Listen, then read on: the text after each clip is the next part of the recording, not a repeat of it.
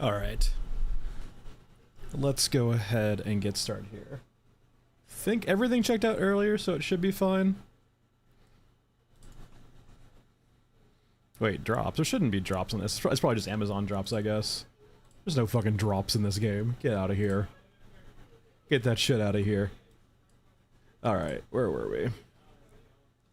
I did unlock the base level shooting range. What do you want? One drone. Oh, this is actually pretty easy to make, though it's a lot of money. 80 days of water, which I think I almost have, right? Yeah, almost have. Let me do some mass selling really quickly to make some money. Vendors. Hey, Grillo, baby. Let's move on over. Are you an extra? You might be an extra. Fuck it. Good old mass selling.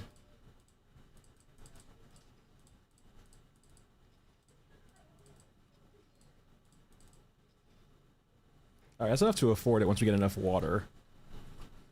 The other thing is... Hey, Biggie. The personal quarters, which we're so far away from. I'm doing well, how are you?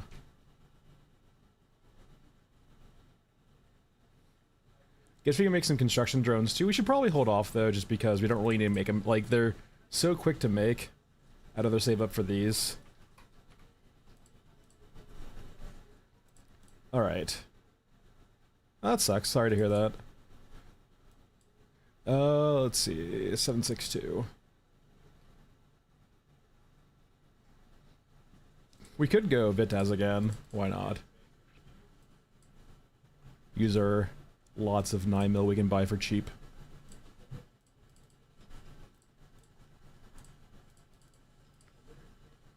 Alright. Bring in like 1,000 rounds. Then bring some meds. And we should be good. I am out of fast travel drones. Okay. So, I guess we need to get the actual thing going here. The idea basically being, right, is that, like, once we get started with fast travel drones, we should be able to keep affording them over and over again, as long as we make it a D. There's lots and lots of supplies in D. For a backup gun, I'm gonna bring an AK, but I'm not gonna bring ammo, I think. With the plan being is that if we really need ammo, we can scrounge it up from enemies.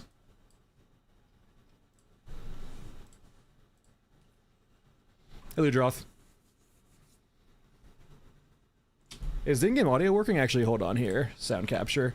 I don't think it's working. And... now it should be working. Perfect.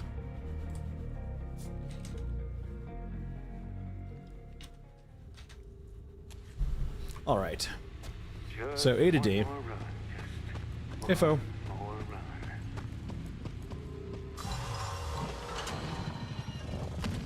And we only have 5 medkits because we'll find 5 million more. Do we still have the same Tunnel A gen? I wonder, like, do we need to, like, die or something? What's the criteria for getting Tunnel A to regen? Are we just getting, like, randomly unlucky? Or lucky, I guess, depending on your point of view.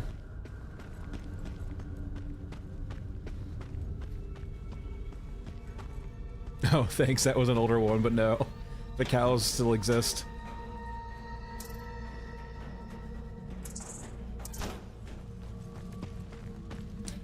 They change every 24 hours, to my knowledge, but the only kicker is I'm not sure if they programmed it in where it has to change. If that makes sense.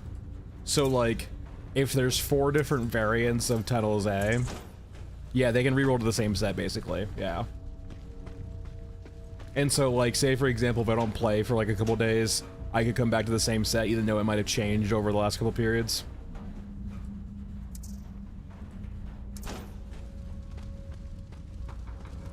Bob, I can never believe when what you're saying is actually true or not.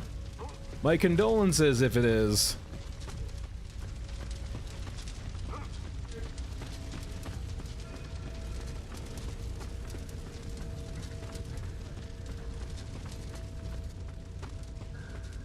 Eyes on us. Yeah, I don't think they wanted to make it that simple on purpose. Like people were complaining for the longest time, Ludroth, about this, like how it was just your solution to everything is just buying everything. Buy ammo, buy guns, buy attachments. Kill your opens, Y7, just farm enemies. Go to like mech trench. Put on plug pull, go do mech trench. Ludroth, once you get like a fast travel drone or two, you can run downtown a lot.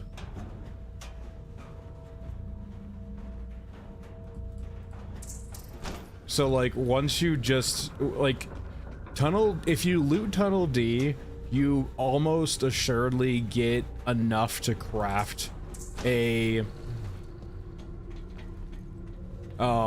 fast travel drone off of that, and like not 100% of the time, but like if you have 2 or 3 drones to start out with and you just run Tunnel D and make sure you loot Tunnel D, you will have enough to build a new drone and then run downtown again, or run Tunnel D to downtown again.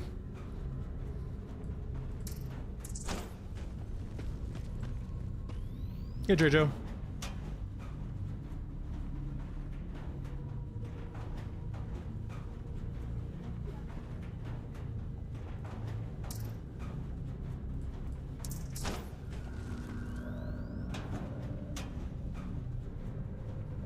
I mean, it's not specifically drones, but components.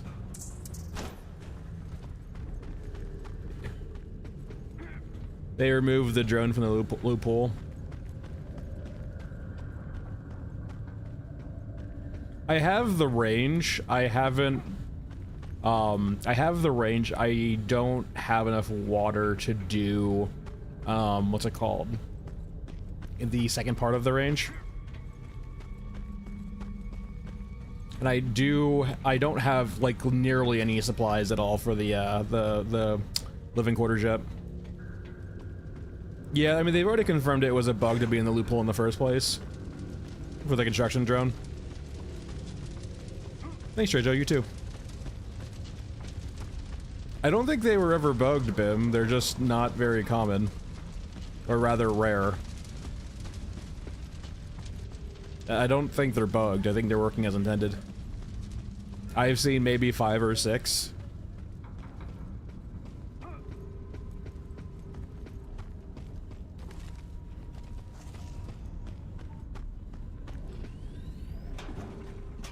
Everyone for themselves. I mean, like John, like all things Fun Dog Dogs, right? It's just raw. It's not fully realized. Thanks, Trejo. It's just a system that's just not very, like, it's a great baseline, but it just, there's not a whole lot of depth to it right now. But that can come in time. It's a foundational update, which means it's just, there's not a lot on top of it right now. When they do monthly patches, right, there's only so much they can do in a month in regards to creating, like, full-fledged loops. Yeah, I mean, to be perfectly fair, like, there is the novelty of seeing a unit you haven't seen before. I'm gonna tell you right now, you're not really missing a whole lot when it comes to the Stilt Walker. There was a very good reason why they flagged it as work in progress when they released it. Because it was so clearly work in progress. They kind of fixed it, I guess. I guess they kind of fixed his issue in regards to his cloak going up. Hey, watch my back. I'm sifting.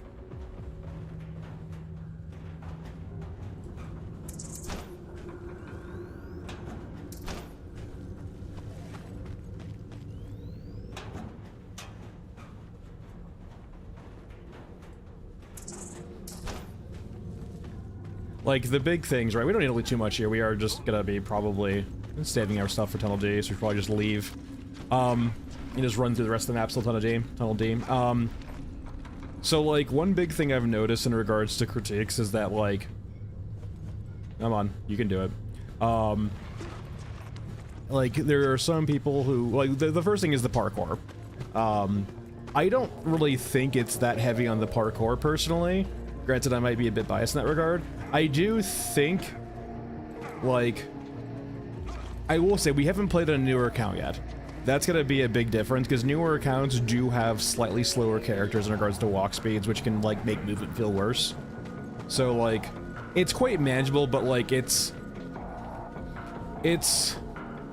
rough, right? Because, like, once you get used to the movement of the game, you kind of lose sight of how annoying the movement was at the beginning of the game.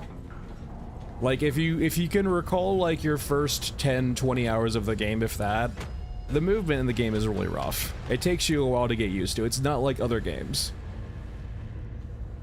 So, like, if you add that along with tunnels being the first thing new players experience, it can be kind of rough.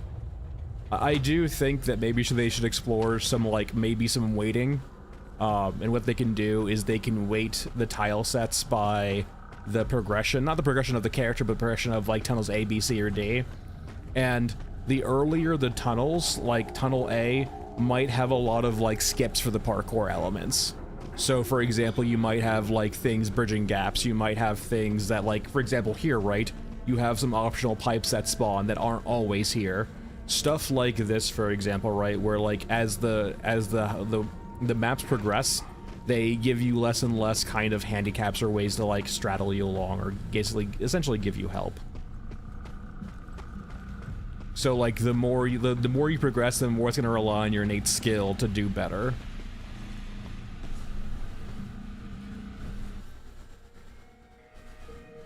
I mean, Untidy, they've in previous Q&As, they have, like, really relayed the feeling like they want to do console eventually. Yeah, I mean, the collision on a lot of things in this game are pretty janky for sure. Yeah, I'm like, it's not something that I don't think they need a knee-jerk flip, but it's definitely something where I think they can help out newer players on. And also add in some progression elements too. You can also do things also where, like, you add in equipment to help bridge gaps, like, you know, we have 2x4s. You can do, like, things like, you know, give players a large item slot thing they can use to deploy to bridge a gap a bit better. But I think on tunnels A and B, they can probably just weight it to be like, or like, if they ever do scav camps too, they could even do it in a way where, like, you can use an upgrade for a scav camp to, like, maybe do something on the tunnels. Where, like, so, for those unfamiliar, I put a post on the Discord discussion area, the feedback area, talking about having, like, essentially campsites in between maps or tunnels, just to allow players to do certain things, like have players respawn, rejoin, cache supplies, send supplies back to the innards, and so on and so forth. And part of that would be doing upgrades, right? And part of the upgrades could not necessarily be to the camp, but to the tunnel that it's connected to. So, like, say for example, a big upgrade could be you could have, like, literally, you could build out the tunnels that you were in, and it wouldn't necessarily solve the issues of, like, enemies in the tunnels, but it would, like, you would leave, you know, certain buildings behind to help you bridge gaps easier. Yeah, I'm not really a big fan of Death Stranding, but, like, I gave it a solid chance. I just couldn't get into it. But, like, it was an entire game built on walking around, but yeah. Basically, Untidy, yeah, many innards that's not necessarily for control. It's mainly for logistics for the scavengers, right? Like, the main issue it's trying to really solve, Untidy, is that here's a classical problem with roguelites, right? I think we're going this way. A classical problem with roguelites is that if you don't give players who fail any progression, there's a chance they never progress. They sometimes absolutely need that help to progress. Like, they need to get the ball rolling, and if you never give them the ball to roll, or it never starts rolling, they can just stagnate and eventually stop playing your game. And the way to do that for roguelites is to ensure that even if you fail, you are still making some forward progress through some mechanic. Like, for example, Dark Souls, like, you lose your soul. Dark Souls is, like, a weird... I wouldn't consider Dark Souls... there's a one called Dark Souls are called Dark Souls-lights, or, like, you know, Souls-lights is not Rogue-lites. But, like, for example, Dead Cells, right? Like, there's, they're equivalent of Souls and Dead Cells. And it's stuff you can basically cache and keep and upgrade with. It essentially gives you a way of progression, even if you die. Thanks, Tony. Oh, yeah, okay. And, like, the way these little mini innards could work is a way of, like, hey, you finished Tunnel A, and you want to keep going, right? You wanna go to Scorched Enclave. Maybe you can actually send some supply. Yes, thank you, Cellulite. Is it Cellulite? It's something like that, right? It's something weird. It's got its own really weird bespoke name.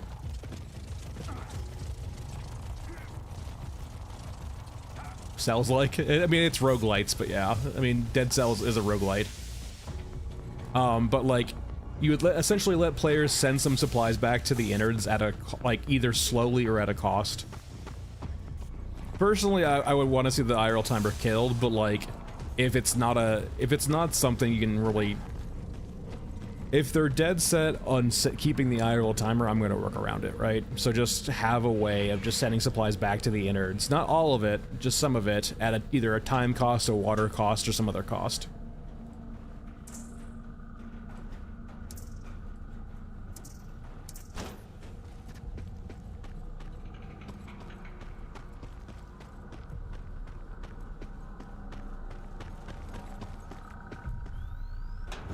Yeah, I mean, the only concern I would say now, Van, is that the water costs to travel are fairly expensive. So you can't really add too many more water sinks before it feels like you're getting pushed and pulled in every direction. There's definitely some caution to have in that area. I still do think the game's missing a pressure mechanic, to be honest, but yeah.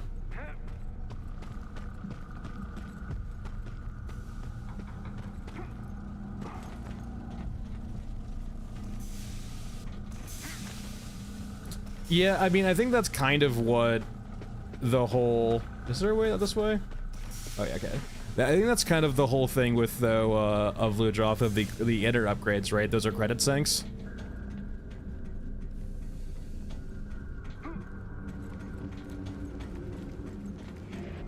I mean, I don't like the OG water system, but I understand why it existed in the first place.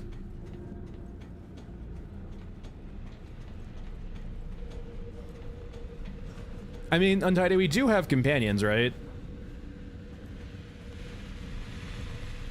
And they've talked about doing, like, NPC caravans, so, like, not necessarily, like, friendly to us, but neutral to us, I guess.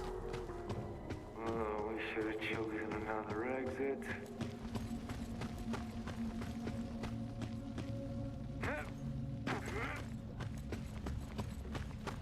I mean, it was bold, but it didn't... It's kind of the problem, Flip, when you pushed out systems that have no support and only exist in and of themselves, is that, like, you can't... The players, and, like, including myself, right, aren't going to appreciate what that system's supposed to do. They're just going to see what it does. And if you're not going to be forthcoming about what the goal is, which Fundog clearly doesn't want to do, then we can't respect it at all, right? The OG water system had no reason to exist in and of itself. It was literally just a chore. And it also, I would say that the problem is, too, it's not something they advertised. Like, they didn't advertise the Forever Winter as this living, persistent world. Like a fucking Tamagotchi? What's it called? Like, take a Tamagotchi that you had to fucking actually, like, attach your fucking hip to. That was the issue, right? Like, I think they would get a lot less of the pushback they did if they made it very clear that system like that existed and it was supposed to be like a fucking Tamagotchi.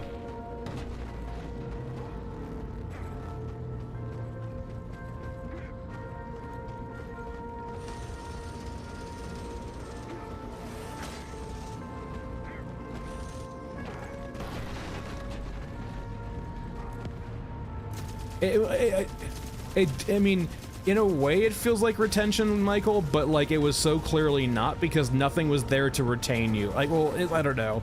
It was just, and like that's the problem. It just didn't feel like it should have existed in the game. Like the pressure it provided was necessary, but like, I want a game to apply pressure when I'm playing the game, not when I'm not playing the game. I wasn't looking for a Tamagotchi.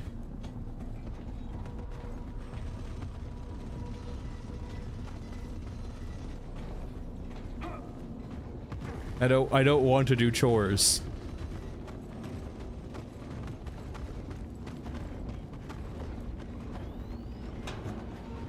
Flip, I disliked it because it didn't need to exist in that capacity. Just like, for example, I'll put the parallel. Wait, Flip, I want to pause you for a second. I want to make sure that we're on the same page here, so I don't... The conversations via text can go on, like I can kind of lose the track of what you're referring to or talking about. Flip, are you saying that I shouldn't be playing this game because, or like, is your argument that like if I didn't like the IRL water system, then don't play the game? If it felt like a chore?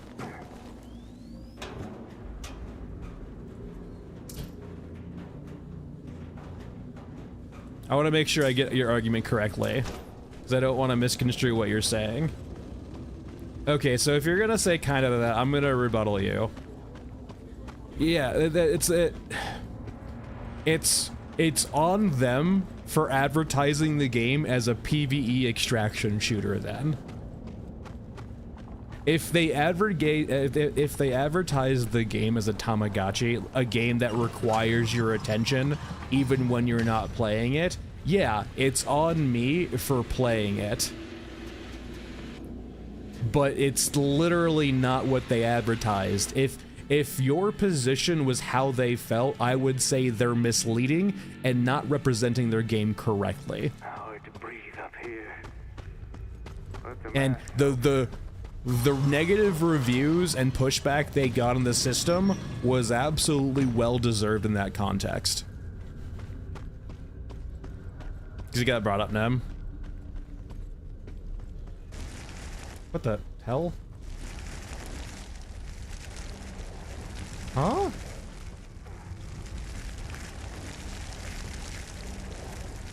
Yeah, and you can enjoy your minority opinion, but that doesn't make the majority wrong. Just because you value your minority opinion. Down and we can break out.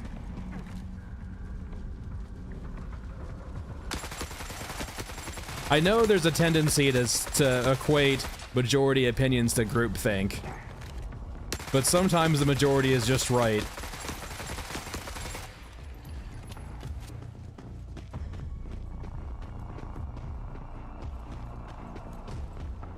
Alright, this is a dead end. It's important to just not be like, if you liked it for its actual like merits, sure, but there's always the danger of just becoming a chronic contrarian.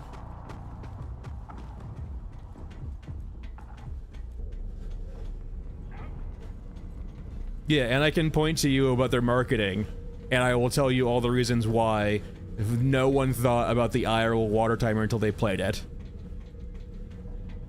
Is it subjective though? I would very much push back on the point that that's subjective. When you advertise, go look at all of their marketing before the game came out. At what point did they ever relay to you about IRL water? They made it seem like a very casual, friendly experience, and I will tell you right now, asking casual players who might only have an hour a week to play to spend that hour grinding something to compensate for an IRL timer is bullshit. And that's the crux of the issue here, right? It's a fundamental gameplay problem, because if you're trying to add a pressure mechanic that takes time into the equation, you're never gonna be able to balance for that casual crowd that you advertise to with a PvE offline extraction shooter and the hardcore people who will still play it. You cannot provide systemic pressure to both that's meaningful if you have a timer like that.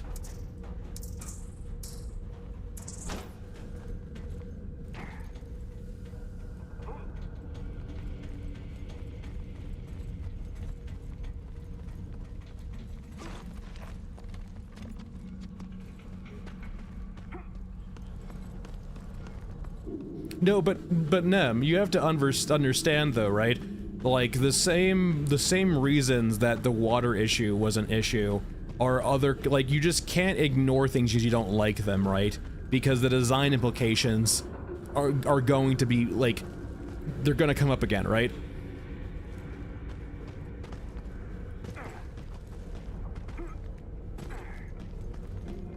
Like, if you forget the lessons of the past, you're going to repeat them into the future. That's classic fucking human psychology bullshit, basically. We love rehashing old shit.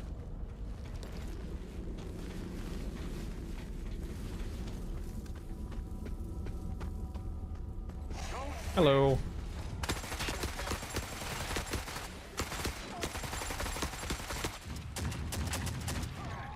Enemy contact. Hold on.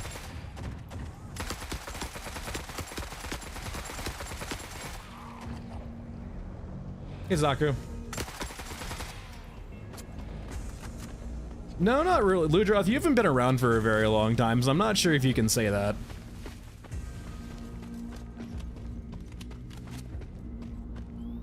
We didn't talk about, like, water any at all last stream.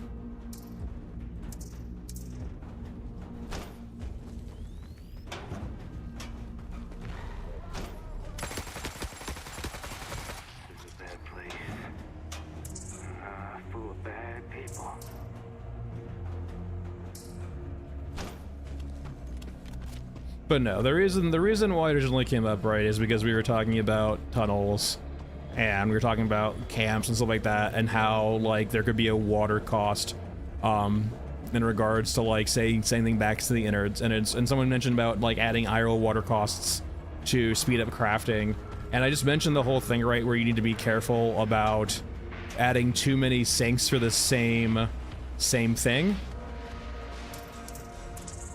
Because it starts like pushing you and pulling you in lots of different directions.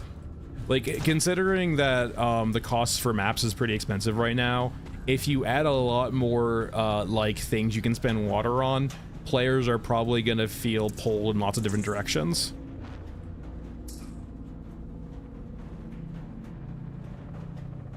I mean, I don't really think a game like this should be really caring about player retention, to be honest.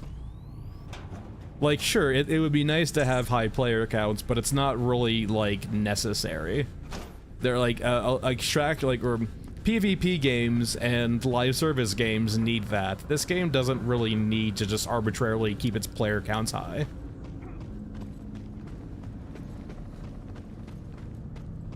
I kind of get pissed off when people post Steam charts of this game. They're like, oh, the game's dying. It's like, it's...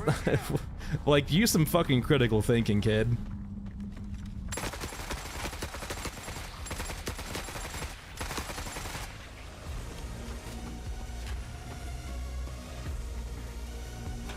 Well, guy on bench, congratulations, you are now water rich. I've always had issues, actually, guy, in regards to, like, if I don't play for, like, a couple weeks, or I don't play for, like, a week, they don't ever accrue extra water.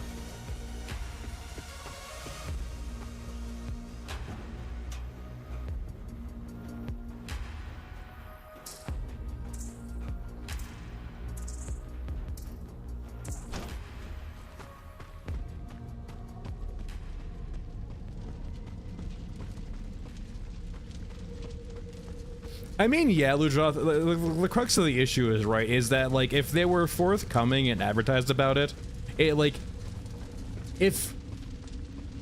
Yes, and that's, like, necessarily in capitalism, right, companies need to stay alive by having players buy their game, but, like, niche games can exist, right, that are not appealing to a large audience, and that's okay. Like, I don't mind if, like, there's like some like draconianly hardcore game out there that only like 100 people play at most, and like the developers are happy with that, right?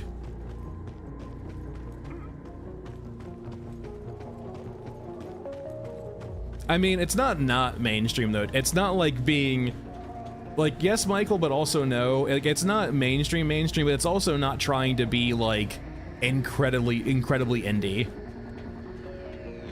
I did not try Marathon. No, I don't think I got into the beta at all, so I just didn't bother playing it.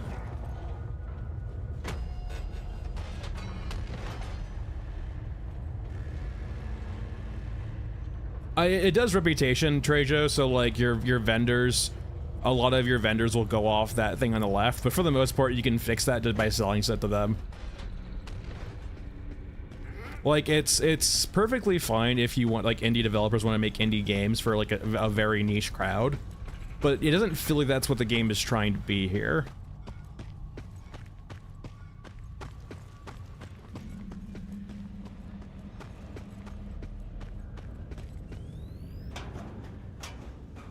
Yeah, I mean, Thrifty, it's also a thing too, right, where like some indie projects will also just be side projects for someone who already has a career.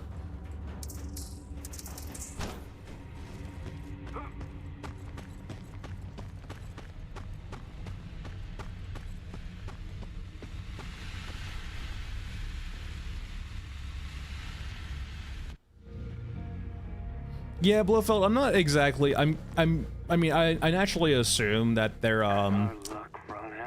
alpha period was to get feedback and like get ideas on what's working and what's not working, and kind of get free fucking QA testing. But I don't know.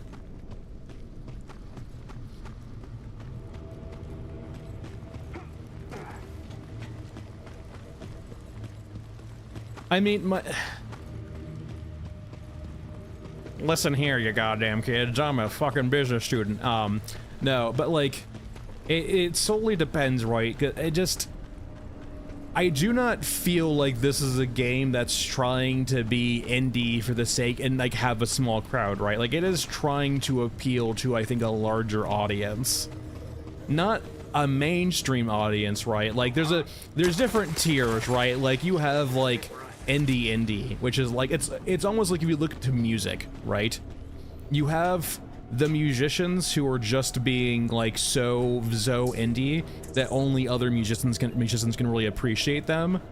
Then you have like the rock stars, the triple A's, like the you know, the Aerosmiths, the fucking Taylor Swifts, the so on and so forth, the people who are like bigger than life. And then you just have everyone else in between, right? And I would say these guys are landing firmly in between, right? Like, they're not trying to swing for the field, like the fences, but they're also not trying to stay like super indie.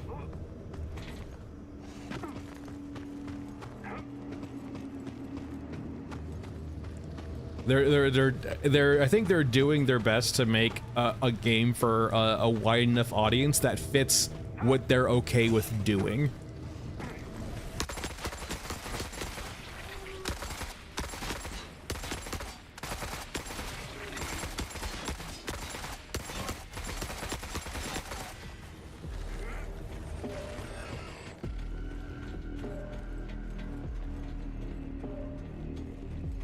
Yeah, I would say, Thrifty, it depends. There's lots of, like, yeah, like, it's just one of those phrases where, yeah, if they really do a good job, you know, they will have a successful game. You will just have to see, like, the reasons why, for example, water gets brought up occasionally is because it's a classic example of them kind of missing the mark and it taking them fucking forever to realize it, or rather, them acquiescing eventually.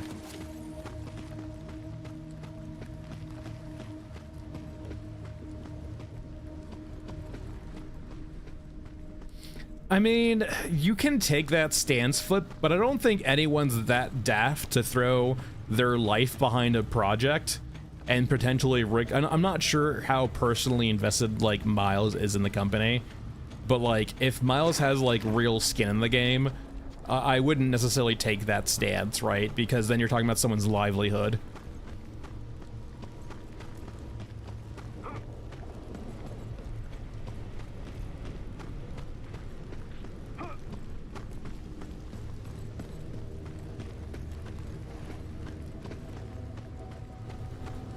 Like, I don't think they pull the trigger on this. I don't think just laid off is the right stance.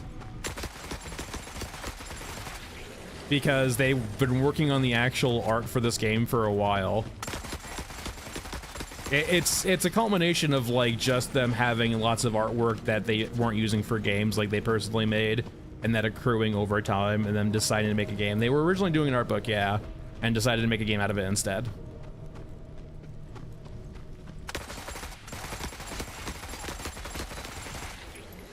To give you an idea though, like keep in mind that like their cash burn's probably in the like 2.5 to 4 million a year. And that's like a ballpark. I'm not sure how much overhead they have, but just going off mainly salaries plus some miscellaneous costs, it's probably between 2.5 to 4 million. They have backers. They have private investors. Some of it might be from their own. I don't know their exact like. I don't know what percentage of it's like from their investments, what percentage is loans, what percentage is what X, Y, and Z. That's only something they could answer and probably won't answer, because why the fuck would they tell us that? But like, they have investors. That's very clear.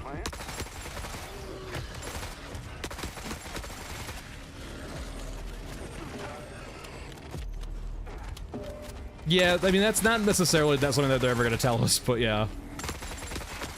I can tell you their probable cash burn though, because you can know their employee counts, and you know what average salaries are, and you know that they have 3 engineers, and so you can do the math. You can assume engineers are at least 100K a year. You can assume everyone else about 75K a year, and then you add 23% for benefits. Add another 23% in for miscellaneous costs. They don't have an office, so that overhead's thrown out the window. The other question then would be loan payments, like what percentage of them like is actually like backed by investors, or how much capital do they have? Do they have loans? Are the loans actually going to ask them for repayments, even if the game's not out yet? Or I guess it is out now, so it kind of, yeah. So yeah, there's a lot of just, you know, question marks here and there, but no, like, yeah, they're. It's expensive to run a company and make a product.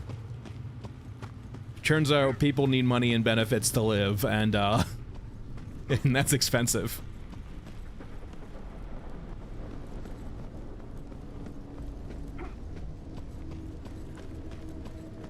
Hey Grams, how's it going?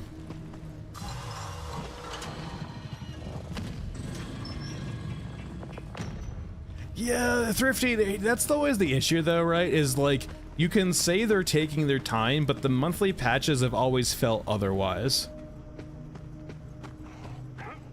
I mean, if they're back, I mean, Unicron, if you are engaging in the practices of capitalism, right? If you are not trying to acquire the largest audience that you can, you are doing yourself a disservice. And that's making it very black and white, right? Like there's plenty of companies who are willing to not necessarily go for the fences, but by and large, that's what you're supposed to do, right? Make a product that appeals to the most people, make the most money.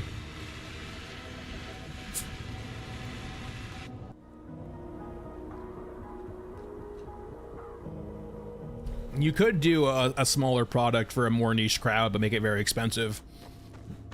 That's a very different thing entirely. And the thing is too, though, with entertainment, people are very, very, very price sensitive to entertainment.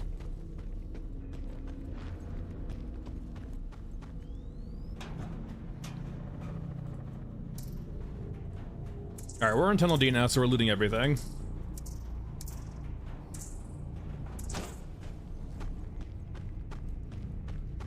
I mean, you can even see it too on like fucking like the people who will not buy a game until it's on sale. Is it just going well? Just doing some looting. We're in Tunnel D now, so we should be getting lots of loot. Yeah, they have investors. They have a VC.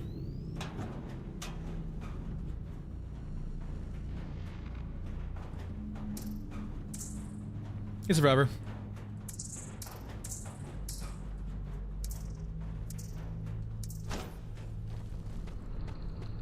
Weirdly enough, too, I did actually learn also that, like, just like every regular crate has a chance of just having good stuff in it now, not just the loot crates. You'll still have, like, the first buffer of, like, what the crate's actually supposed to be, but then afterward, you'll see stuff like this.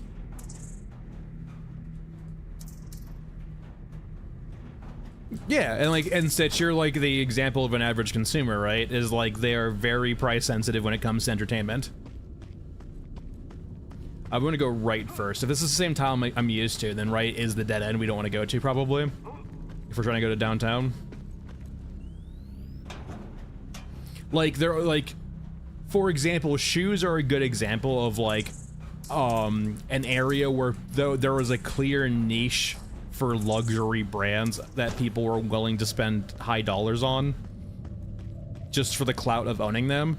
That's not generally the case with entertainment, though, right? You're not gonna have, like, a game offering a, like, a luxury example of a game, right? Like, a prestige example of a game, but charge you 3, 4, 5, 6, 10 times the normal price of a game, right?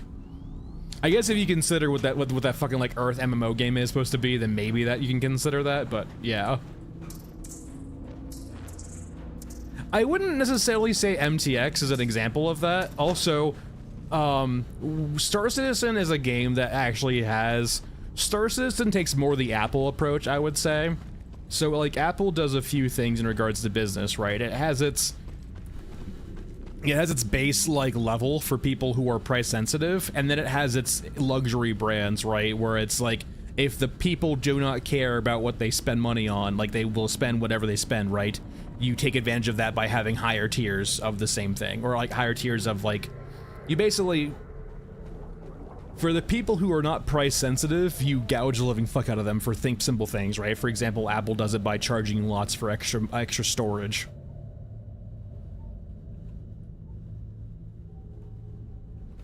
Like, I can tell you right now that extra storage space doesn't cost $200 fucking dollars, but they're gonna mark it up by a lot because they know you're not price sensitive if you're buying it.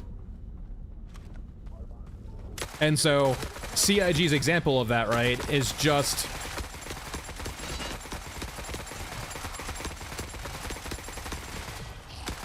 CIG's example of different ships is basically them just doing that, right? They're figuring out different segments of the market and capitalizing on all of them.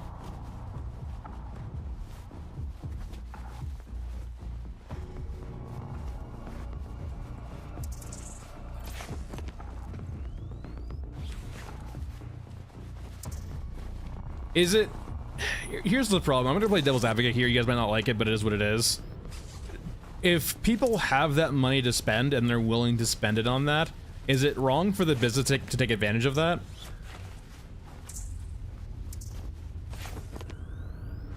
Like, if the business themselves see people who are willing to give them, like, tens of thousands of dollars to, like, help, you know, develop the game. And naturally, we'll assume, like, for existence, this has no, like, negative consequence on the retention of the game.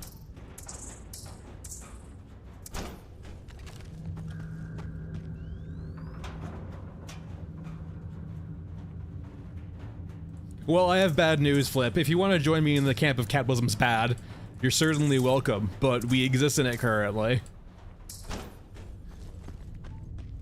Like, it's the classic example of hate the game, not the player.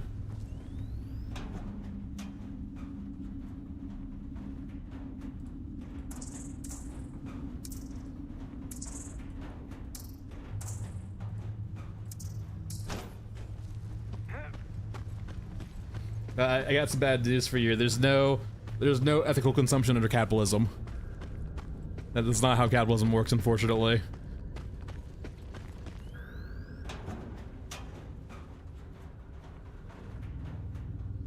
It's the most stable we've ever found, Flip, because it preys upon human greed. Human self-interest, right? It's a feedback loop, right? The reasons why things like the 5-year plans and communism doesn't work is because it doesn't prey upon human incentives, right? And so humans are going to do the bare minimum to get by because humans are lazy. Well, this one, capitalism promotes human engagement in the system. by rewarding you if you engage in it.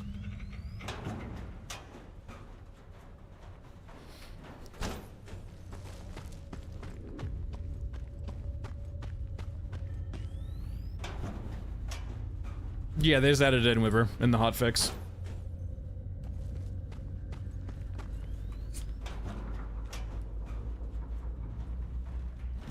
Well, Stitch, that goes back to my whole argument about cash burn, though, right? In regards to companies, overhead's expensive. Okay, if we want to get into the point that you think CIG is mismanaged, I'm on board with you there. I do think CIG is mismanaged, and they probably just did not project manage very well. Partially against Chris Roberts. It's Chris Roberts, and you can't have Chris Roberts in charge of anything.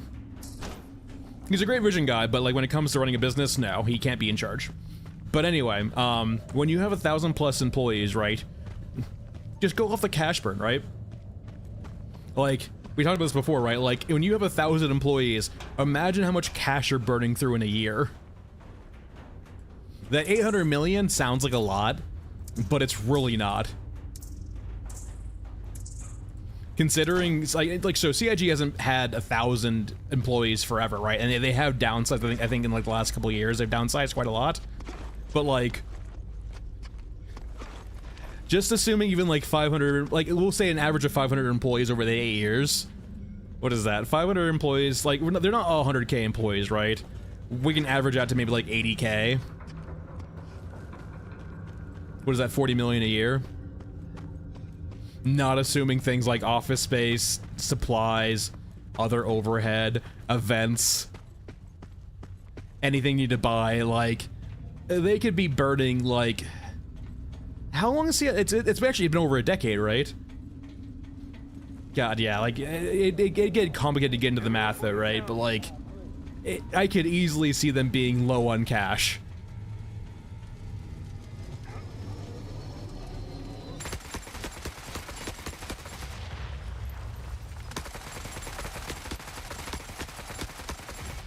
And like, this is them too, like they constantly do pushes for like, yeah, 2013. So like 12 years overhead. Granted, they probably weren't that big starting out. They've grown over the years.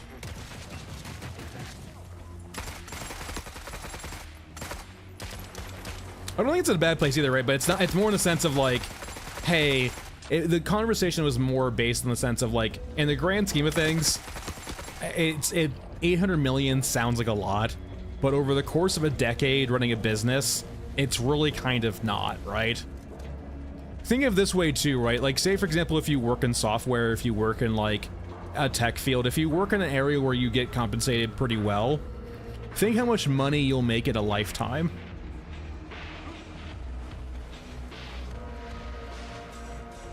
And then multiply you by like, you know, divide that maybe by 10. I don't know, just you can like throw around some math numbers here and there and figure out that like, hey, when you have a lot of employees, 800 million might not be a lot over a long time span.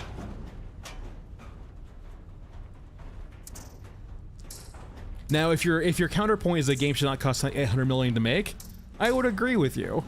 I would blame a lot of that on Chris Roberts and the project management of Star Citizen. I do think on that level they have failed, but that's kind of the issues when you have a visionary at the head of a company, is sometimes they're gonna do what they're gonna do. And it's a lesson that's been learned about Chris Roberts before in the past, right? Like, plenty of publishers and companies have learned that, hey, there's a reason why Chris Roberts had to go crowd start his game. Because everyone in the industry probably fucking knew it's Chris Roberts, we can't give him money. Or rather, let me rephrase, we can't give him money and have him be the sole person in charge.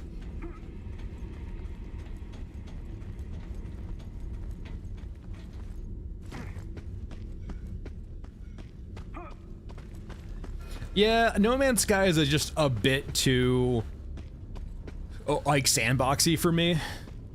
I don't like that much. I don't like that level of sandbox.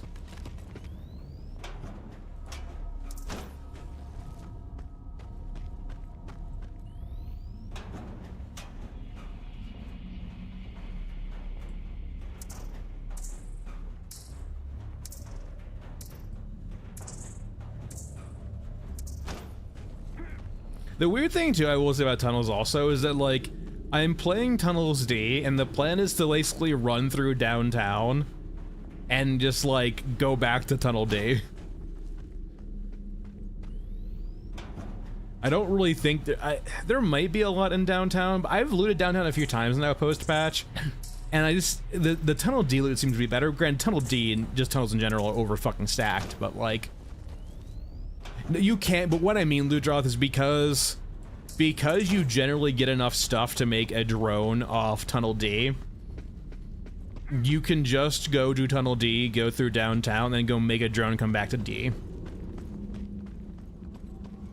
You can't go, like, no, when LA will take you back to the innards, but the whole point is that, like, by doing this loop, you should get, hopefully, most of the way there, if not all the way there, to a travel drone.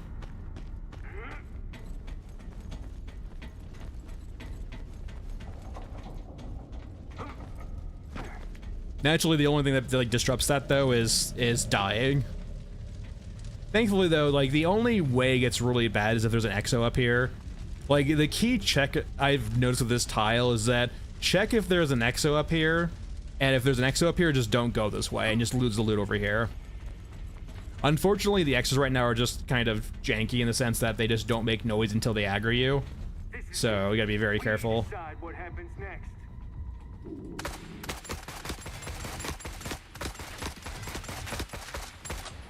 Alright.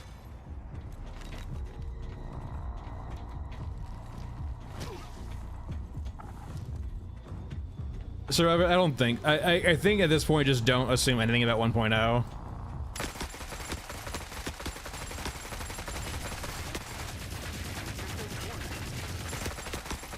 Yeah, there's the downside of 9mm. Devs, if you're watching, please add model guns to the drones.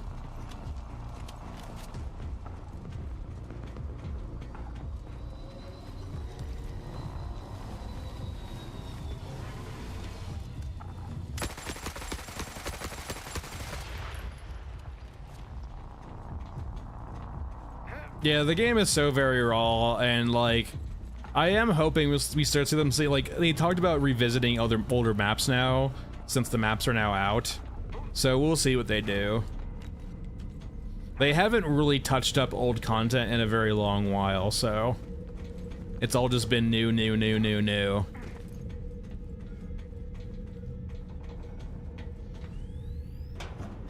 I'm not gonna lie, if I see another sync kill, I might crash out. It's a fine system if you're trying to add ambiance for NPC versus NPC fights, but it's so uninteractive when it comes to players.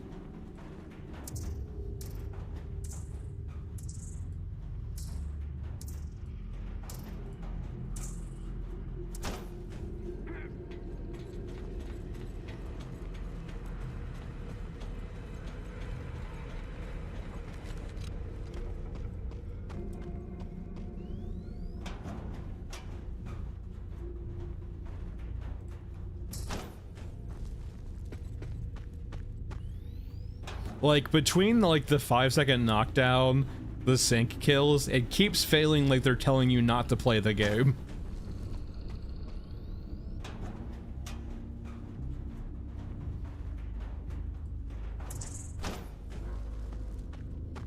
Alright, this room's done. How are we on space? Actually not, full. Only one we don't have full is right here, okay. Not a lot left to loot, though. We can probably just drop some bullets if we need really space badly.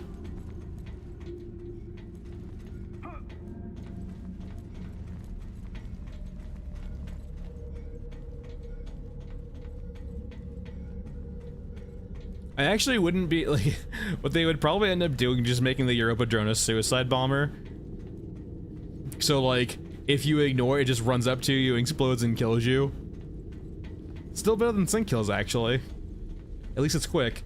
Oh my god, you guys respond so aggressively. I didn't even go that far.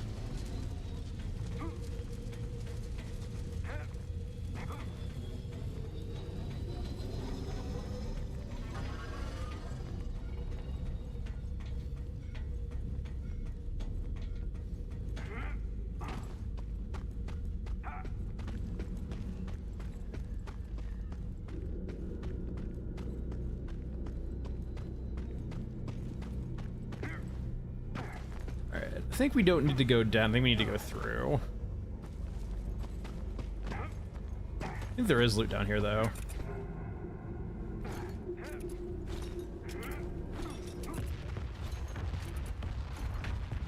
I fucking hate the grenade throws. I'm gonna die here. Grenades, please, just...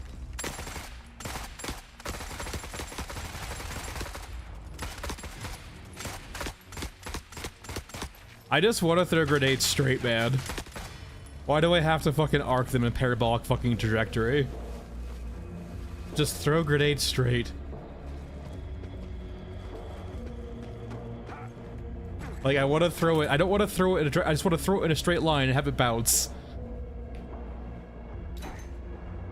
Nope. Yep.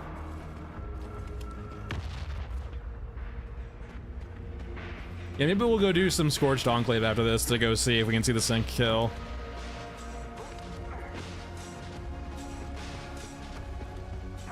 You know, this is actually the right way.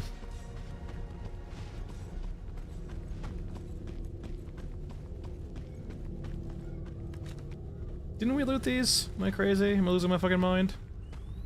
Yeah, they do close after, I think. No, we did... Wait, that way. Okay, I'm being dumb. We can't... We went this way. We need to go this way. Got myself turned around. Yeah, I mean, yeah, certain elements like that for sure.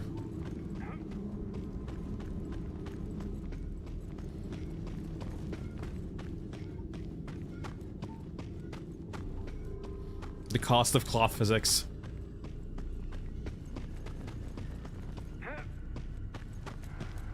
The masked man booty.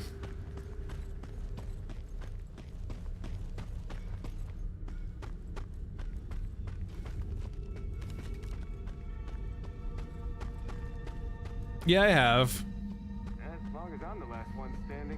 Unicorn, no, you're gonna see that occasionally. I have no control over it.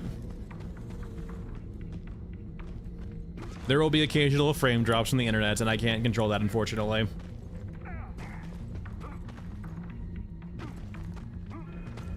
It will be what it will be.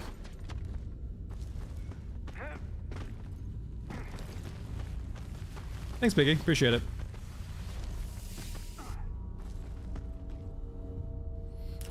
Flip, I imagine they're gonna...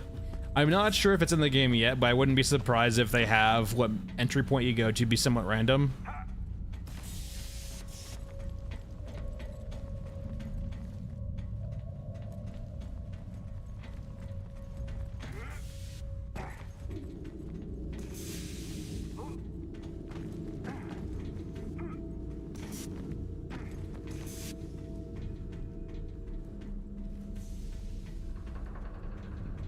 Alright, if I recall, downtown is just straight through here. And not necessarily going up or around.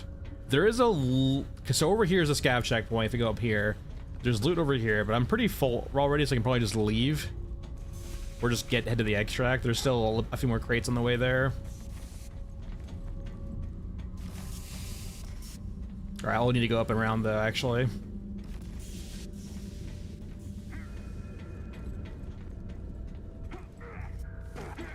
Come on, you. This wire is a particular pain in the ass.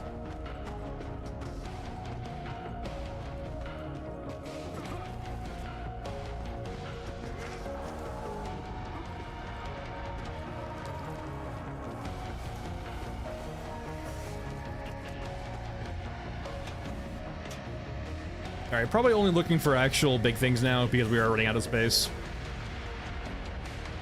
The Blu-ray player. Yeah, nothing really here for us, I don't think, in that crate.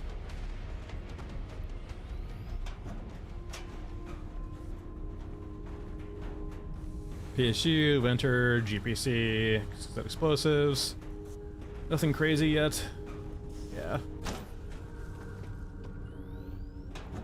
I think we're only really looking for crafting supplies now, or things that I know that go directly in drones.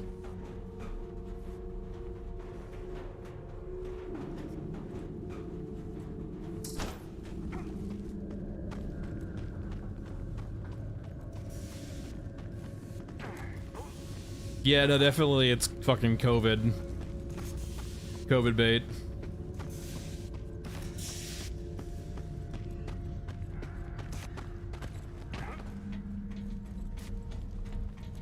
Alright, there can be a pretty aggressive spawn over here we need to be careful about. As you probably saw, if we run into cultists, the 9mm can be kind of sketchy.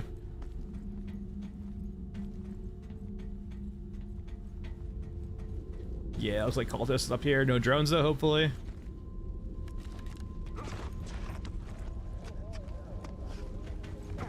Mainly gotta be careful because these guys have AA-12s, and that means stagger lock death.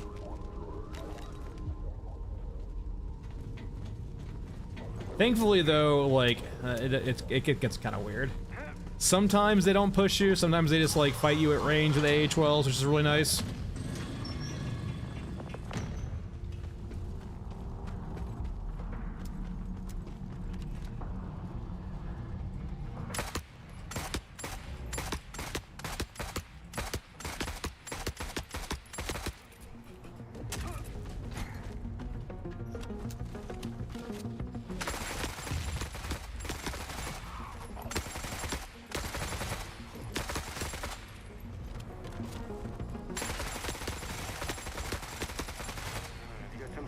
Alright, we're good.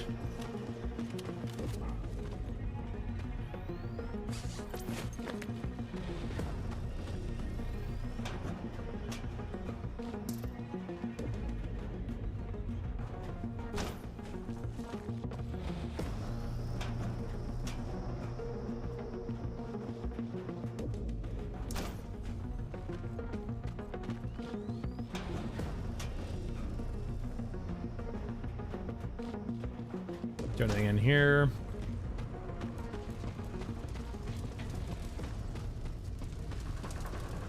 And I believe there's a special like loot room up the stairs too. I mean, Stitch, not yes and no. If any of those shotgunners shot us once, we probably would have died. So like, you have to keep in mind what I had to do there to like win that fight. Like, I wouldn't say it was hard, but I did have to do some setup with my gun that I had, because it's 9mm and necessarily powerful, to set myself up to actually, like, win that fight. Because, like, there's a good chance if I ever get staggered, I die there. Especially with 9mm, too, because 9mm does not kill them with one headshot, so it takes a while. So there's a good chance even if I get out of the stagger once, I won't get out of it twice. So like the enemies there are kind of like they're kind of dumb. I imagine they have some logic where shotgunners are supposed to rush you, and like that's all they do currently. But it does make the shotgunner scary, right? And part of it's probably like the tile layout too, right? When you only provide one avenue for them to flank you, right? They can't really, yeah. I mean, I wouldn't say it's like very deep either, but like that fight did require some thinking, right? Like I saw, like we called out cultists, right? Like I know if cultists spawn here, you know, it's gonna be a little bit sketchy because I have 9mm. And so I saw it's cultists, so I know that someone's gonna have AA-12s. They're not all AA-12s, but a lot of them are AA-12s. So like now I need to be worried about like getting stun locked to die. So I need to take as long as a fight as I possibly could. So I did that. And they still like got to the point where it was kind of sketchy. I was reloading, and if they pushed me there, I would have died probably. And I will say, like, partially that's on my weapon choice. Like, if I had a SCAR or an RPK there, that fight's a lot easier. But maybe if I had a SCAR or RPK, right, I'm already out of ammo from like the long run. Yeah, the exos are a bit of a fucking just what they are. It's basically just avoid exos now. If you bring a grenade launcher, sure you can kill them, but is it even worth like the hassle of doing all that?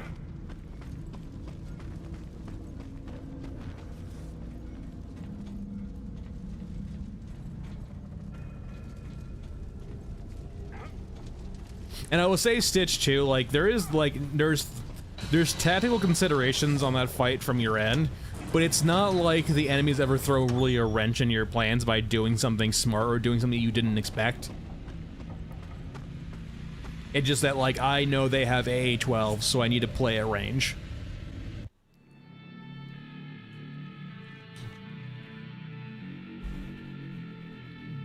All right, so we're probably just running through this map. We might hit up like a one loot spot on the right here, but like other than that, we're just leaving. I mean, we're basically full regardless. There's no really point in staying.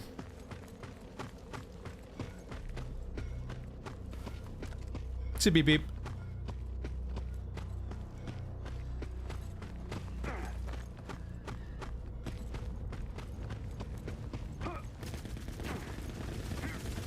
Yeah, Fuji, there's a lot of just like peculiarities with the grenade launcher though too, right?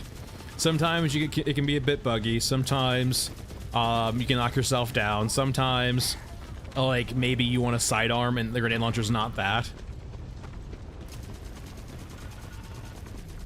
I wouldn't say the grenade launcher has a lot of costs to it, but there are some considerations. Hey, Novel.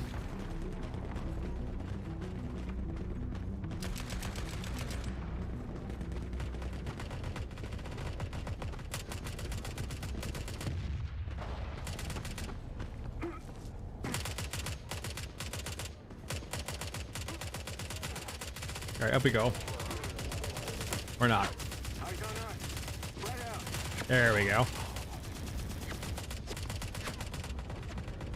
Yeah, and there's the consideration too, right? That drones can spawn in that room also, which is also another pain in the ass. Thankfully though, if it's cultists, the drones and the cultists will fight. Also, I like this area over here. Be very cautious though. When you're inside here, there's a collision wall that you really can't shoot out of. So like, where is it? It's working now. I had this weird issue, like maybe it was last patch, maybe they hotfixed it out, where there was some weird wall here for like eating collision. It was very off-putting. Essentially, there was a guy standing like 5 feet in front of me, I couldn't hit him. There was something eating the projectiles.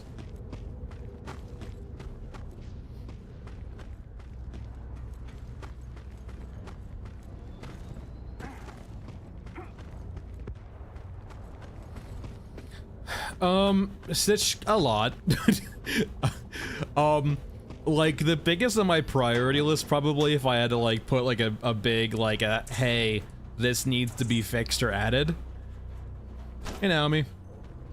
The thing I would probably add in would be like a drone rework. I think the drones at this point are kind of just they're really annoying, they're not fun to fight, they're super tedious, and just yeah, it's just a lot.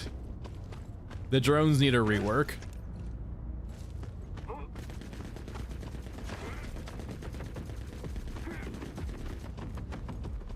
Hey, Game Shift.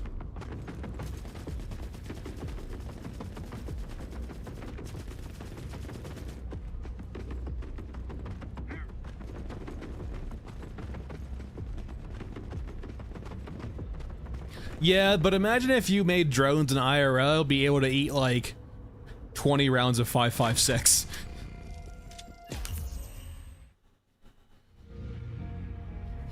Okay, so we need to go check, but I'm pretty sure like, or we did a full run there, so that was going from A to downtown. And that was an hour, and I would say we weren't going necessarily very fast. Like, we were exploring the tunnels a bit. We did Tunnel A a bit, we skipped like everything else, and then like Tunnel D we did a lot in, and that was an hour. Do I really not have enough for you? Oh, I'm missing a drone. Hold on, I can make that.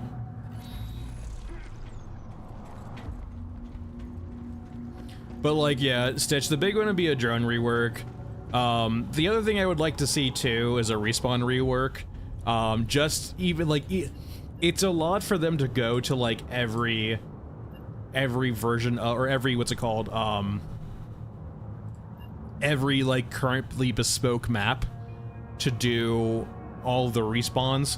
But I think the tunnels would give them a good opportunity to test out different respawn mechanics to see if it would be worthwhile to do the other maps in that fashion. I do think the tunnels suffer from the respawns the most.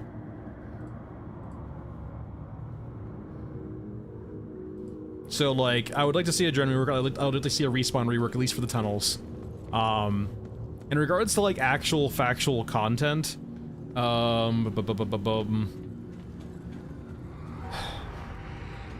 Right now, I don't know. It's the way that they're doing the innards upgrades feels, I don't know.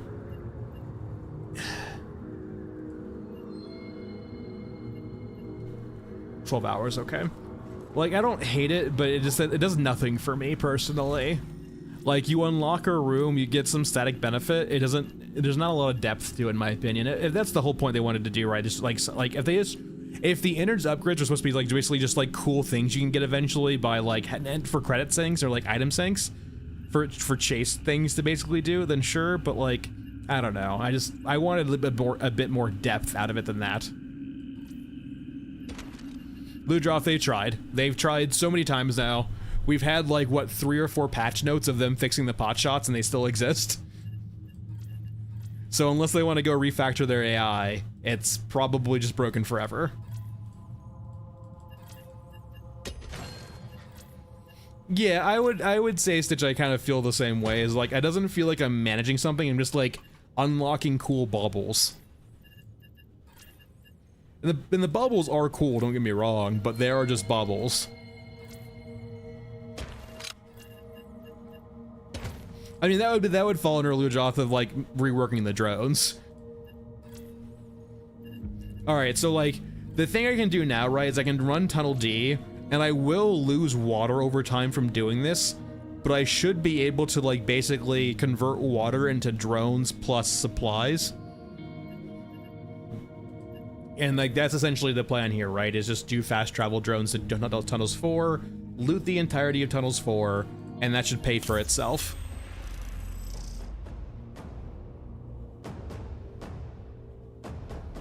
Yeah, I can see that too. It sounds like it depends on how they would want to do it, but I can see them doing stuff like that also. Yeah, Stitch, that would like, for like a city builder light or like this War of Mine vibe, yeah. It might just be something they're not interested in doing perhaps, but like I think it would be an addition to the game.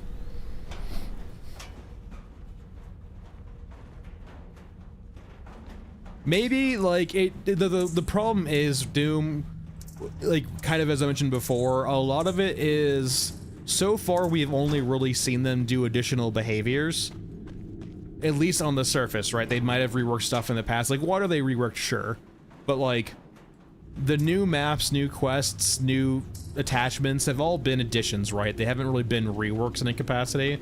And some of the new AI behavior has felt that way too. It's just been additional AI behaviors on top of the old ones. And so I'm kind of curious, right, is like, when they're talking about doing additional AI behaviors, are they just adding more AI behaviors, or are they gonna rework it from a fundamental level? Because when you have a bug, like the pot shot bug, it almost feels like you need to rip out all of it and start again.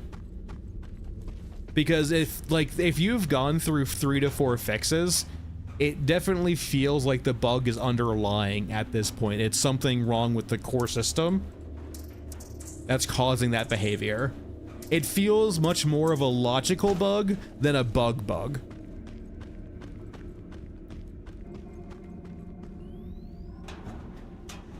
There is something with a bug like that. It feels like there's a flaw in the logic somewhere that you cannot just catch from looking at the code.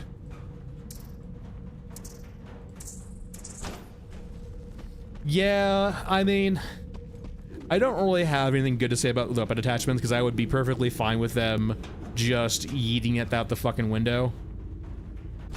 They could remove all the attachments in the game and I'd be okay with it, to be honest. All the gun nodes would lose their fucking shit, but I would be okay with it. So Thrifty, the only, like, what you're describing is the downside of nanite. And like, there's not a lot of point in them right now making the asset size, like, to do what you're asking is a lot of slow, tedious work because it involves them going asset by asset file and essentially optimizing. And the game is comprised of thousands of asset files, likely, at this point. I'm not saying it shouldn't be done, but it's something that, like, when you have lots of bandwidth constraints, it's so low on the priority list. Especially considering, too, for a lot of gamers,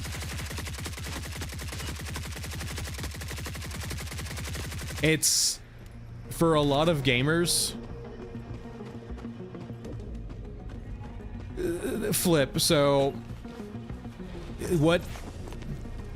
Yes, you're looking at a part of the picture here, right? The issue is nanite. And, like, yes, the AK textures are part of nanite. Yes, flip. But, like, the reason why nanite works is because you like, nanites work. So, for people unfamiliar, nanite's basically dynamic level detail. And for those unfamiliar, level of detail is basically meaning at what range do you see what, like, essentially, think of Maskman, right? Maskman, let me just explain it, flip. Maskman, for traditional level of detail, right? If we were another character looking at Maskman, right?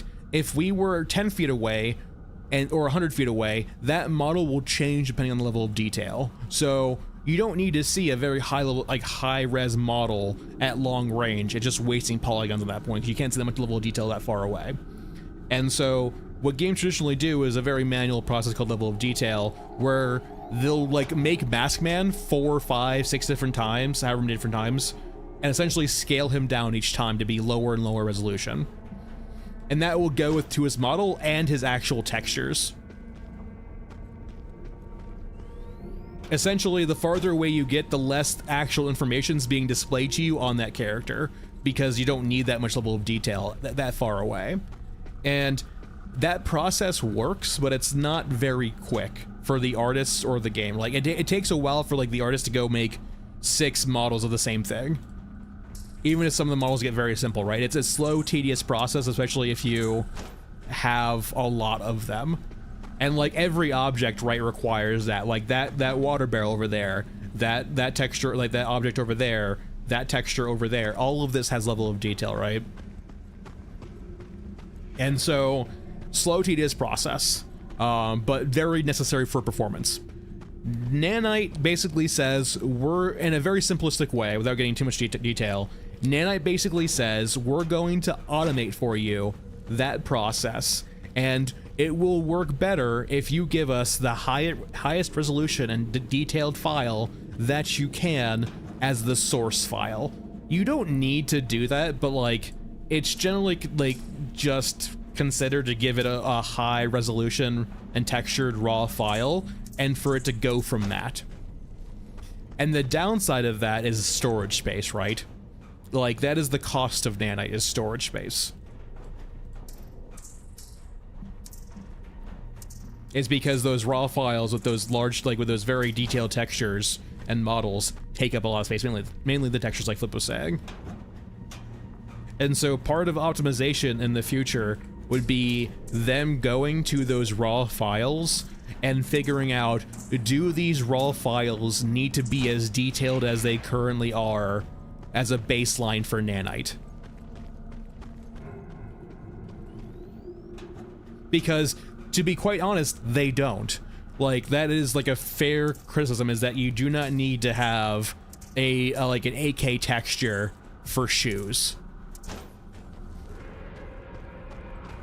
You can go spend the process of knocking that down to a smaller resolution, because at no point in time, like, is a player going to be looking at shoes that closely, right? It's okay for you to skimp a bit in areas like that, but once again, that's kind of you defeating the purpose of nanite, because you're going back and doing all this manual work. I saw a person posted, like, a post on, I think, Reddit, the subreddit for the game, and asked, like, why do they use UE5? They use UE5 because UE5 gives devs lots of features, especially, like, smaller indie devs, lots of features to help them make a game. It makes it a lot faster. There's costs to that, right? Like, for example, Lumen. Lumen is how they light the game, right? And Lumen is, in a way, ray tracing.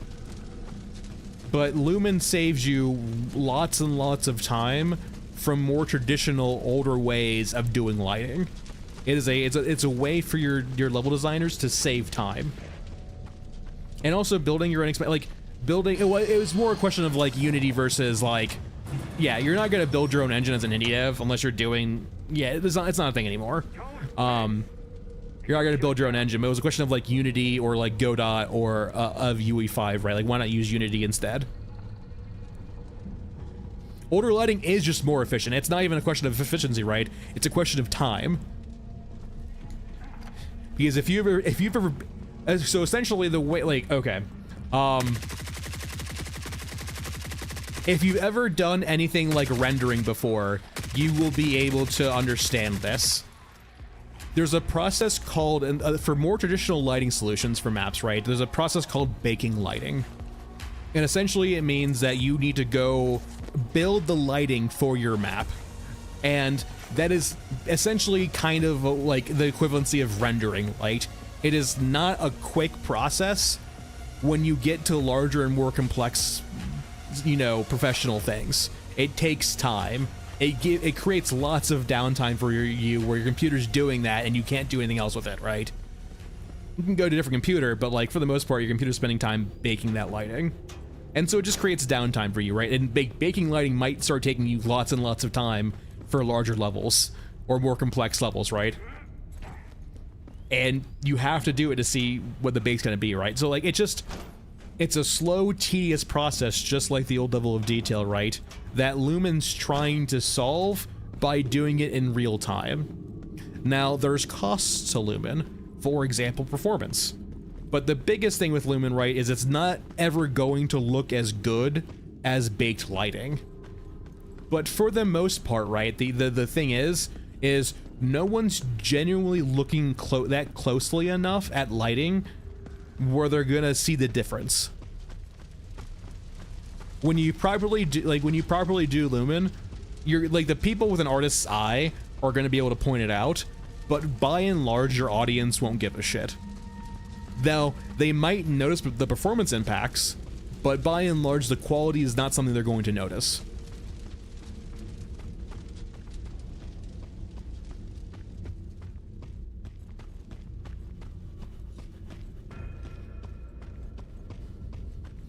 So if the person is in here who sent me the video on regards to the shader thing in regards to UE5, I found that video interesting. It definitely, I kind of got the vibe that he was using an artist's eye in regards to that video.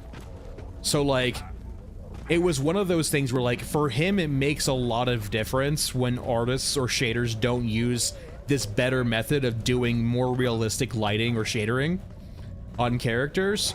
But for the most part, most people just don't notice that.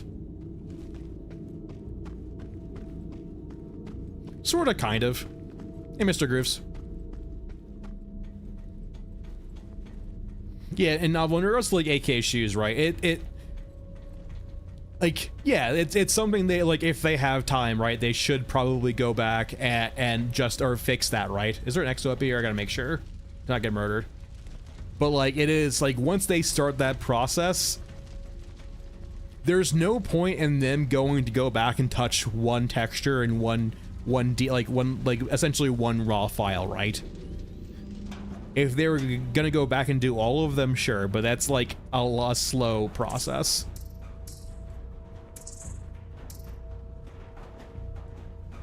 Yeah, Stitch, in regards to characters, right, too, yeah, they do need to like diversify characters out a bit more. Now, there's been some pushback on Gunhead, but I would actually say Gunhead's the best example we have thus far of actually like a fairly unique character, right? With pluses and strengths, or like strengths and weaknesses. No, we're gonna go do that after we do this run. Well, I'm full, shit. We can drop stuff if we need to.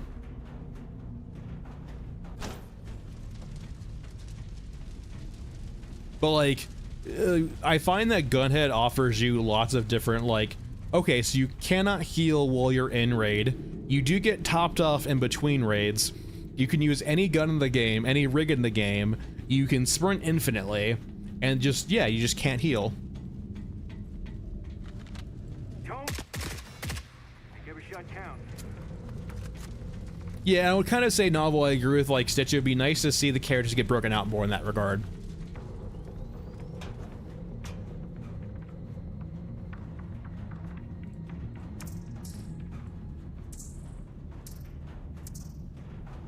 All right, hold on, let me just drop some stuff.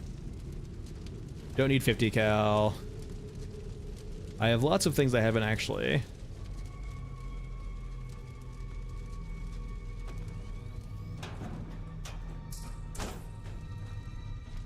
Yeah, I think the fall damage is definitely overtuned for a parkour. Like, again, that leaves a bit...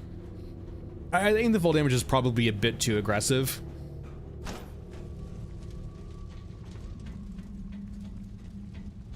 It feels like once you hit the fall damage barrier, the base fall damage is very high.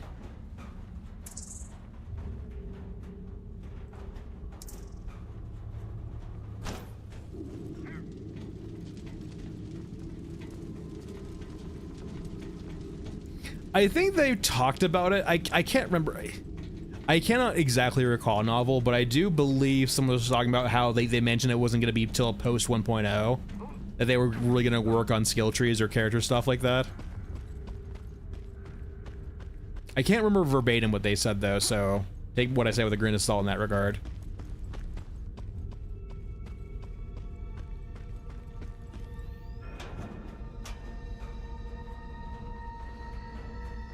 Why would you say, Thrifty, I'm kind of curious, why would you say that Shaman is punishing or unique when essentially Shaman's just a slightly slower scav girl with a little bit more HP?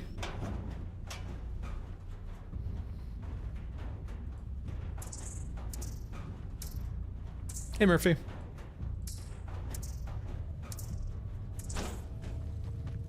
Like, I agree about Gunhead, but I don't see what actually, like, literally makes Shaman as part of that list. And not Scav Girl. If you want to add Scav Girl too, then that's fine. I understand that, but like, Scav Girl is just a slightly faster Shaman with less HP. And actually, honestly, when I usually have new players come in, I generally recommend Shaman. Because he's fast enough to help alleviate some of the movement concerns, but like doesn't have the bullshit hassle of doing the rig juggling like Scav Girl has.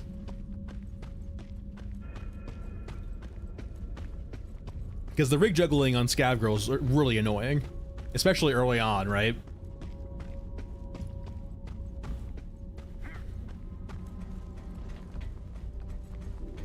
I mainly played Shaman for the longest time, but like, I played Maskman because I want to use most guns in the game.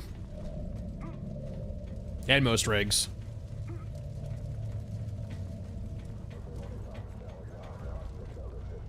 Hello, Mr. Respawn. Don't mind me, just gonna crash out real quickly.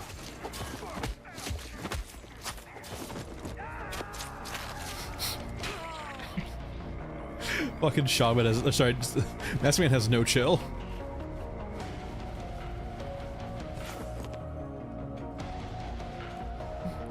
I mean, but yeah, but so is Shaman.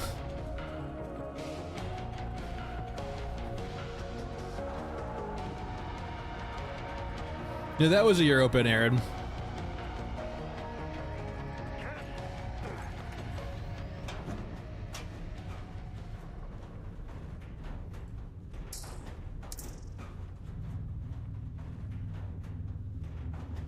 Play coffee, why not?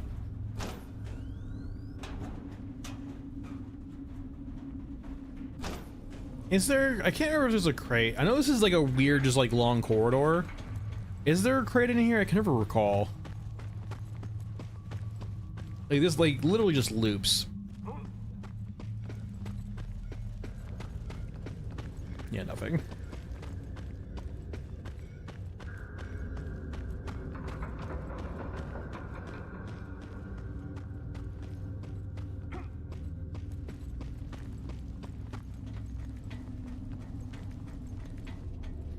I don't know, I'm always perfectly fine unicorn with it having like straight man characters. Like you have very diverse characters, then you have like kind of like the human fighter of the group. I have heard the dog can be down here. I haven't personally seen it.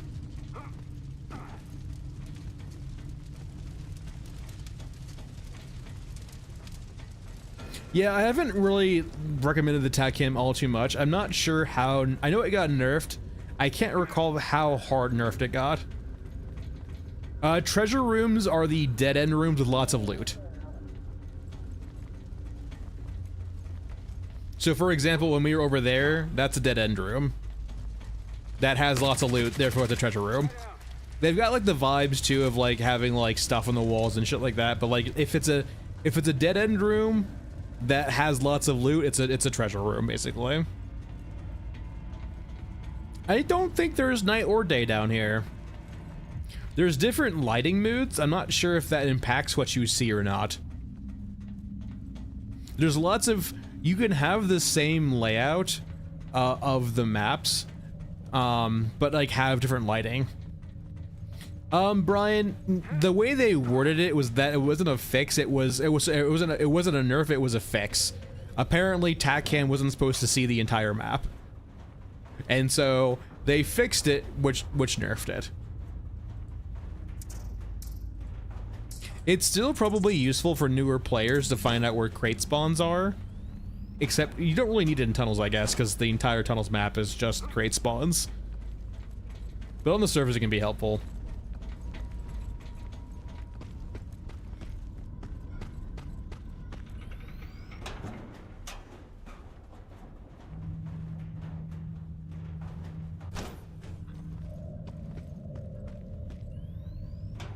So many containers. Just in the open. Yeah, I wouldn't... It'd be nice just to have different types of rigs. Maybe a few different slots too. Hashtag scope creep.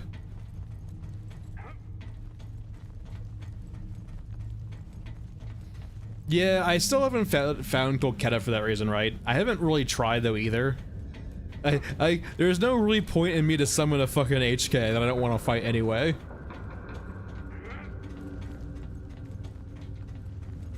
Sorry, I'm not really interested in that. It's the same thing with the Stiltwalker too, right? It's like, yeah, I mean, I could try to go farm and see it, but like, do I really, like, is the juice worth the squeeze? And the answer is recurringly no.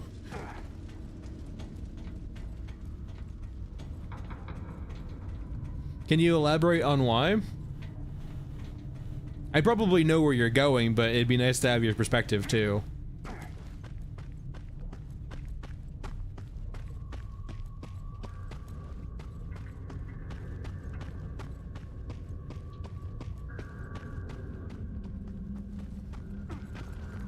As long as I'm the last one standing.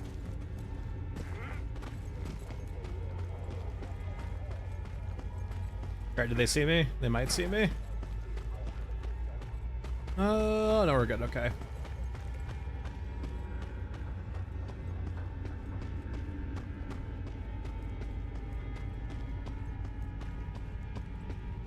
Yeah, I can see stuff like that too.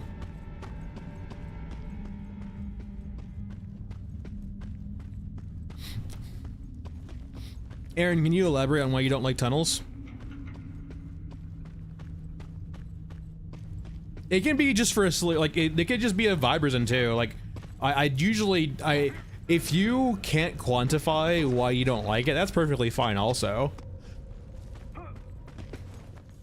You not liking the vibe or the feeling is perfectly fair. It's nice if you can quantify it or like describe it, but if you have that base feeling, it doesn't invalidate it.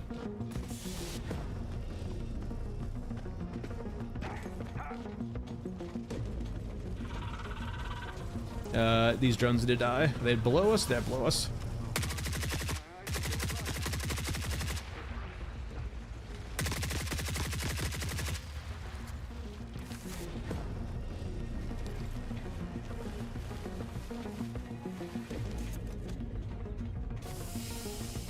Were you fine, Aaron, with how short and kind of boring the other maps were, though?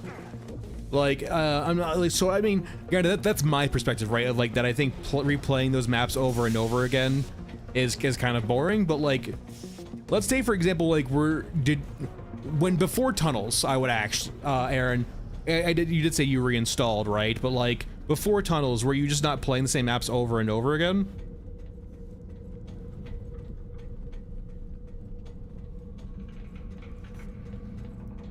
Like, were you just like a Scorched Enclave person who just grinded the fuck out of Scorched Enclave over and over again?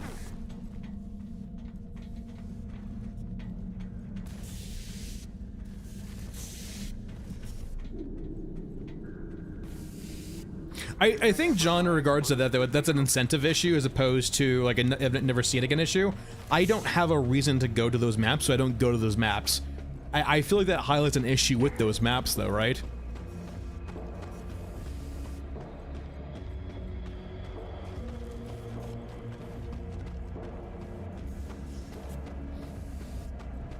So, like, Aaron, would it be unfair to say that you just don't like the fact that you had agency ripped away from you?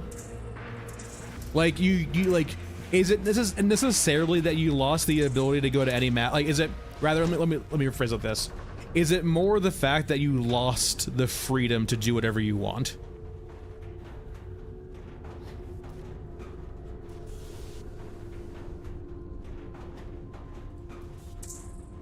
As opposed to necessarily hating Tunnels itself? Or just disliking Tunnels as opposed to hate? Yeah, that's always gonna, I will say too, that's always going to be a reaction for a lot of people whenever you go from a much more open system to a much more constrained system. That's always going to be kind of, I am going to go ahead and just kind of equate it to knee-jerk, because it is kind of a not vitriolic reaction, but it is just a base reaction to whenever a player has agency taken away or a nerf takes place. Because there are situations, right, where something has to happen, but because it's a nerf or it's something that reduces the player's power or agency, it always feels bad in a vacuum.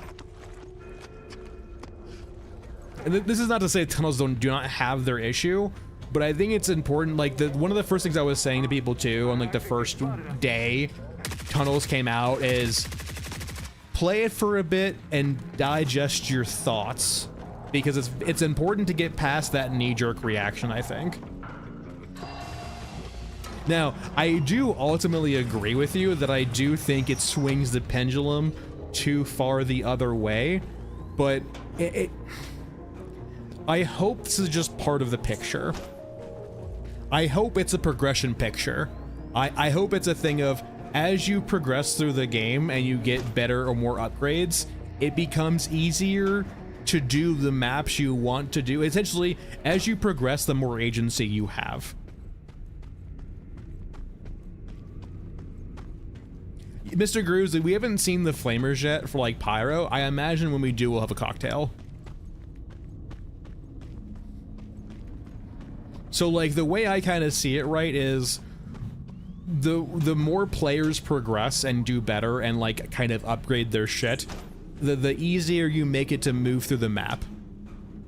Because that's a very kind of clean sort of scenario of like, hey, you've progressed through the game, so now you get more agency.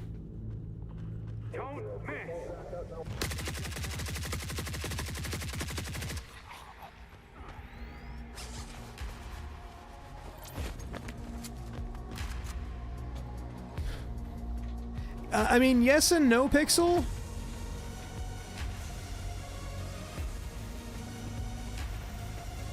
I think that I think you're a bit too zoomed in on the drones as the only solution for moving through the world. And yes, those are the only ones that exist currently, but that's also because it was just an easy kind of tack on, right, of a way of getting through the maps. Or like, essentially, I don't know. I think there are way other solutions they can explore of moving through the world that will alleviate the same concern or same ways as a fast travel drone would, but not necessarily in the same way. And that ties into progression. Because I don't know if they're gonna do it like that, but like that's what I would hope. That seems like a natural gameplay pattern to me. By the way, this is a loot room. It's a dead end and it has lots of loot and it has like a vibe to it, right? So for example, like one thing I posted in the Discord, right, was scav camps, right? So like after tunnels or after maps, you would have access to a scav camp, an intermediate kind of rest area, like a mini innards. And part of that solution could be upgrades to make traveling to there heavily discounted or essentially free, depending on how crazy you go, right? And so like, let's say for example, you build out a scav camp in after tunnel D, and because you have that scav camp there and you've spent the time and resources to actually like build it out, you can now travel to there either heavily discounted or free, and that might remove like a fast travel drone cost entirely, and that would be part of progression, right?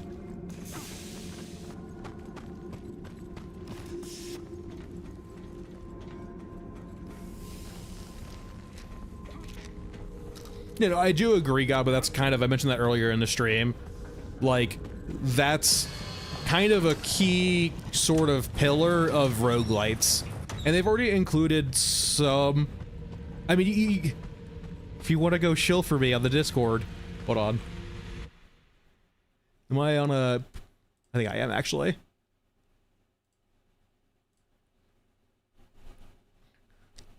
If you want to come hang on the Discord with me. I'm back, you. Here's the post. Wake up. Well, so like, and the scav camps idea, like, I'm not gonna say, I can't get into that. The scav checkpoints, the scav checkpoints in the current tunnels feel so underbaked.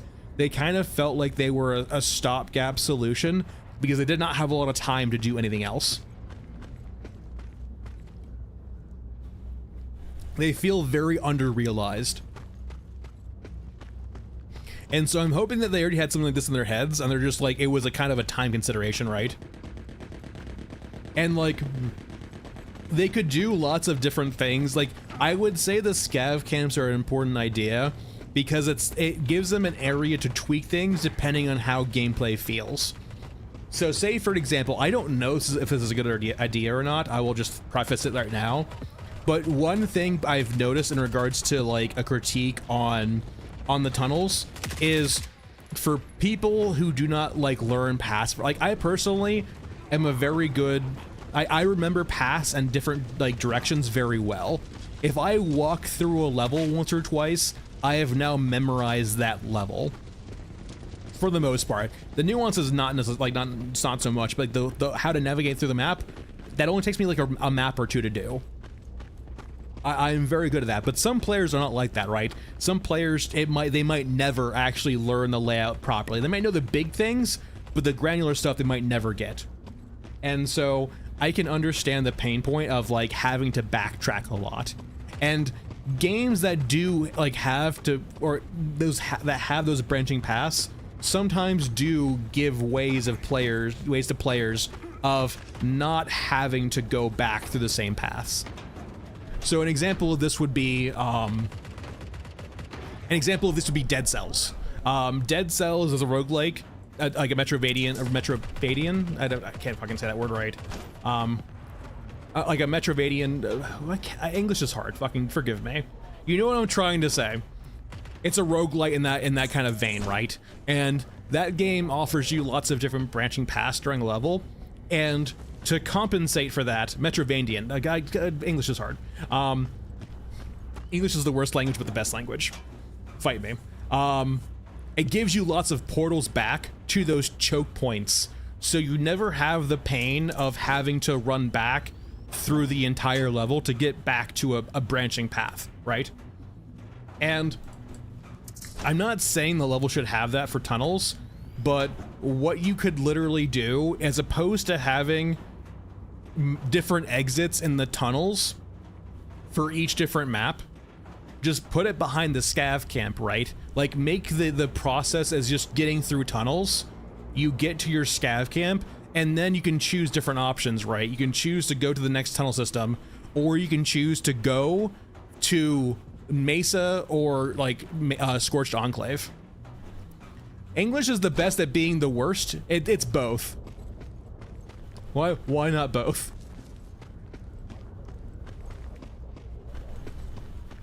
And so like that solves the issues of having players to have to backtrack in the sewers if they don't want to. It solves the issue of, hey, the tunnel should be connected. And it solves the issue too of like, hey, I wanted to go to a certain map, but I now have to double back. Flip, there kind of sorta is. It just takes some learning. There's only a set amount of variance for each tunnel currently. They're not full procedural, to my knowledge.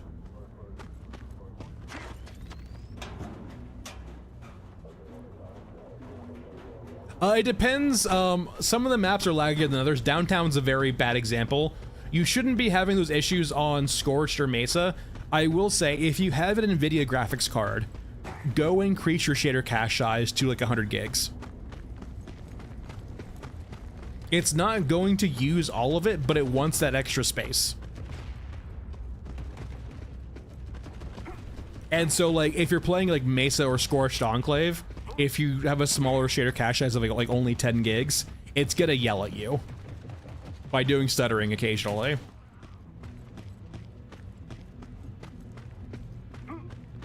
That could help too, just like letting you know which extract switch.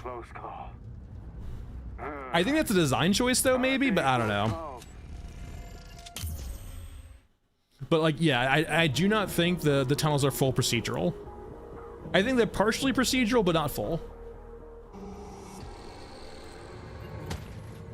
All right, let's go see Toothy kill some people.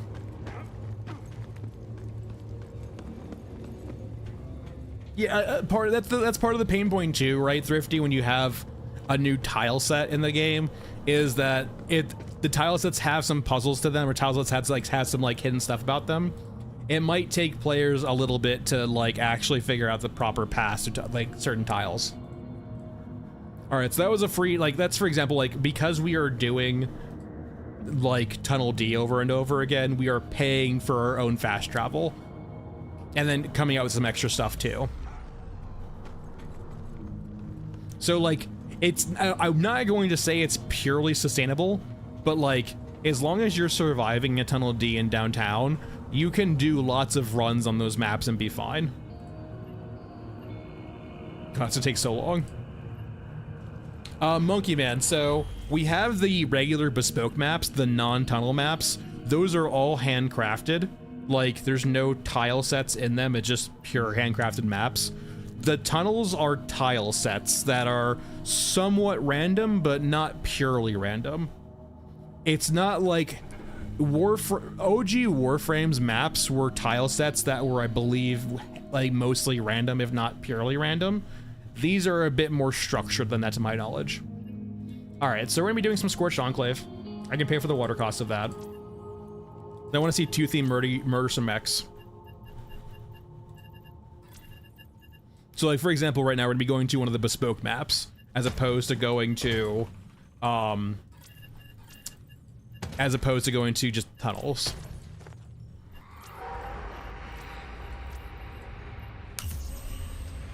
My favorite map's Mesa, but we don't have Toothy on Mesa. Also, why would I pray to Rat King? So there are different tunnels. So yeah, there are different tunnel variants. So like each tunnel system has, I think, around 4 variants. Just one more run, just one more run. But they're not full random. They will eventually repeat.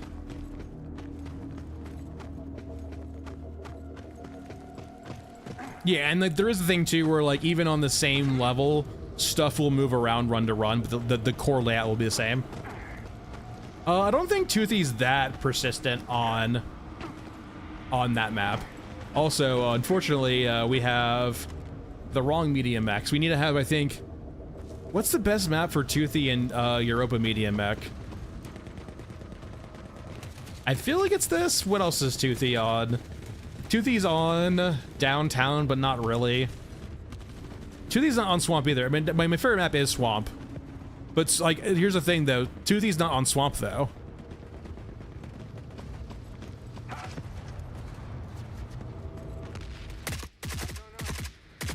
That's a good call. I guess that's a good call to force him to spawn. The only concern I have is he spawns traditionally down. He can spawn up there too. We'll probably take the quest actually. He is on Stairway, but I'm pretty I don't think you get more than one mech on that Stairway spawn. Yeah, I think Stairway only has one mech of different types. It can be Toothy or it can be your open. I'm not sure if I've seen a Eurus comedian mech there. Maybe I have. But to get Toothy to fight other mechs, I think it has to be this map.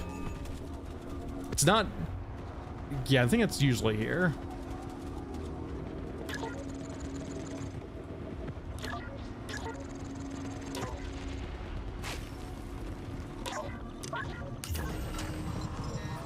Yeah, they can spawn the center of Stairway. It's not all the time, but it's pretty common, I would actually say.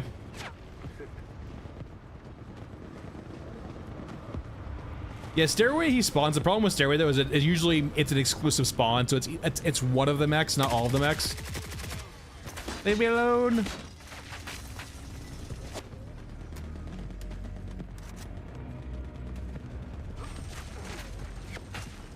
You're being considerate, Mr. Turret.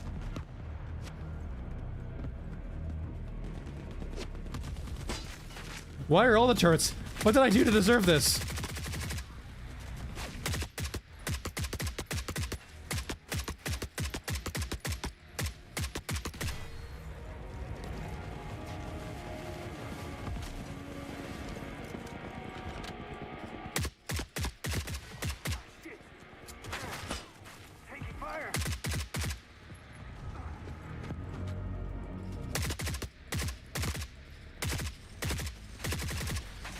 Why are there so many turrets? HJ, that's going to, like, so tunnels are an example of this, right? When enemies are not actively fighting something else, you aggro them actually pretty quickly. You would be surprised at, like, how often during regular maps, enemies actually get distracted from shooting you. It happens all the time, actually.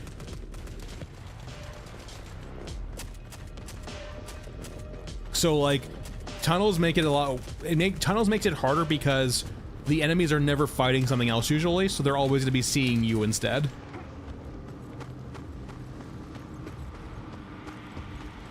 Oh no, Cosmic, that's like for newer players, especially with the mystery of like learning the game. Yeah, for sure. There's tons of stuff for you to do now. I am curious how the experience is for newer players. I probably am leaning to the sense that it's probably too rough. I would think.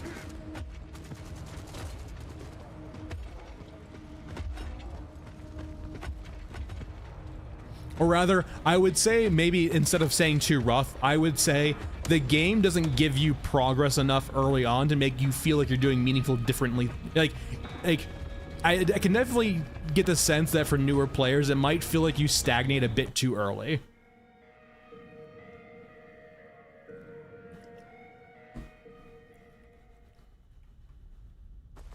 Wait, I meant to leave, not go to tunnels. Oh, god damn it. I meant to go leave. I got distracted. Oh well, we can just get out of this map pretty quickly though. We'll go back to Scorched Enclave with the quest next. Wait, I think that, is it the way of this? I can't recall. I think it's actually this way.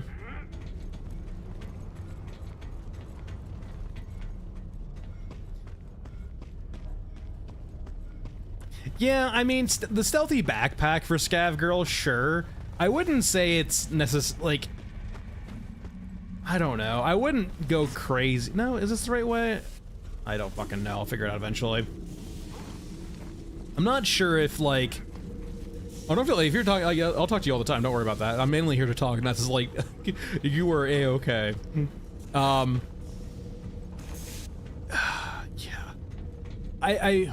I like the fact the tiny backpack exists. I would not say it solves the issues with stealth in this game.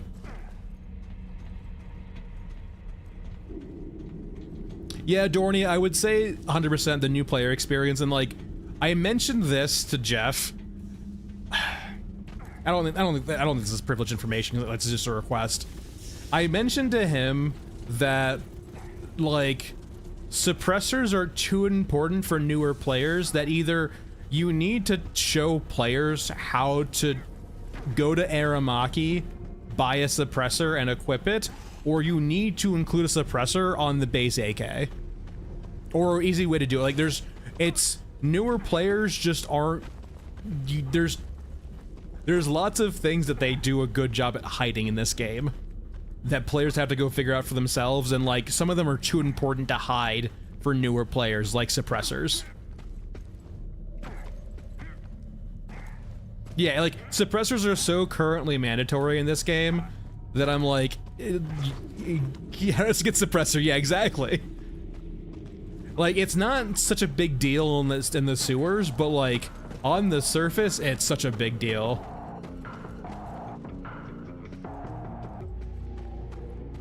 Pixel, but I would say though, like they hide it so well. Like, I would say a reoccurring theme I get with new players is they do not know how to get suppressors. I mean, Cosmic, they do.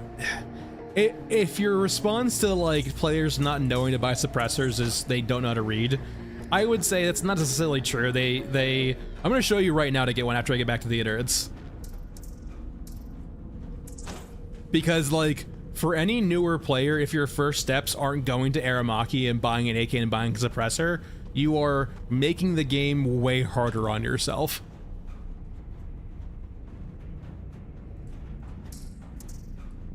Essentially, as a newer player, if you aren't doing something you don't know because you're a newer player, you're already making the game harder for yourself. I'll come back to that in a second. Oh, part of it's definitely the UI, 100% Pixel. Like that's why, for example, like I would say it's a UI issue, and you could fix the UI issue in a few different ways, right? You could just go around the issue itself by having the base weapon have suppressor. You could go around the issue by having tutorial saying, hey, do X, Y, and Z to go buy a suppressor. Or you can fix the UI to make it very clear where to go get a suppressor at. Or like, hey, you go to a vendor and you see that he offers a suppressor.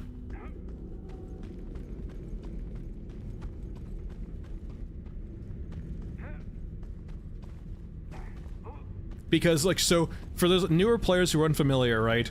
Suppressors basically mean that you're not gonna aggro everything around you. You'll still aggro the squad you're shooting at, but you might feel right now an issue you're having with in regards to lots of the game is that things spiral out of control, right? Like, say for example, you aggro something, you defend yourself, and that brings more things to you, which you just eventually get into this death spiral, right? The suppressor is how you stop that death spiral. You only have to kill that squad and you're fine.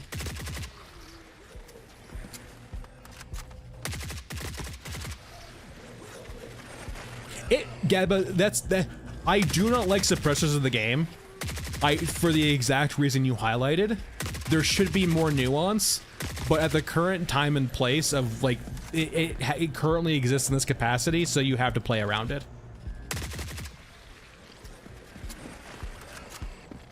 Striker, tunnels are a bit rough for newer players because like the movement in the game is rough and it takes you a while to learn. You will get used to it, but tunnels does ask you to do some things that are not necessarily normal with movement.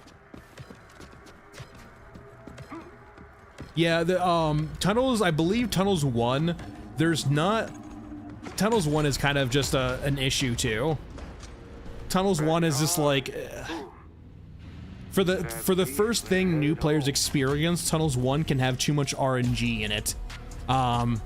This stagger lock with shotguns is definitely an issue the game has for sure. I don't think anyone likes stagger. I don't think it should just be aim punch. Okay, you're a newer player and you need to buy a suppressor. You go to vendors here. You will not see every vendor, but the most important one is Aramaki. The base you start at, you should have Aramaki. If you do not have Aramaki, go run Tunnels 1, for some water and then go back to the innards, but you should have Aramaki off a new account.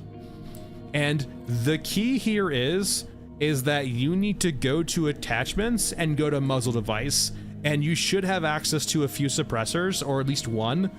Buy any of the bigger ones or buy a few of the bigger ones, and then buy yourself an AK. And that costs around, like, what, I think 11k, which you should have access to. And all you'll need to do after that is go to a gun, let's go to the base AK. Where are you? Go to the base AK and just put it on there. Where are you? Muzzle device. And then you're good. Like, that's all you need. That's all you need to start out with. I would say, if you have a base rig here, I would say bring like 90-ish rounds. Here's the thing is too, right? Progression with newer accounts is weird. Mainly because you're having this constant battle of like, how much ammo do I bring? How much, like, because I need to actually store things, right? I would say between 90 and 120, and then bring only a few meds. Like, a few mediums is probably fine. If some advanced, if you want to go really crazy, if you can afford them, if you have access to them. Like, bring like 3 or 4. You'll probably find meds in the sewers anyway, so that's probably fine. And then put it on single fire. The only time I think you should go off single fire early on is for drones. Because drones don't have weak spots. Everything else, tap the head. Drones, go full auto. Drones are, I think, around 17 shots with an AK to kill. It's quite a bit of your ammunition, but hopefully you don't run across them too much. And then, yeah, like the problem you're always gonna have with early rigs like this, the standard default rig, is carrying your actual ammo along with looting. I would definitely say if you're still on the default rig, don't go past tunnels A and then these two. Like, go tunnel A to Scorched Enclave, do your stuff, and then go Scorched Enclave back to the innards. I don't think you should be going to tunnel B or past that with a default rig. But no, yeah, so Aramaki, attachments, muzzle device, suppressor. That's the most important thing you need to buy early on. Mainly through trial and error. For the most part, it's kind of a vibe check you kind of get, right? There's some enemies that you can avoid, some enemies you don't. Some that are not, like, if you can avoid regular cyborgs, like the bipedal cyborgs that run at you, the ones that are fully intact, I would say avoid them as a newer player if you can, because they're going to cost you most of your ammo to fight. I'm gonna tell you, actually, let's just go ahead and go crazy here. 545. Do 120. Like, that is going to be the downside, is that you will aggro cyborg sometimes. That's not gonna be your fault. You can do 9mm.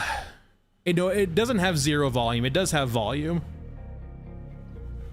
It's like 1/20th, I think, the regular side. No, actually, they fixed it. I think it's like half.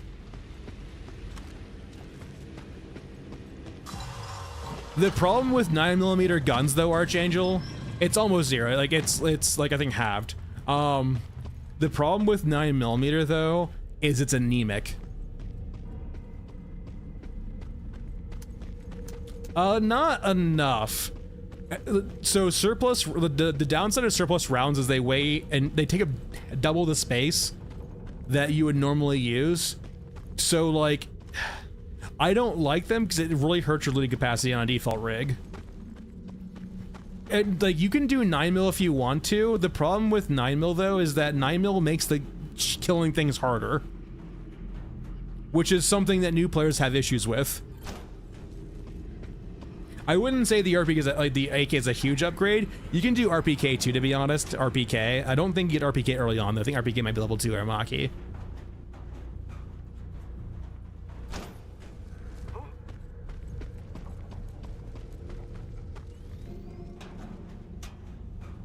Isn't the R8 175? I think the R8's 175. I would say advanced first aid kits are nice. I'm not really sure that what the new loot's actually worthwhile. I mean, are you using a G19 with a drum mag though, or using a G19 with 17 rounds?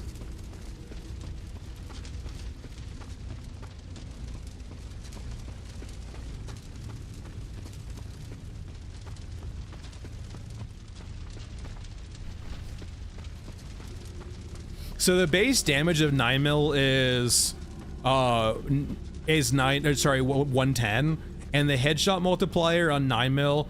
So like Archangel, we're talking about new players here. They're not gonna have access to a drum mag. And one thing I will notice too, let's see if these are 1 shots them. 2 shots, 3 shots. All right, 3 shot for a drone.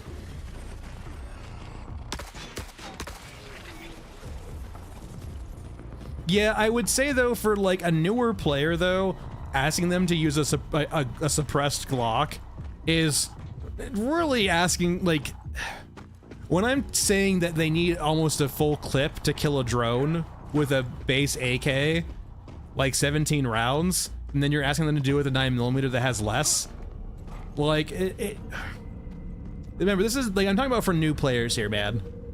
They're not gonna have drum mags, they're gonna have issues with aiming and just controls. Like, they can go fuck with a 9mm if they want to, but I think it's definitely making them upset. Like, it's gonna make it harder for them.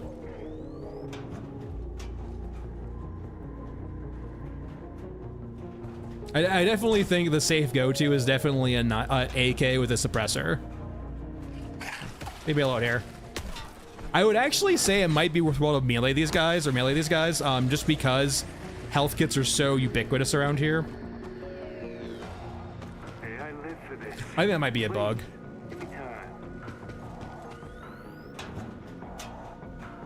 Yeah, like eventually if you get access to the RPK, I would say sell stuff to Aramaki, because the RPK is just a strictly better AK. But if I recall correctly, I think the RPK is level 2 Aramaki.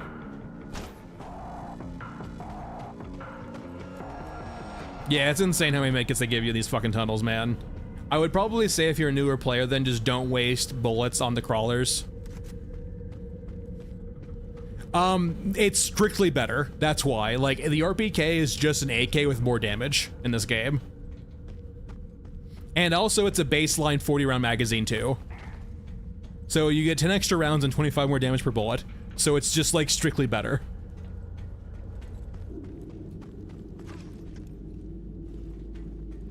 So you get more, and the ammo weighs the exact same, too. So, like, it is just strictly better over this gun. So when you can get Aramaki up to level 2, just do it and just get RPKs and then you're good.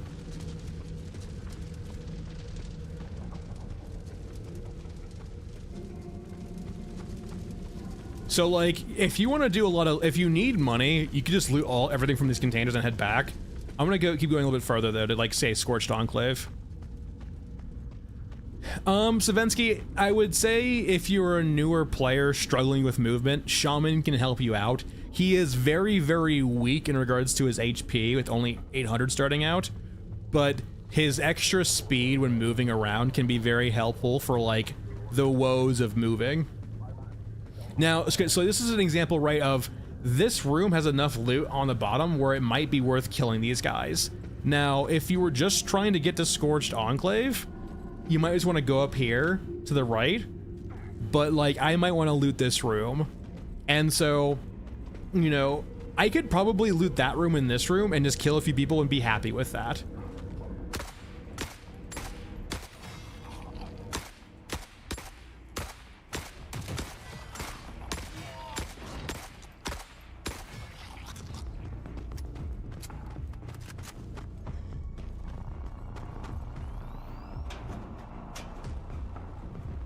And yeah, so once again, I don't really know what of the new items was actually worthwhile in regards to looting. Thankfully, I will say all of the new items right now are insanely, like, they do not weigh a lot. So, and as a newer player, you will not know what's new. Typically, the stuff that comes later on in the container will be the new stuff. So, for example, this stuff. Yeah, for right now, they put all of the new stuff with placeholder actual weight values of 0.1.1, so you can carry a ton of them. So that's the thing about the suppressor. Let's say, for example, Savensky, there was 2 squads of Europans here. There was this squad we just killed and another squad, both patrolling in this room. With a suppressor, we will only generally aggro this first squad. Without a suppressor, we would likely aggro both. They've changed that ever so slightly to not always be the case, but by and large, you will aggro less with a suppressor. There will be instances where squads will co-aggro together, but it's not as common as it was before. Like, you're better off with suppressor. You will always aggro less squads with a suppressor. But like a squad in the next room, no, they're still unaware.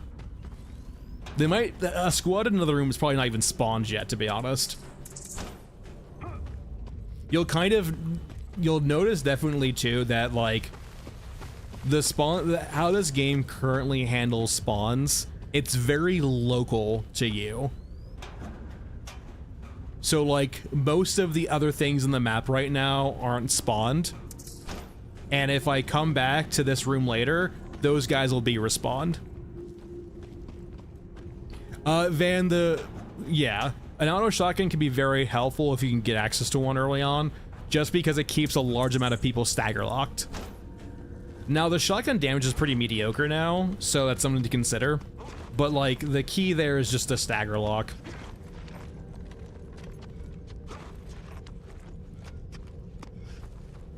Yeah, there is the nuance too, which you won't usually get access to this early on, because most infantry don't get one-shot headshot anymore by most conventional firearms. There is a trick where if you kill a soldier with one shot, they will not notify their squad when they die. The squad will still hear the sound of you shooting if you're using an unsuppressed gun, but it will not immediately aggro the squad. An example of this, for example, is the Scar. The Scar in this game is chambered in 50 caliber. Don't ask why. But the Scar has a very high amount of damage, which means they can reliably one-shot headshot a lot of infantry. Not all infantry, but most infantry. And even though you cannot suppress the Scar, because you can one-shot headshot, the enemies will hear the sound, but they will not automatically aggro to you. It depends on the enemy, and it depends on the gun. This SVD, for example, is one of the guns that can reliably headshot a lot of infantry. So you can tap heads without notifying squads. There's a few big things that they've added in.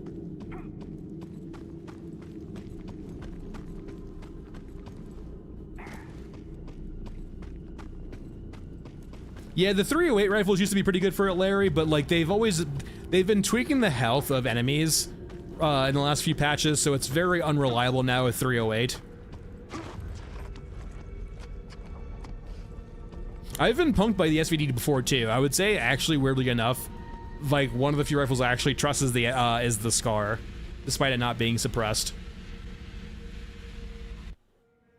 There was a period, Larry, where the 308 used to one-shot cyborgs to the head.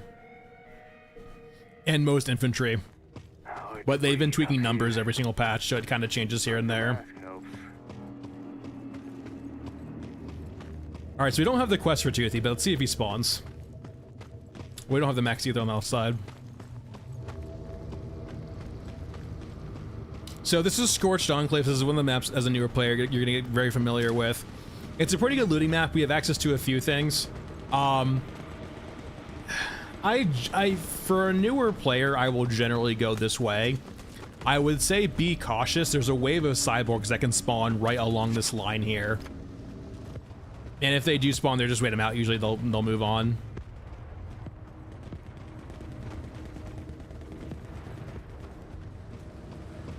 I haven't used the NTW in a while. I haven't used any 50 cal sniper rifle in a while. Yeah, there's a... I do think pushing the players out of the comfort zone of Scorched Enclave is necessary. I do not think you should be able to play Scorched Enclave for the entirety of your life. Was there a sniper we got shot by too? To be fair, if you were a newer player in most characters, that would have just killed you right there. So what you saw there, for example, was one of the things that happens now in one of the newer updates is that things will chain aggro now.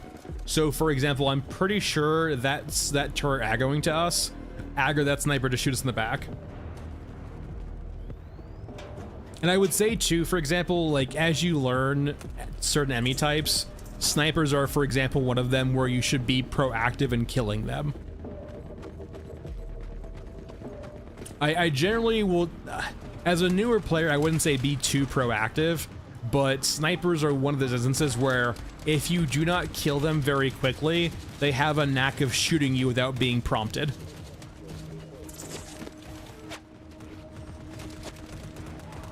Oh yeah, and Z, yeah, Z. Z is the key to ping.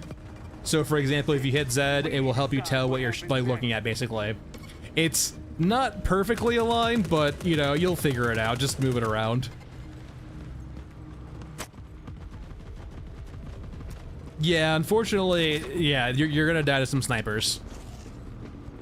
That's the way it be.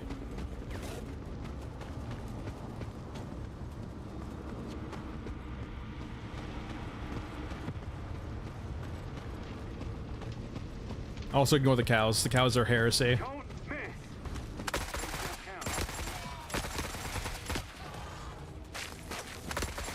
Where the fuck did you come from? Like, actually, where did you come from?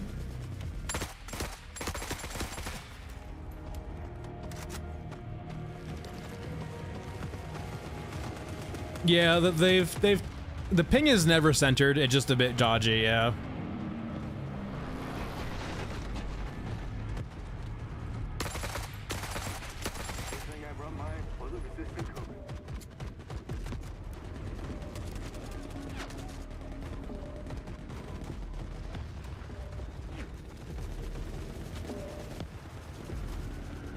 I'm out of meds.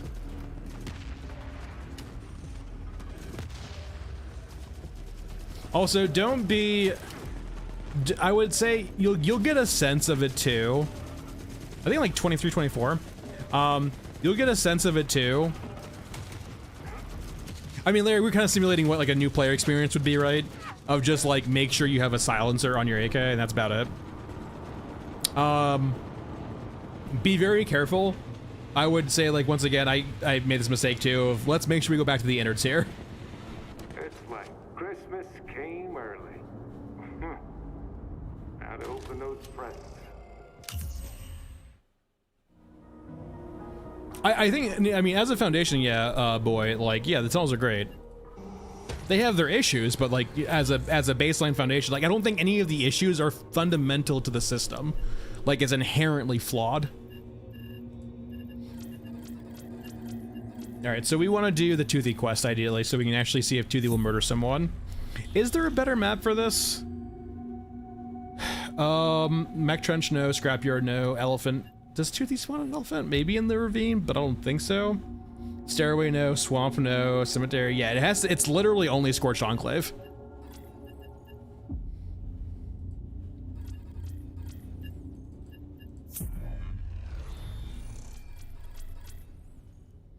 And I like the reason why I like tunnels too is like the game was missing gear fear, and you can actually have some gear fear now later on in tunnels if you have some really important stuff.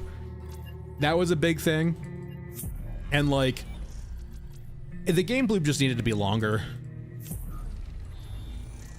And there was no way for them to make the game loop longer without doing something like this.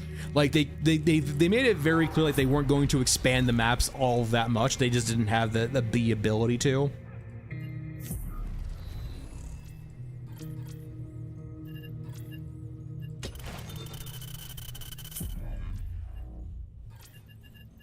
Yeah, and Tunnels just makes everything else like that was bad in the game worse, basically, yeah. All right, let me use my bay, the 50 caliber Scar.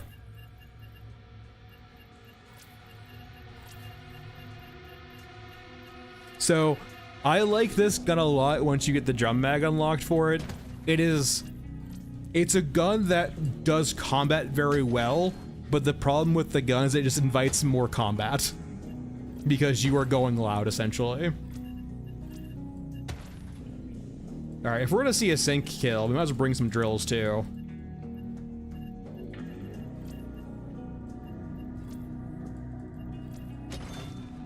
There's probably 2 though. Yeah, this is fine.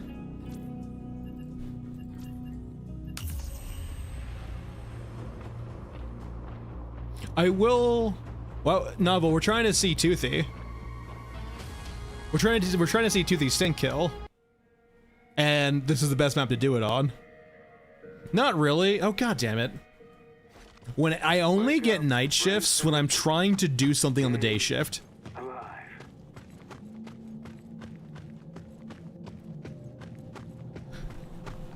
Yes. Some of it will vary, like that old video does not take into account tunnels, but I'm pretty sure the basic tips I give in that video are still very applicable. I'm pretty sure one of the things I go over is actually buying a silencer.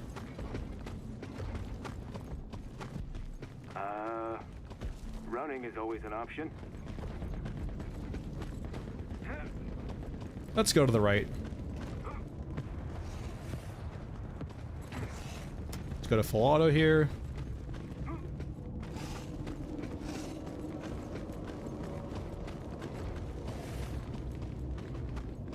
I mean, always mask man. I don't. If the character I'm playing has to unlock their rigs, I'm not gonna play them if I can help it.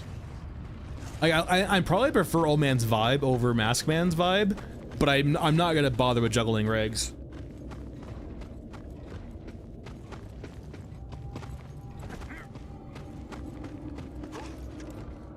For now, yeah.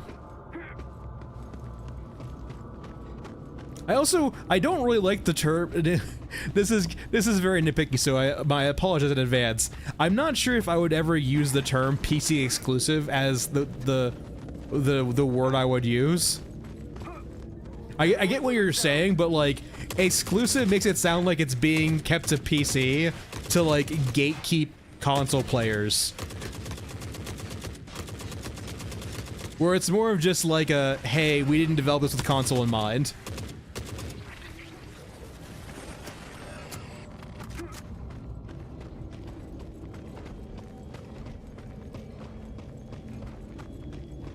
Yeah, I would say console impoverished is probably a better term to use. Yeah, it's not like we're necessarily like a PC exclusively like gatekeeping console players. That's why it's like exclusive is not the right word. It's just like it's not developed with console in mind, at least not currently. As contrast to like console exclusives, which are just like purposely designed for console, when they could probably be made for PC too. Yeah, Emrys, I think it's kind of important to realize though too, like the game isn't necessarily trying to. It's weird, but at least the marketing for the game seems to like clue in that it's not trying to lean into being like a cover shooter or looter shooter. It's got those elements in it, but it doesn't feel like it's trying to necessarily be that. I'm running toward the extract because we're not doing anything on night shift right now. Damn, close call. Because we're solely looking for Toothy sync kills, and we can't see a medium mech for Europa on night shift, so run it back.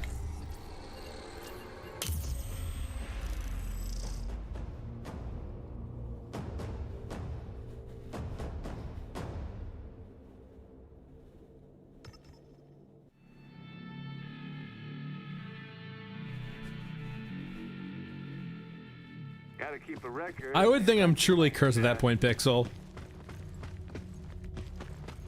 Alright, is Toothy out in the field or in the pit? Uh-oh, we got, oh! Goddamn, okay, Toothy's in the pit.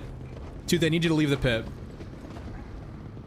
We have the setup here, we just need to actually execute.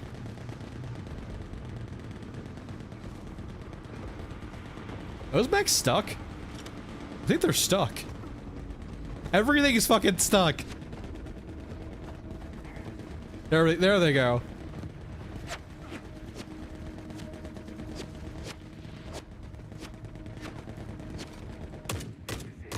We decide what happens next.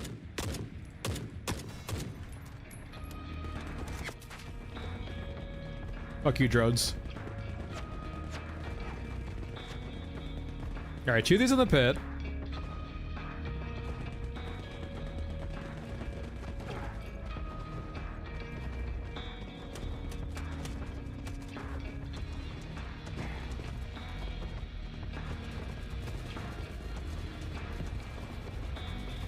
I'm not sure if Toothy will be able to get free from the pit. I'm not sure.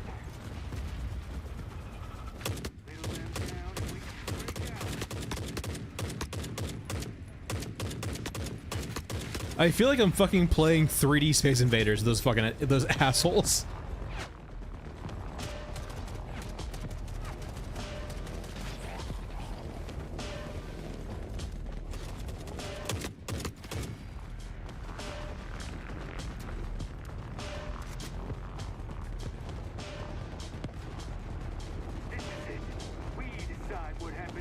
Alright, so the problem would be here, can Toothy get out of the pit to actually do sync kills?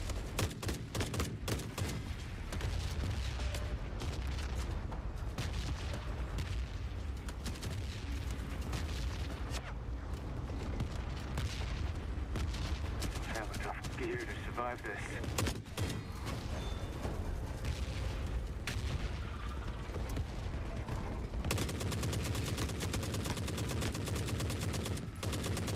Fucking Space Invaders. Everyone for themselves.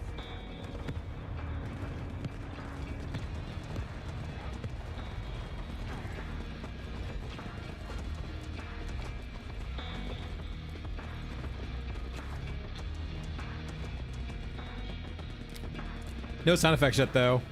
Alright, so we went to the medium mech, kill Toothy.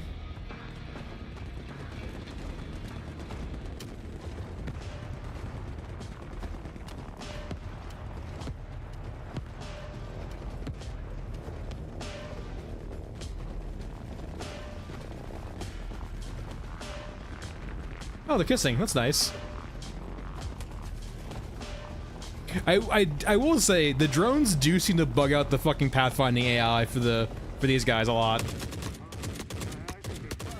There they go.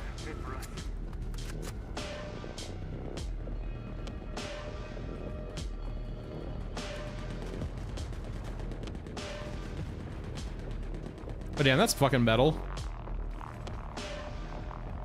But you can see there, they're like, it's very structured, but like, yeah, like the pathfinding for like the AI for the enemies bugs out when like weird shit's happen like that, right? With, for example, that case was just, what was it? It was the drones bugging it out. Where's my fucking thing at? Where's my loot container? It's on top of the goddamn pipes. Let's go find 2 of these, I guess.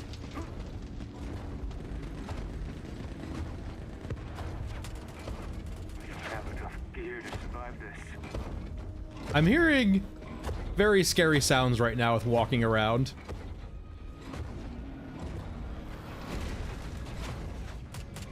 Like, I hear medium mech, I don't see medium mech. That's a lot of red dots. It's a lot of red dots.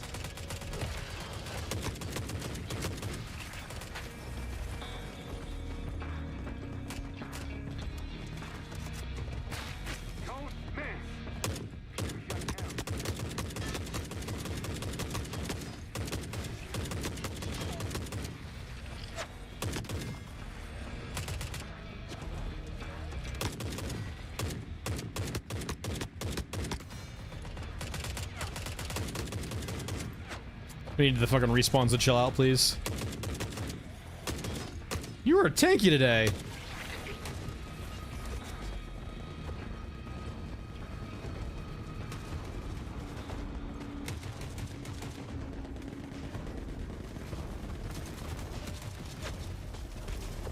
I heard grenade launcher, I'm scared.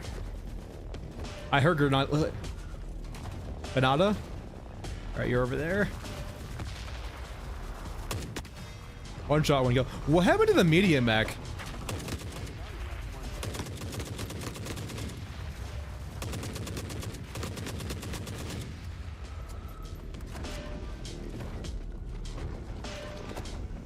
Yeah, no, Toothy is a Euruskin, and then the other guy was a European.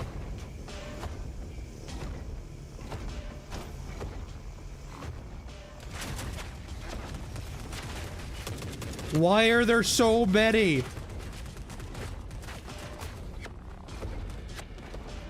Chill out with the respawns, game.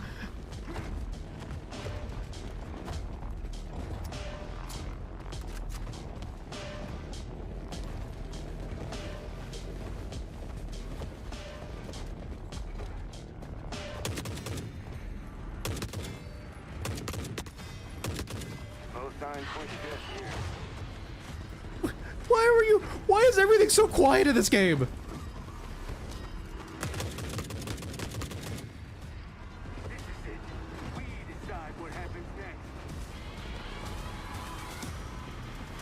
I'm gonna have a serious conversation with the developers about sound effects.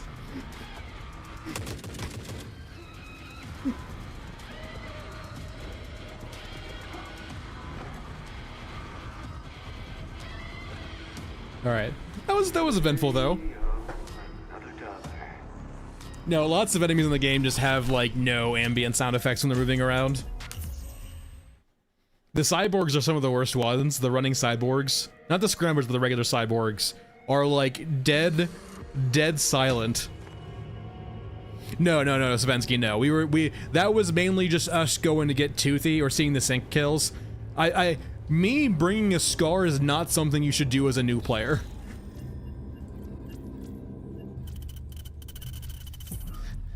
This gun is not suppressed. You do not bring that out to the field.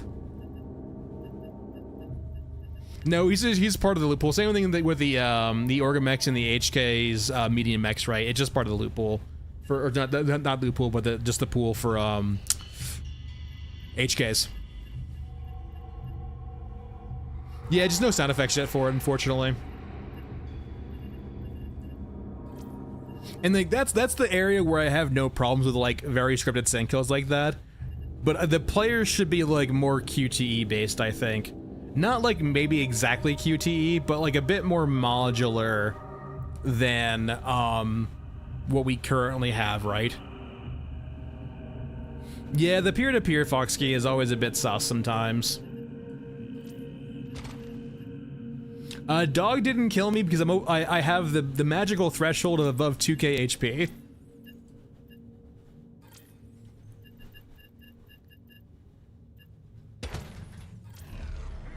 Yeah, the dog actually has a little bit of nuance to their sync kill.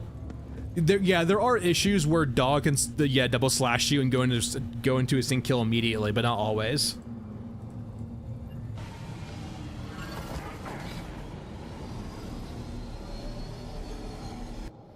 I feel like is it that hard for them to do any safety protocols at all? Like have a harness or a strap?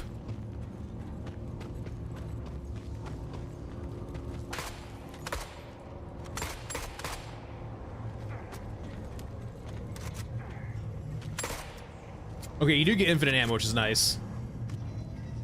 So eventually I think you can unlock the damage meter. I don't think it comes natively, I think it comes later on. And we don't have friends over here too.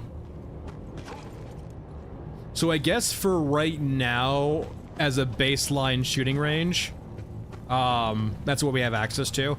I am playing on 2.5 sensitivity for look, but I play 400 DPI.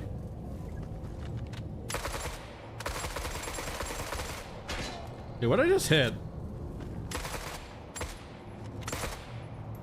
Is there something out there?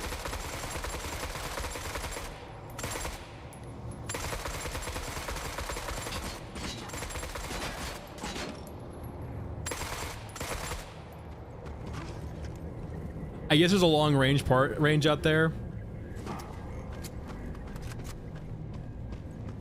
So every prestige is 40 HP if I recall correctly.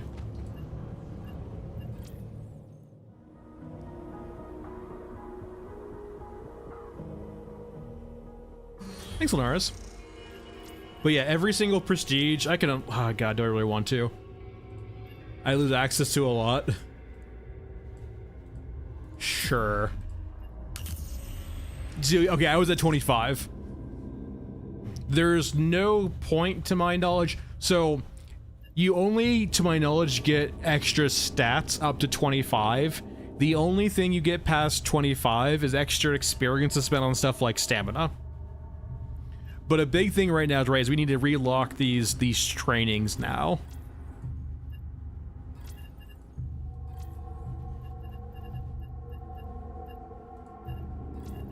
Because, like, for example, like, the issue now is I can't actually use the Scar anymore, which is no big deal. The RPK is still goated. The RPK is basically, like, the gun they've balanced around this game.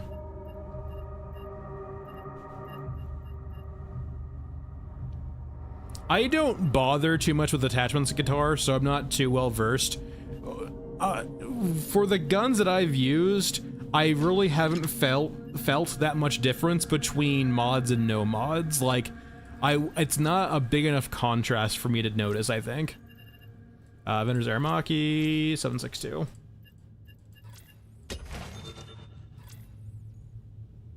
Are you old man?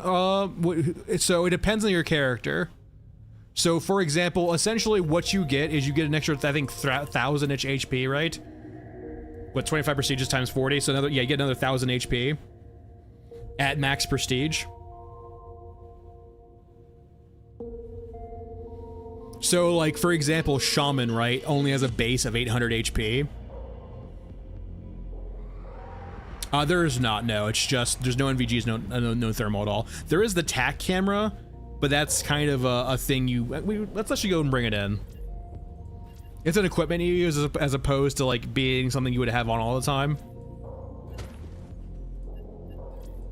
You, at max, sorry, when I say max prestige, I mean 25.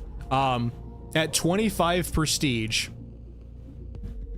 you get an extra 1,000 HP over the course of the 25 levels. So every single prestige you get 40 extra HP, and over the course of the first 25 levels of prestige, you get an extra 1,000. And so for characters who do not have above 1,000 HP natively, you will not be able to get over that 2K threshold with that character. So, like, for example, that's why I often play Maskman, is he does have that extra insurance over other characters when it comes to dog. Granted, like, once again, there's a bug with dog where he can double swipe you and he will kill you regardless, but that's just just what it is. No, at the most they can do different skins. I don't think they should do more characters because for the studio of their size, I think making things less and more polished is better in my opinion. Like, I don't know how many of these characters actually have unique skeletons, but I imagine they're probably feeling the pain of having those if they exist. Because every single time they have a unique skeleton, they have to do a lot of manual work, retweaking all of the animations and the syncing of all the weapons with them. Okay, let's go back to D.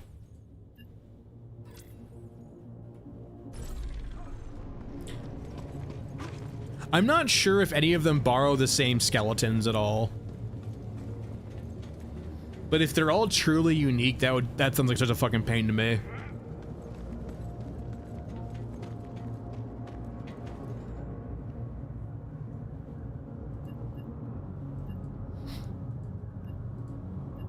It could be an extra, they might be doing it where it's only off the base perhaps, or maybe it's just the calculations are wrong.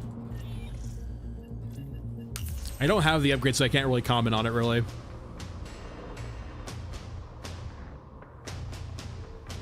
I mean, it's important to not expect a movement shooter out of this, though.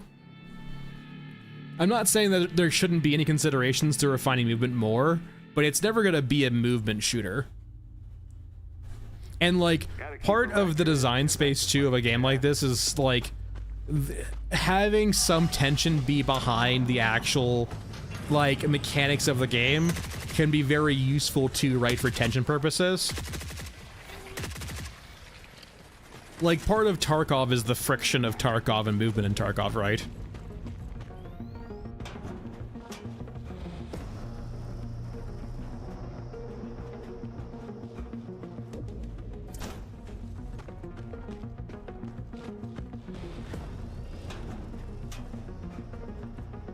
Yeah, it essentially cans the question of, like, have they done enough, or, like, when they do different gun syncing to models, do they really have to do a lot of work per gun?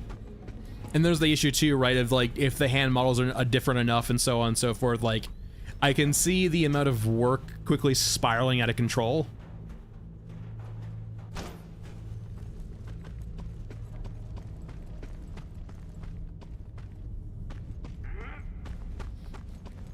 I mentioned it before, Cosmic, but an issue I have on the actual regular maps is that the actual ambient sound effects, there's not a lot of them. Like, if this map's supposed to be a giant war zone, it feels like there should be a lot of ambient noise coming from outside the map of, like, local battles nearby.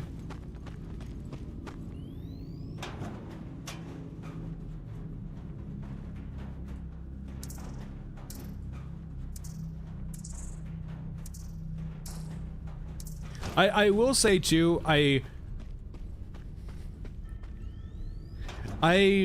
would probably, after playing this patch for like a week now, I do think I have a critique. Now, there's a lot of volume of loot in the sewers. I wouldn't hate if they just kind of nerfed the amount of volume of loot. Like, if they made looting, like, you can't walk 6 feet in tunnels without finding a container to loot, right? But sometimes that loot feels like it's a bit necessary too for lots of the crafting recipes. I kind of feel like if they just nuked the recipes by like half, or by like, you know, most of the cost, and then just made loot scarcer, it would feel better, right? Essentially, like, less loot, but also like cheaper crafting costs. So they kind of cancel each other out. And the gain here, right, is in the amount of time you need to spend in container screens in the sewers.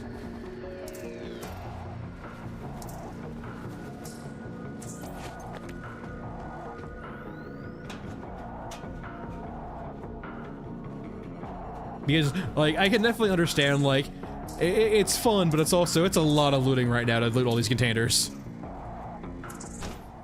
Yeah, that's always kind of bugged me too in regards to the regular maps also, of just like these random loot containers in the middle of the open not being guarded.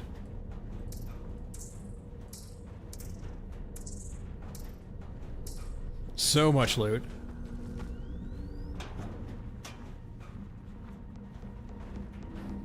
Yeah, Stairway actually feels about appropriate for loot density, right? And like the few areas of loot on Stairway actually are like pretty, like in pretty scary areas. Like mainly the top of the staircase. It's scary in a few ways though. It's scary for like combat, but it's scary for FPS too. The top of Stairway has so many FPS issues. It is rough.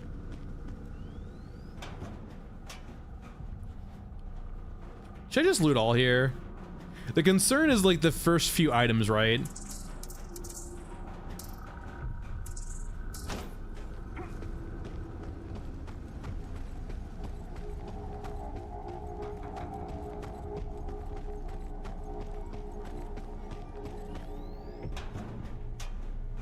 Oh no, that happens all the time with this character. Maskman does it all the time. Maskman has that cloth physics bug they can't seem to fix. Yeah, that's the concern with looting all right now, is like I feel like if I looted all, it would just fill me up immediately. This is D.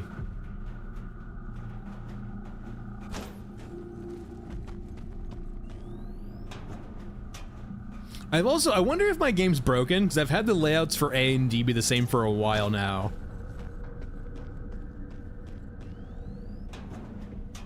That or I've just gotten exceptionally lucky.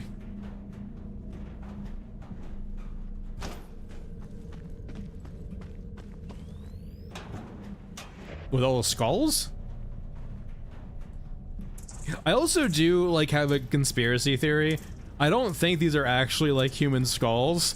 I think as part of like, I think a 3D printer comes down here and then prints these skulls for ambiance. See you there.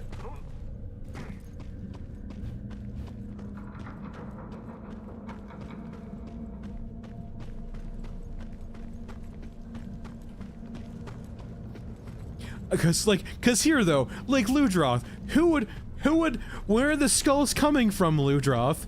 Why would someone come just drop a bunch of skulls over here? Well, the bodies in Mech Trench make sense because they're on the surface and they're by a meat compactor. The bodies in Mech Trench make a lot of sense. The skulls here seem like they're, just being printed by a 3D printer.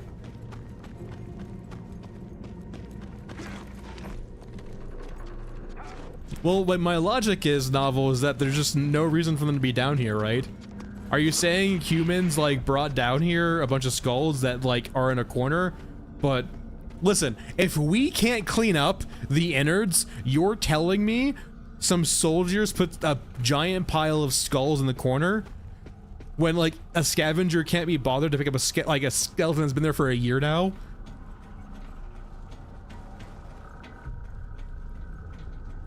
Yeah, what I'm saying is the 3D printing bots, like, learn from the surface. Like, if it was on the surface, a different story, right? I can understand the surface a lot more. I am saying the 3D printed bots learned to put skulls in piles and decided to do so.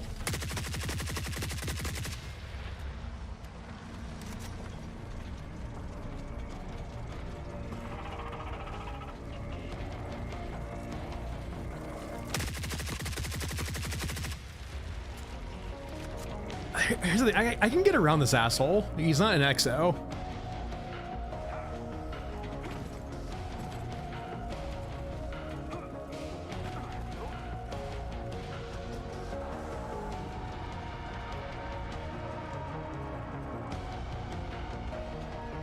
Wait, you're lurking, you're saying that as part of every soldier's ration they get a skull?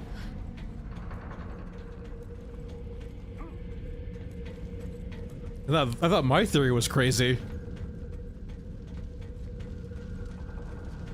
I don't think there's that many scavengers. I think they would go hungry.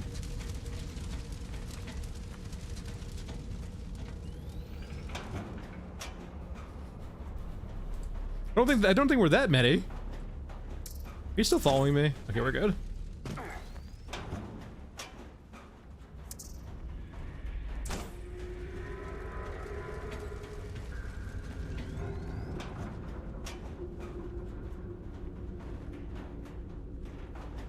I don't think a skull is that great of a drinking cup. I guess you could patch it up to be a better one, but I think natively, I don't think a skull is a very good drinking cup.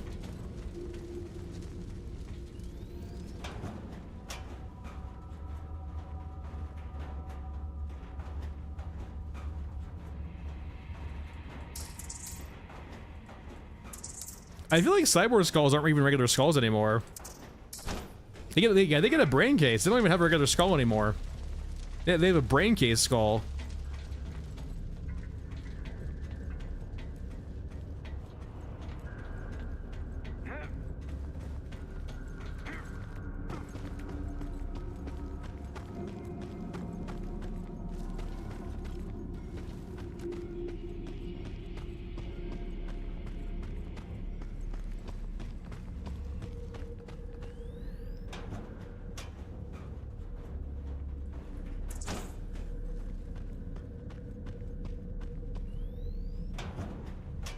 Well, I'm saying is it doesn't make sense, but it makes sense when you have 3D printing bots doing it, right? Like, that's what I'm saying is it doesn't make sense for soldiers to go put skulls in the corner, but when you have a 3D printed bot who's just like supposed to rebuild a place and be like, hey, I think there's supposed to be grimdark ambiance here, that makes sense to me.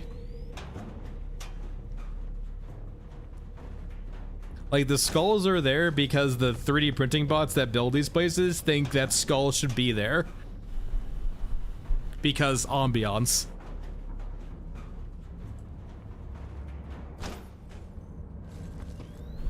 I mean, I could see if it was a cultist room though, Dyer. Like, if it was actually like the ambiance of a cultist room, I could make a lot more sense of like skulls in the corner. But it's just the end of a hallway.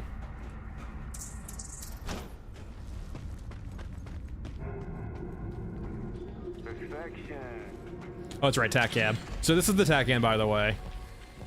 So like, you can see like it highlights containers, and like it does it even through walls. So like, if you're unfamiliar with loot spawns, it can help highlight loot spawns to you. But as you can see, it's not infinite range anymore. It used to show you like the entire map. I can't even see those.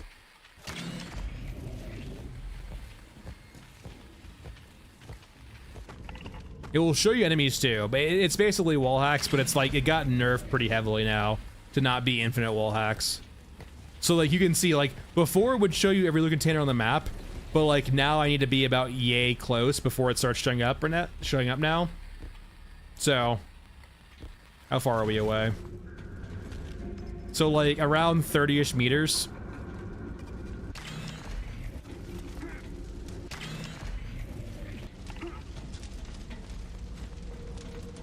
Did we go over there yet? I'll go check. Yeah, Shaman does have some perks with attack cam, so Shaman's a bit different.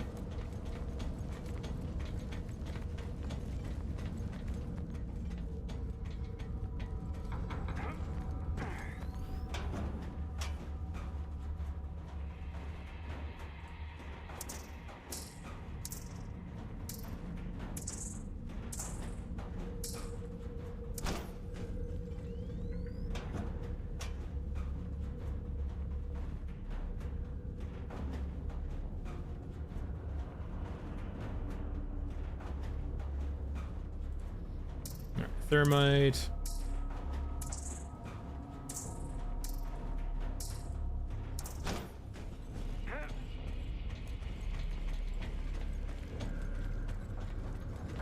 Look at the head. I could go around. There is another container spot down here. There's like 3 or 4 down there, I think. Well, it depends on the Orgamech. If it's easy to get by the Orgamech, I'll probably go down there. If not, I'll just go by. There is a chance I can get the Orgamech to path off the map, though. Only have to be faster than the slowest human. I could fuck with the Orgamech in that capacity.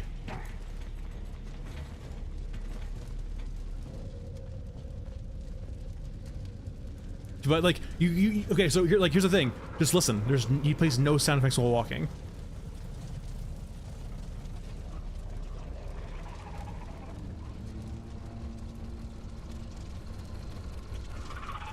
Fuck you.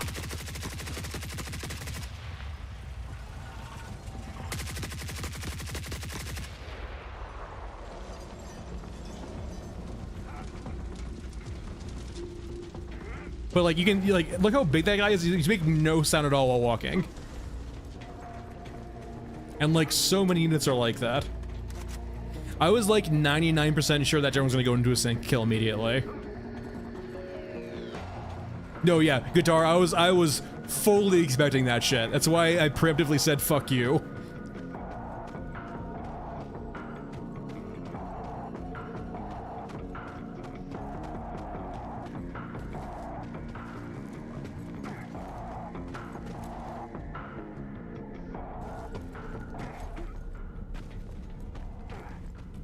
Alright, let's keep moving on. There's a room over there too we didn't go to yet, actually. I think. I don't think we went there yet. We'll find out. Oh, huh? I think they spotted us. Hit for us.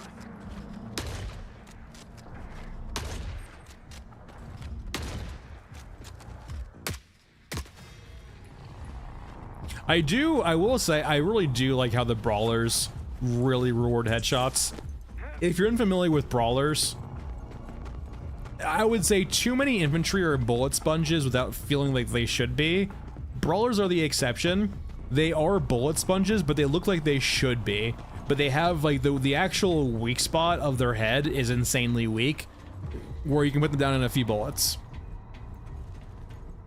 Now the only problem is that they walk slowly toward you when they're trying to kill you, so like it's really easy to headshot them. But if like, I don't know, if they were just a bit faster, if they serpentined a bit, or like, I guess the way to do it is that you would have their running animation not keep their head steady in the same spot.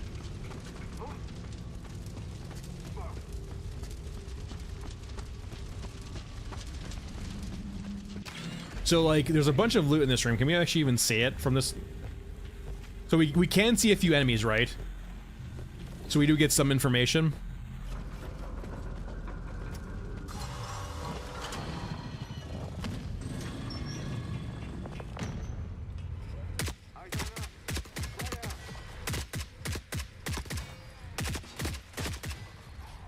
Now we can see they're all dead. Yeah, I don't think they've touched brawlers for a while for sure. Lurking it is kind of weird. I guess the thing is that, I don't know. Yeah, I don't really know how to rationalize that, to be honest.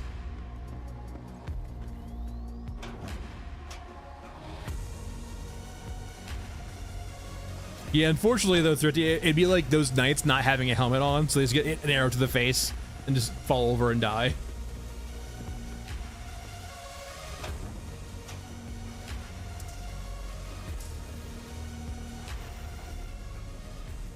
Oh no, the looting in the tunnels is, yeah, it's very, very, very forgiving.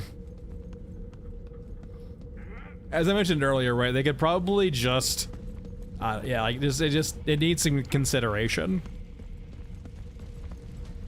Alien, the game is kind of, the game is early access enough, Alien, that there's not really progression in a very, like, linear sense. It's sort of like just play the maps, get some stuff, build inner upgrades, and so on and so forth. The game is right now to collect stuff. It doesn't really have like a narrative or an overarching goal right now because of early access. It is sandboxy in that regard. It's kind of got similar sort of, it's kind of like Tarkov in the sense that it doesn't really have an overarching goal right now, right?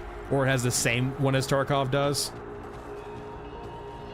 Of just like doing quests, getting more stuff, getting better stuff. Have you, Alien, just for context, have you played Tarkov before?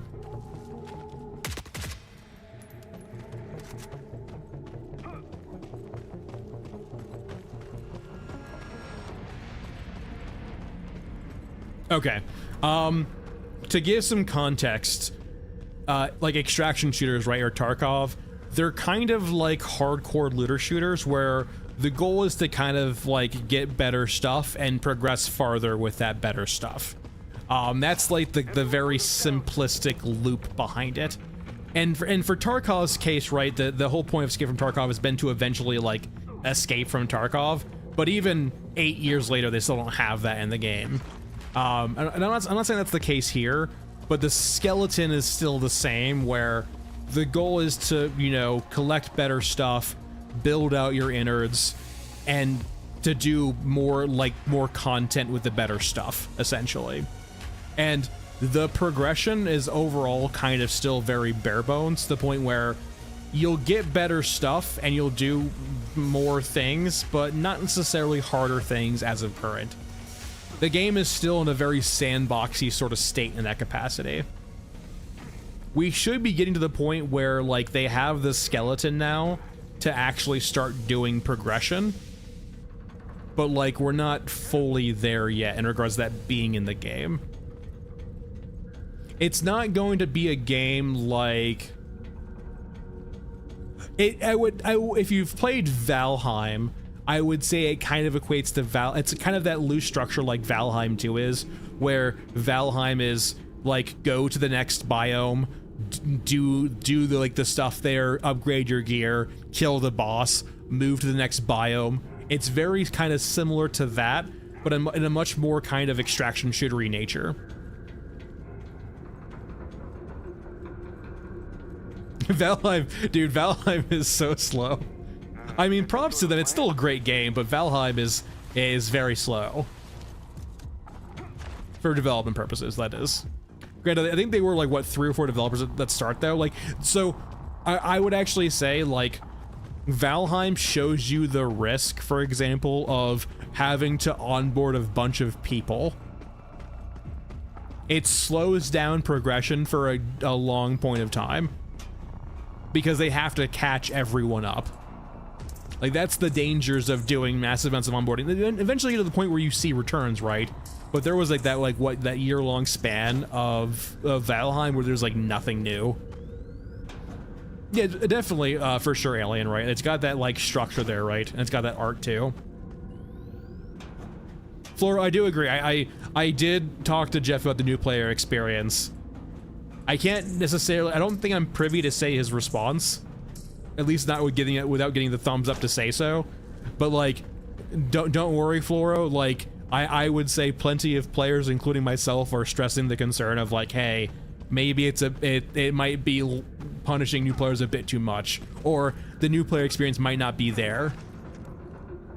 So if you're a new player and you're feeling a bit frustrated, you are playing during a rough part of the game because you're not under consideration fully right now.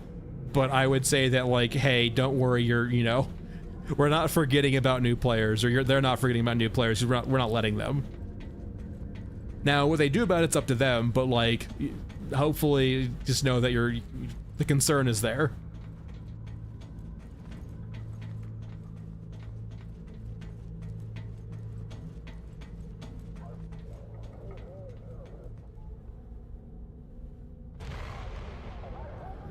Lujoth, I'm not playing co-op again until they fix co-op.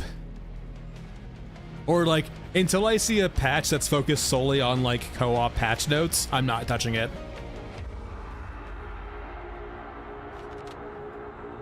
Whittle them down and we can break out. It's a bit too rough in my opinion.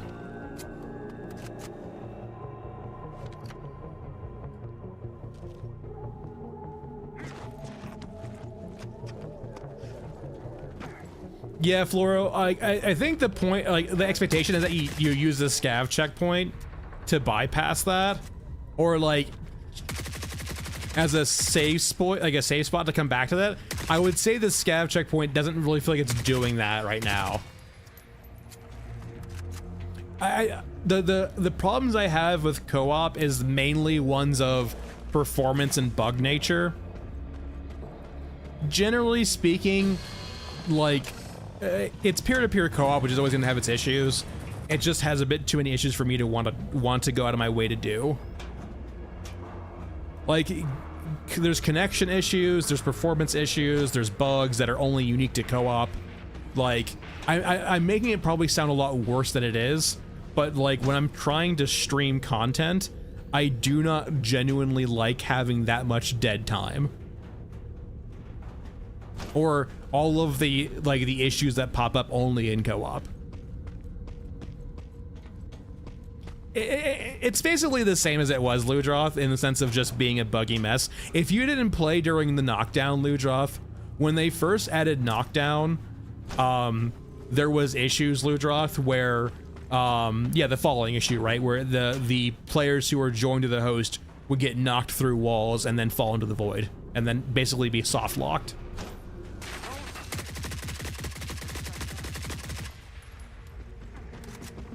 Yeah, there's lots of, like, bugs that only happen in co-op.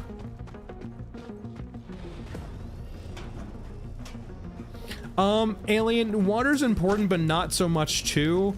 Like, there used to be a time where water was actually, like, a thing you needed to worry about, but now it's just a current seems capacity. Essentially, all of the quests will give you some amount of water for a reward for the most part. So as long as you're doing quests and picking up water, you will accrue water over time to do things with.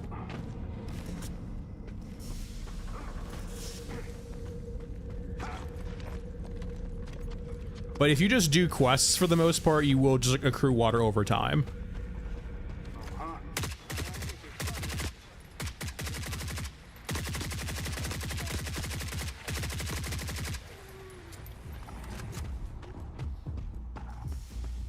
The only really big threshold I think you need to go over is like 18 or 16 or something like that for Bundleton. And once you have that, if you're not spending water, you're kind of fine. Some of the later internet upgrades will require you to have certain amounts of flat water to actually do the upgrade. But they're just checklists, right? It's just you don't spend the water on them, you just need to have that much water to start.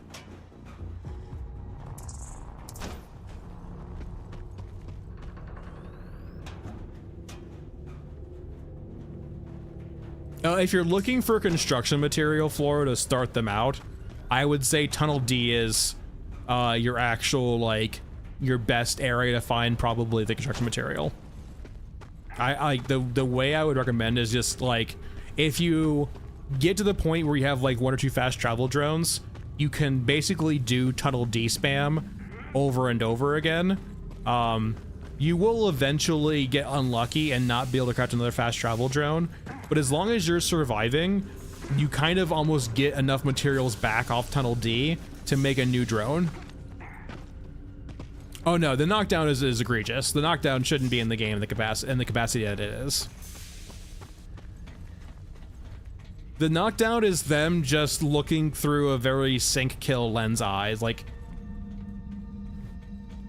it doesn't feel like they understand where they should be making decision points for the players. Like, the knockdown could be, like, they could fix knockdown with this breaking the knockdown element and the stand-up element into 2 separate animations. So, like, you get knocked down, you're now prone, and, like, you don't even need to do prone functionality. Like, you don't need to, like, let players move when prone. All you need to let the player do is just shoot while prone. And when the player decides to stand up, they do the other half of the animation. And then you still have knockdown, but you let the player react pretty quickly to the knockdown, but the drawback is they can't move. And you give them the choice of, like, hey, when do you want to take up this huge cost of standing back up?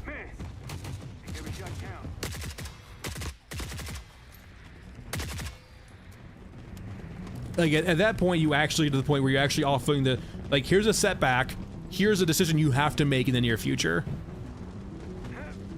Yeah, it would require them to probably rework knockdown in some capacity, right, Soup? So, like, you would always, like, land on your ass, perhaps, or, like, you could change over to your ass, perhaps. But as of right now, like, you can't, a 5-second lockout animation is just not a thing you should do in games. Even in MMOs, with hard crowd control, 5 seconds of, 5 seconds of pure stun lock of hard CC is almost unheard of. In PvP games.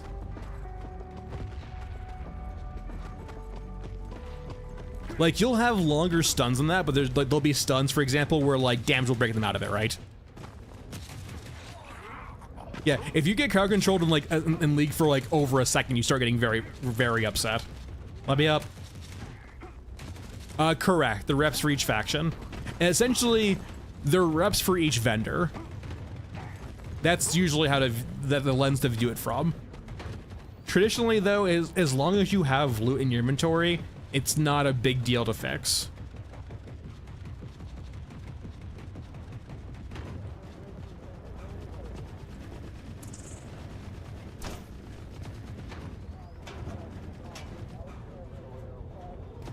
Yeah, you will occasionally see me stutter on downtown LA. That's just kind of how LA is right now. I imagine they'll fix it eventually, knock on wood, but it's one of the more demanding maps in the game. As long as I'm the last one standing.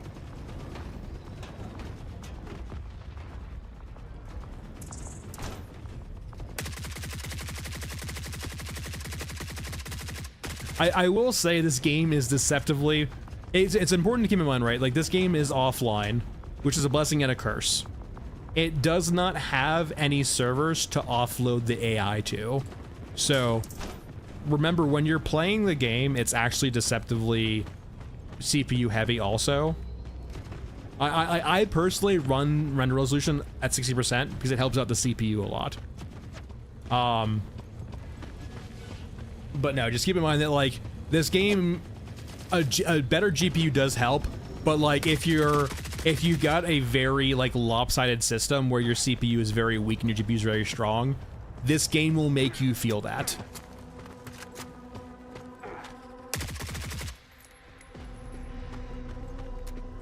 And it's not because the game's programmed wrong, it's just that it's the downside of doing everything locally. Everything is running off your machine.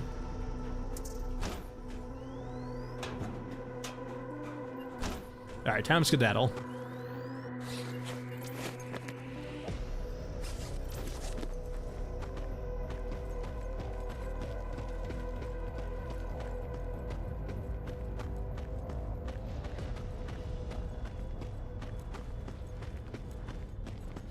We're not really trying to spend much time here. Our actual goal is to loot Tunnel D. We're just kind of leaving this map as quickly as possible to not overstay our welcome.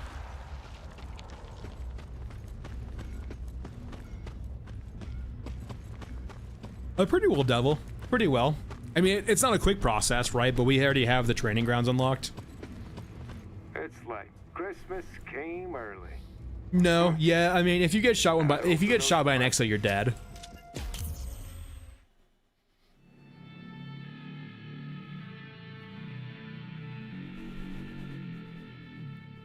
And the problem is too, is like I was saying earlier, the issue with the Orgamex also applies to the exos. They basically don't make sound. At least ambient sound, right? Like they will eventually make sound when they're moving around, but they're very ambiently quiet and they don't patrol a lot in the sewers right now. I like Frozen Swamp a lot. For a bespoke map, for a not tunnels map, my favorite map is still Frozen Swamp. They'll be used eventually. It's already been leaked, I think, so it's perfectly fine for me to say this. There was someone put out a video that was basically like a hidden room in the innards that was quite clearly like a special character room. It was like Mother Courage, it was Orgamex. It's very clearly a codex room, like almost assuredly, right? So that's what it will be used for in the future, almost assuredly. Is like you get the codex, you unlock, you have like the codex room, and as you get more codexes, you unlock like, I guess, seeing models of the characters up close without them being murderous. So I'm guessing the functionality there. Oh yeah, it's 100% indie. The studio's like less than 30 people, and so yeah, it's an indie game. I wouldn't even call it AA. It's not even close to AA yet. So as you can see here, we did another run, and we do have like yeah. So I did one run and have enough to craft 2 more. And typically speaking, your bottleneck will be either motors or power cells, but you get both of them from Tunnel D. Yeah, for people who want to see the models up close though, it's nice. I'm not sure if it'll give you any other benefits. All I know is that there's a trophy room that was spoiled, and that's almost assuredly what the codex is going to be used for. If you get any extra benefits for having it, I don't know.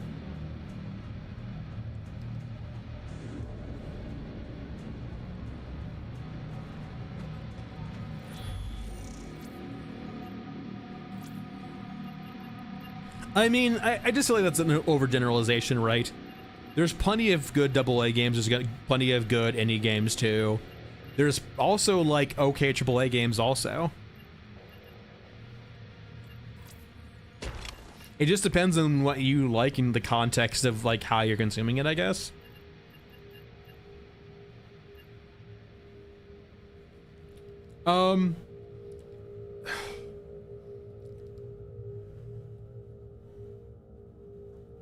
As a newer player, I would say the first thing is get to like 20 water.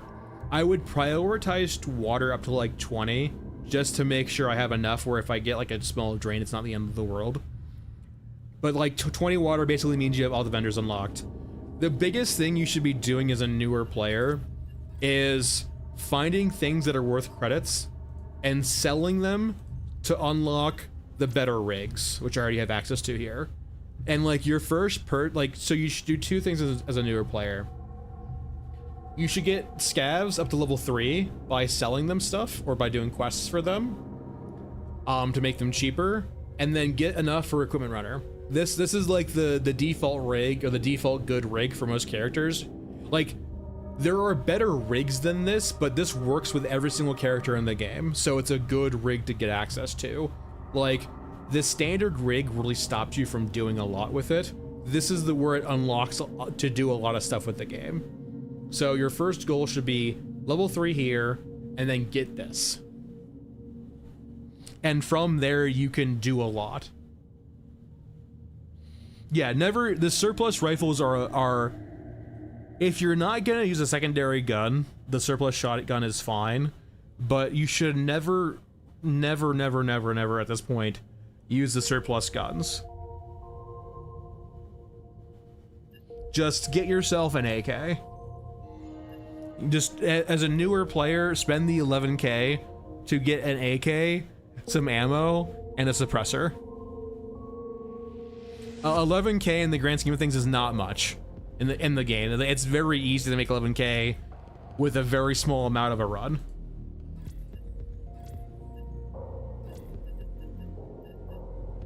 Okay, so we're gonna do something here. I'm gonna do a dry run where I'm gonna bring in nothing except for a gun or 2 guns, and I'm thinking I'm gonna bring a 9mm and I'm gonna bring a 5.45 because I think this is what I find the most out of for ammo wise. I'm gonna do just pure scavenging.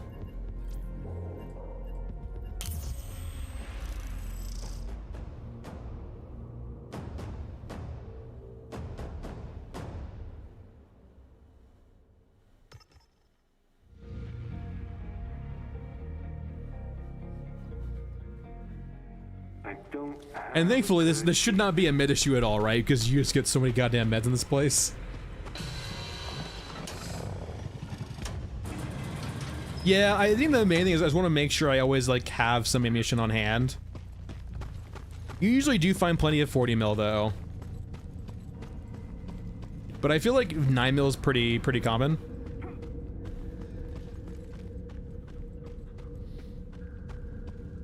I'm not sure if I followed isn't what spamming?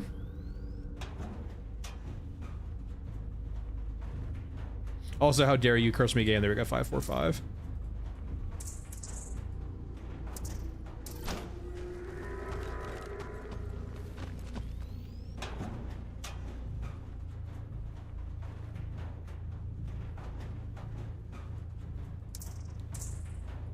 Are you saying that repeating a question spamming the chat?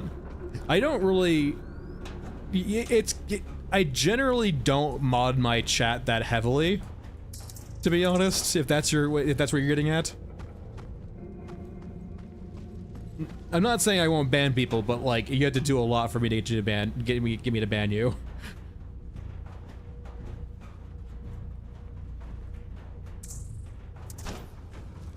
Eyes on us. Spread out. I only typically kick bots.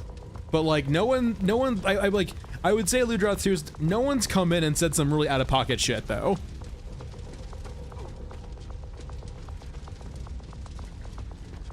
Like no one's come in here and actually warranted a ban, really. Yeah, I haven't had to, thankfully.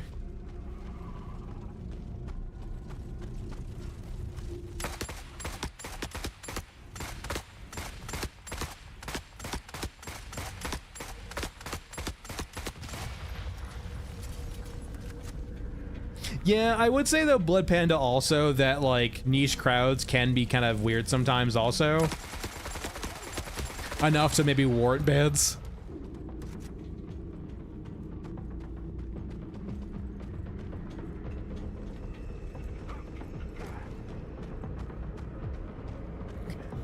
Bless you all hearts, but sometimes Grimdark crowds can be fucking really weird.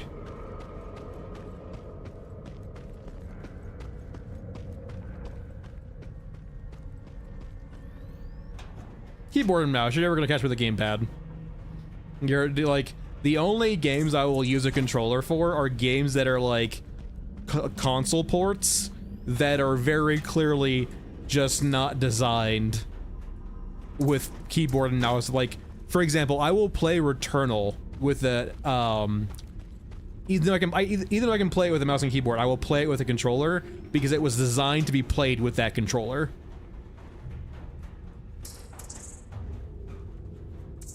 Like, that's typically the only time I will actually go out of my way to, like, play a game, like, Returnal on not mouse and keyboard. Racing games too, like racing games are another thing too, right? Like, racing games want a not PC controller. Like, racing games are made for actual, like, controllers. That's the weird thing about, like, for example, War Thunder too, right? Is, like, War Thunder was actually, like, it does a very good job of, like, for non-realism settings, having good flight controls on mouse and keyboard. Like, it's deceptively crazy how well War Thunder plays on a mouse and keyboard for flying.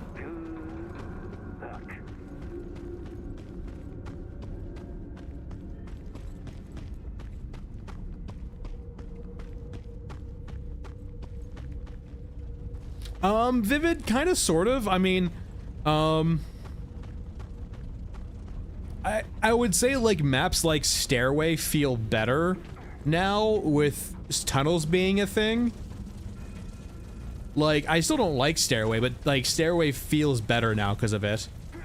So the more linear, like, maps feel better.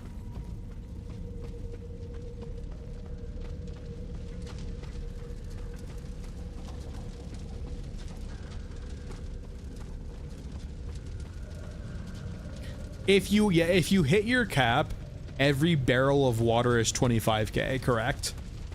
Or sorry, if you hit your experience cap. So, like, one way you could play the game is, like, you get your max prestige level 1.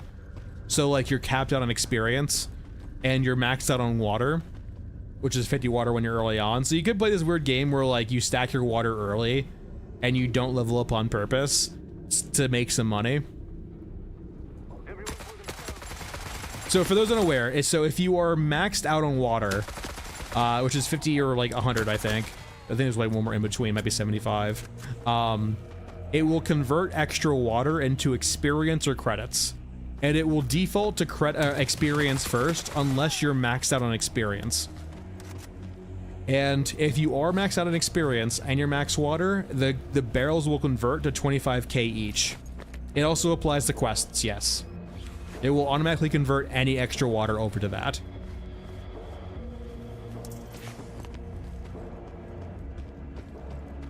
So it's a very good way of making money if you have a good water farm, but like if you're not already there, it can be kind of tedious to get there.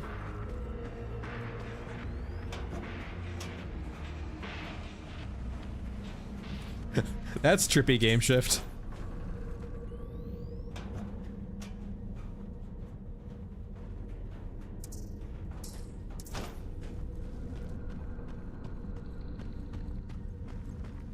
Yeah, excess water at max water, your extra water converts either into experience for your character or for credits.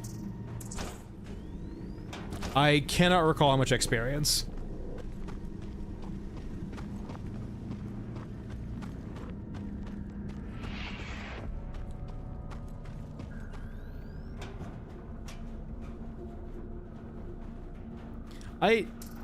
I feel like if they did another dev blog, I don't think they need to do...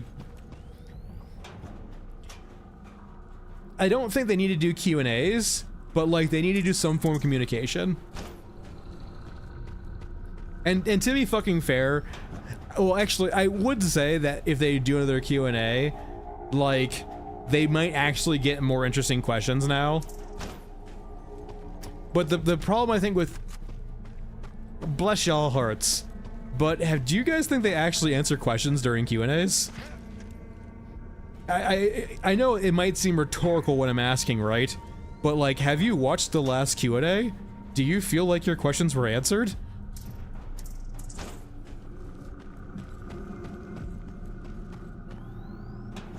In the contrast, though, in the dev blogs, right? I feel like I've had more questions answered in the dev blogs than I have in the Q&As.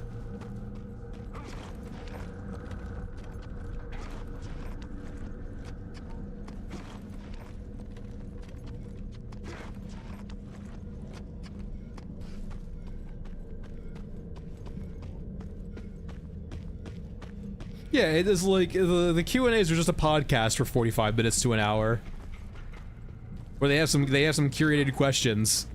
Like, maybe they're just going off upvotes, but they literally picked out 3 questions related to HKs. I'm like, yeah.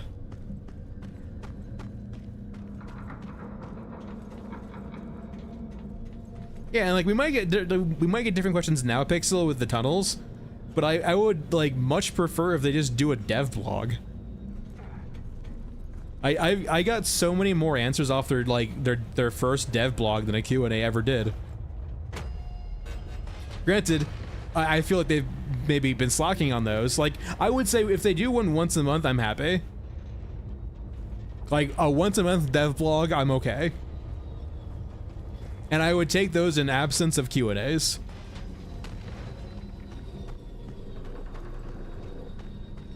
Just nuance, Van. I don't think they should be omniscient. I like, if the lore for your settings they would be omniscient, I'm sorry, your lore needs to change. For the sake of a functional game.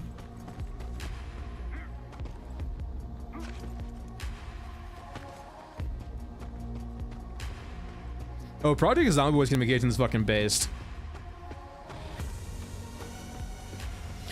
Pixel, there's this weird thing where they have this like kind of quirk where they do not want to be overly forthcoming for the sake of like, they want to have like this novel surprise you feel of like, oh, a new update, what's coming, and like all these things are unknown to us. But like, I mentioned this before Tunnels came out. I literally said, like, I think you guys should do a dev blog on Tunnels at a very high level and be like, hey, there's a new system coming that's going to do multi-raid. We're hoping to do X, Y, and Z with it. And, like, they don't need to talk about the details and go into great detail about it, right? But, like, having an idea of a goal of what they're trying to do can help inform how players feel about it. Like, for example, right, if we knew the scav checkpoints were some stopgap and we know a better solution's coming, right?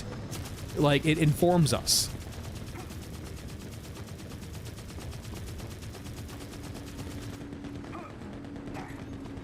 I mean, there's no roadmaps. Like, the roadmaps are different, Guitar, because I would say roadmaps set...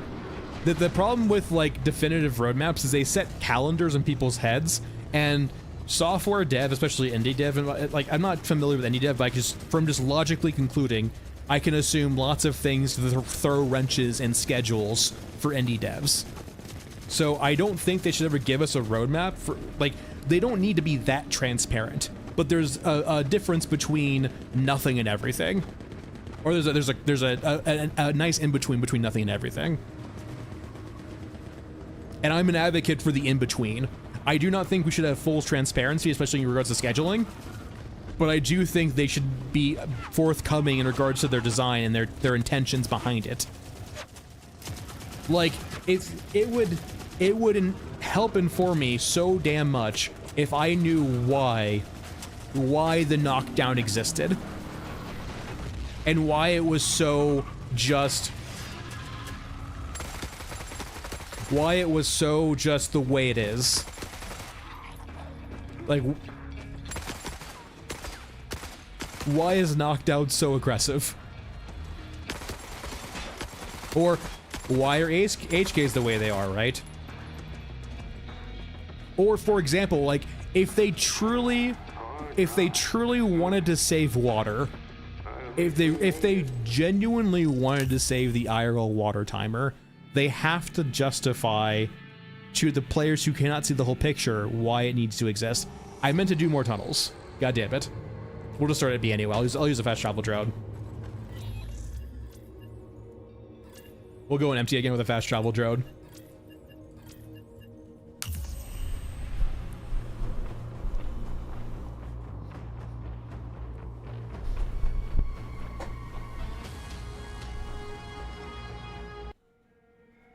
Like if they showed us an actual system with IRL water drain, why it needed to exist, and the plans for it into the future, that buys like buy-in from the players, right? I feel like, to be on board with the system, even if it's not there yet.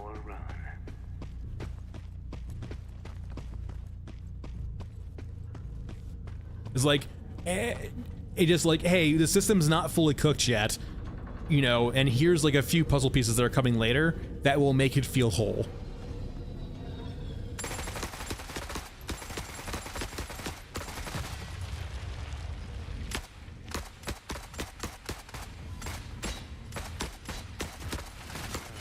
God, they're so tanky.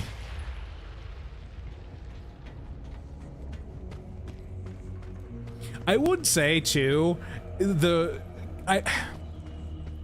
I'm always concerned with developers streaming their games. They can either go really well or really poorly. Anyone remember the Diablo 4 live stream with the developers playing that? They brought some artists in. It did not go well. Or just remember too, like Elon, like trying to masquerade as some like fucking Path of Exile gamer, and that backfiring horrifically also. Do I hear a drone?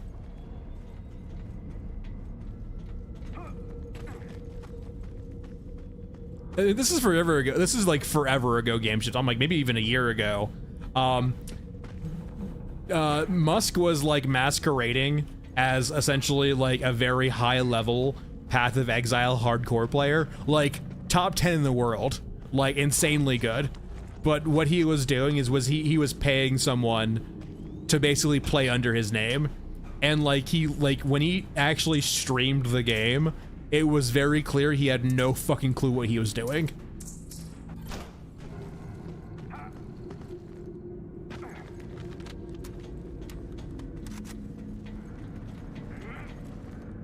Oh, so Diablo 4 is a different thing entirely. During like I think the early debacles of Diablo 4, like they were told, like the Diablo Blizzard thought it was a good idea to have some artists stream the game, and they brought in, now this is, they brought some controversial characters. We don't need to get into that because that's a separate issue entirely, but they brought in people who just were not good gamers. And when you have ARPG players who are very, the people who play ARPGs like a religion go very hard into that religion, and they can smell you out in a heartbeat. And they basically smelled out two people who were not ARPG gamers at heart.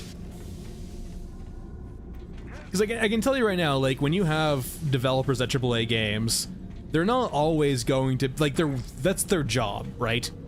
There's gonna be plenty of times where you pick up a job even though you might not do it yourself, or like, it's understandable for there to be some people who work under Blizzard who might not play WoW, who might not play Overwatch, who might not play the games they make, because it's a career for them, not a hobby. And so they brought some people in who were not like very hardcore gamers to play an ARPG, and naturally they get flamed for being terrible at their game. So when developers stream their game, it can backfire in that capacity, right? I don't think it would in this game, right? Because I think this game is very, very casual. So I think like it would not, like, I don't think them streaming their own game would go that poorly. But like there's always that chance it can backfire. Extract the good stuff. But no, I like, there's not a, you can do it in different ways. Like Zomboid has their own way of doing it, like, and other devs have their own ways, but like just some form of consistent communication in a medium that works for them, right?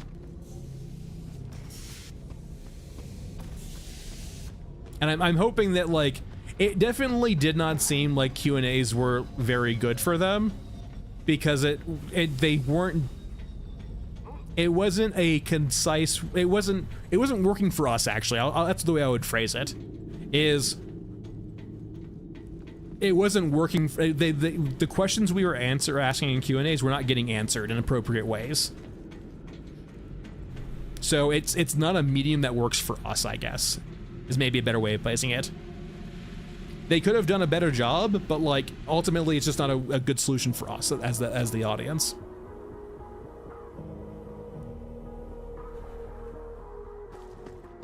Gotta keep a record in the event of my death.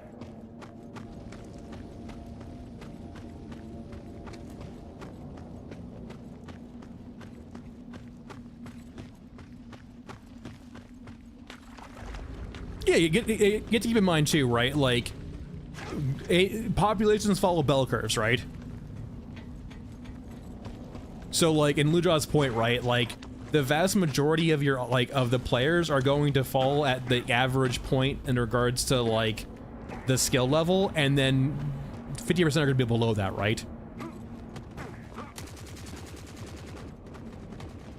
If you're like a very like hardcore gamer and an experience, like let's say for example, like you're playing League and you're like Diamond or above, something like that, you are already a minority of your population. You are in like the top 10, 25, 15%, who the fuck knows, like I don't know at least Breakout is, right? So the vast majority of the players are going to be below you.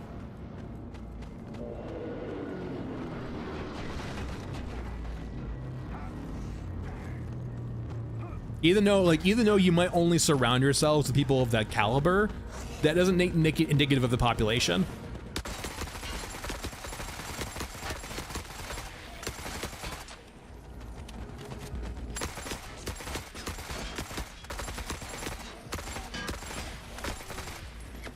You know, it's getting really hard to not call these cyborgs clankers now, considering the sound effects they make when getting shot.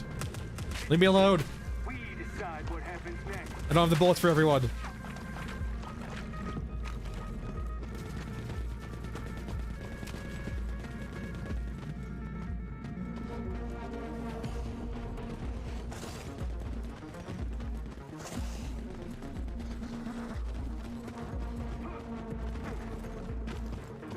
Oh, I do too. No, guitar, I love it. Like, this is a very, like, it makes shooting them so much more satisfying.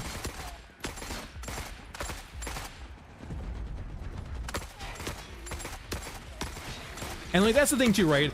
Like those are the subtle things that make gunplay or like a game's gunplay system satisfying. I mean, so if you won't catch me using companions, I'm biased. I'm not gonna go through the hassle of wrestling with an NPC companion. And I'm not gonna chaperone it either.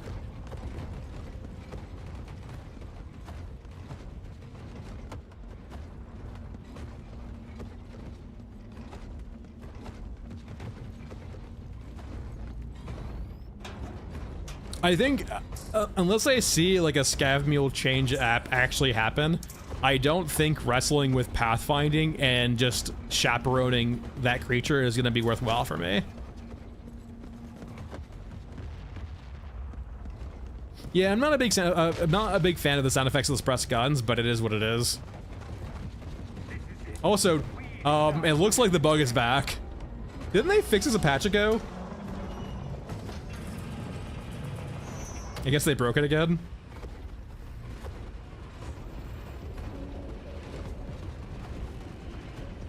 I could have swore they definitely had a patch where they fixed the whole issue with mechs being stuck in the trenches. Line at the mech getting stuck in trenches.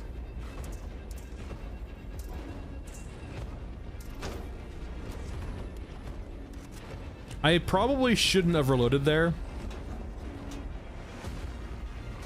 Because I'm about to leave anyway, which is free ammo for me.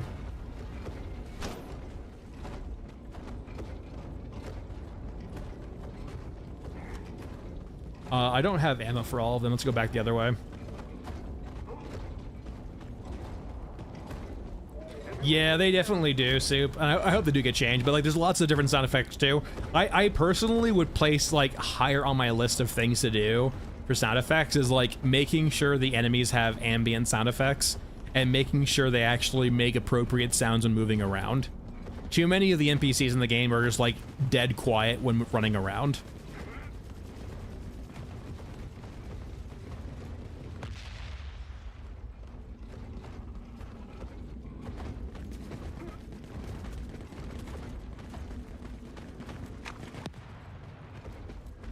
What are you doing right there?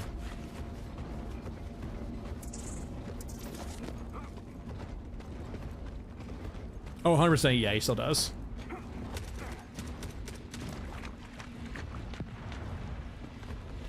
We are doing tunnels.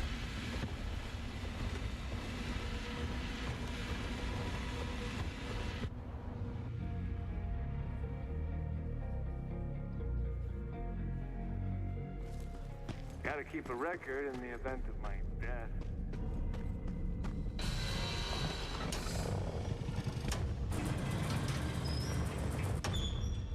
I'm not gonna lie, the legs sticking out there bother the hell out of me.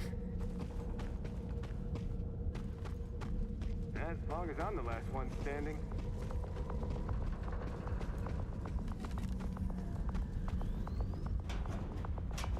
I feel like the whole unit's the gimmick, right? It's just nothing about this. Nothing about Captain Chin feels good.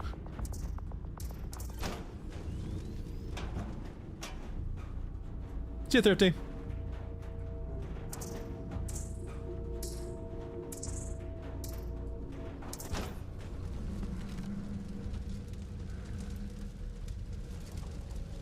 Just ignore them.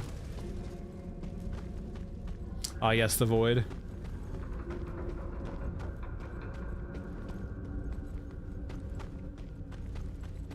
Eyes on us. Spread out.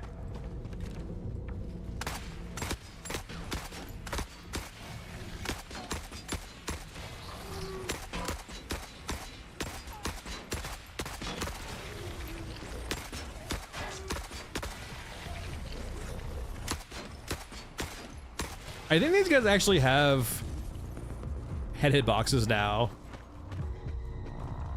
Sometimes they go down in 3 shots, sometimes 5, and I think it's the head hitbox.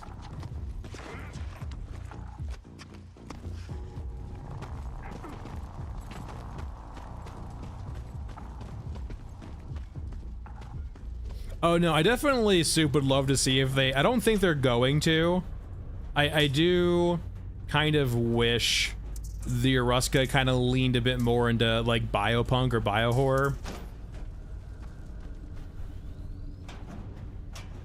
I always kind of got the sense that, like, you know, Europa is like conventional, Eruska is technology, and then Eruska is like the bio.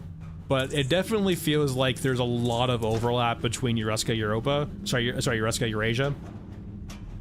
And I'm not sure if we're actually going to get the biopunk I would actually want out of Eruska.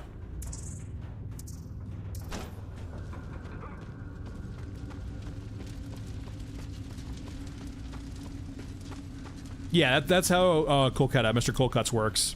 Is his actual codex will just spawn on the ground. You pick it up, he spawns.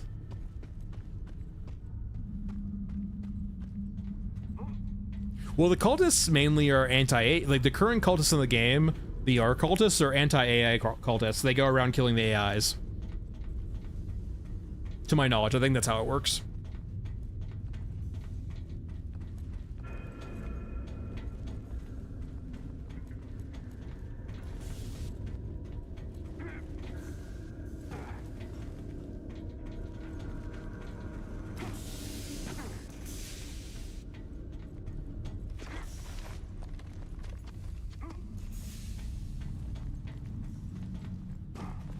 I would love to see some flora fauna. Would it really be a grimdark game without some murderous mushrooms? But no, yeah, tunnels are a great space to explore like flora fauna.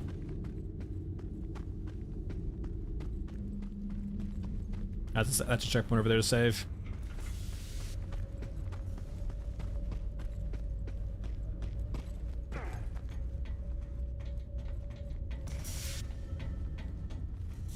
No, I think I know some people have criticized tunnels for being boring. I think that can be solved in time with more random events and more like not combat events. But I do think tunnels provide a very necessary contrast between the surface and underground, right? They kind of show you, like, for example, why you're hiding underground. It is so much more chill than the surface, but it's not necessarily 100% safe.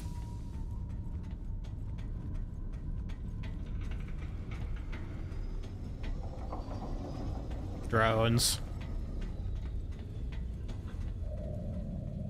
This is it. We decide. I think we're gonna have to kill you. I don't have a lot of bullets for this though.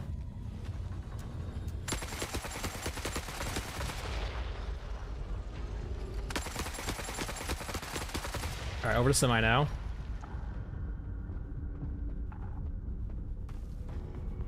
Did he just...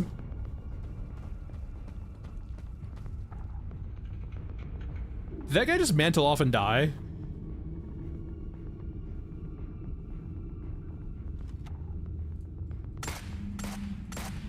Huh, weird.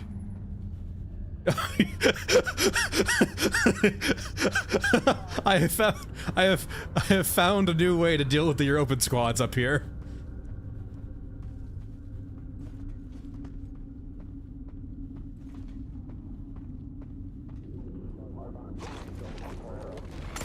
Come on.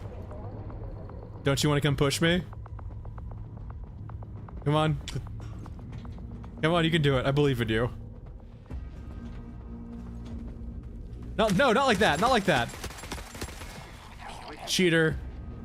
Still go in the damn pit.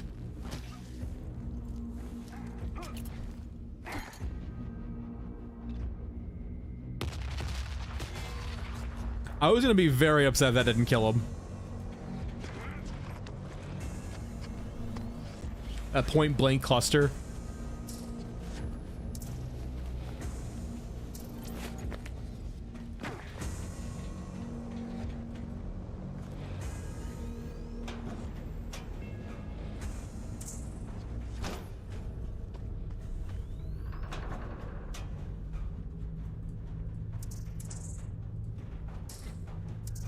So many meds, not so much ammunition though.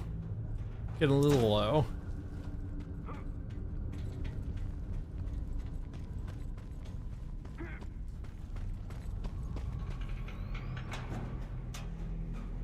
Come on. You know, I felt like I saw more 545 than 762, and now I'm feeling stupid. Come on, Gabe. God damn. I probably should have brought a shotgun, to be honest, instead of 9mm. Shotguns are everywhere. You get so much shotgun ammo.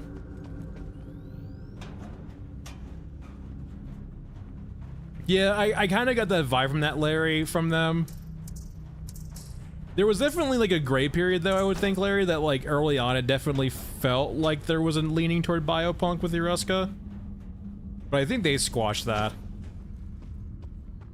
Yeah, I've seen Trench Crusade stuff, but I don't play tabletops anymore, so...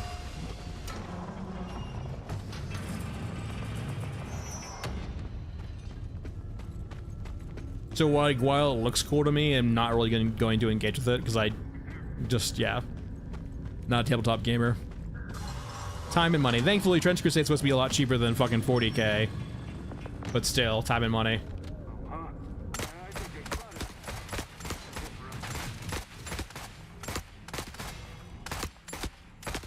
This is a cool room.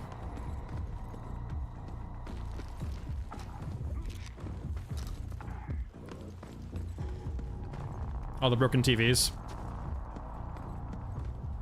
Whoa, whoa, whoa, whoa, where did... We miscalculated.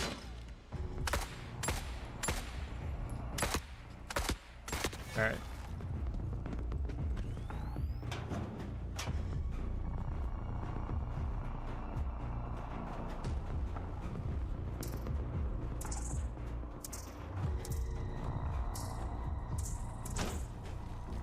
Go there. There we go, 9mm, thank God.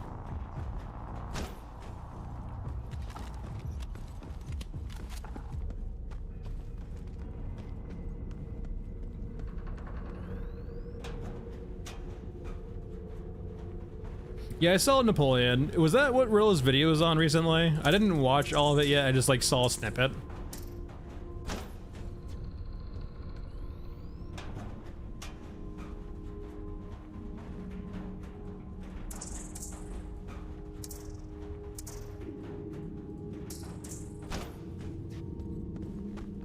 Why do I want e-nuggies? I'm confused. Like, why do I don't... They're guaranteed to give you cancer, I think.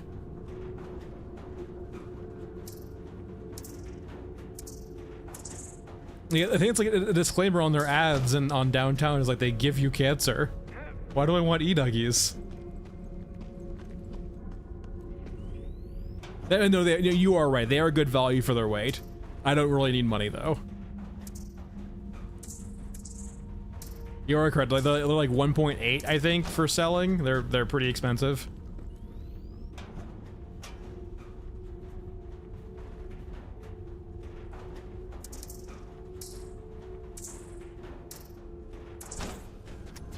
Well, I didn't get a lot of ammo. I got more ammo though, so I'll take it.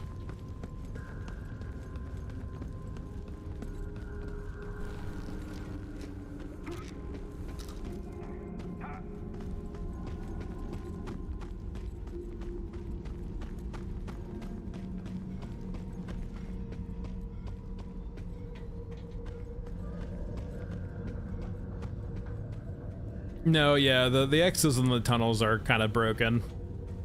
They just hide in ambush waiting for you. Alright, time to go up the stairway of fucking death.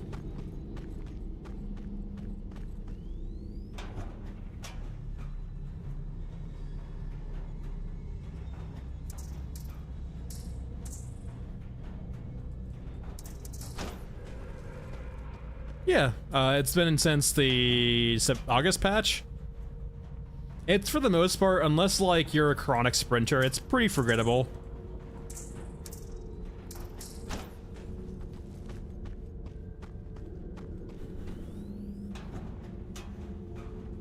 Oh my god, 9 mil. Power cell's pretty big.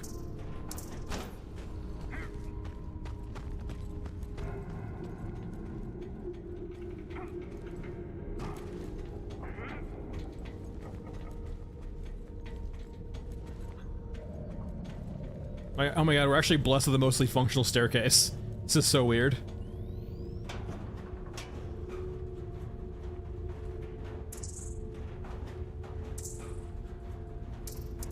A bit more scroungy, yeah.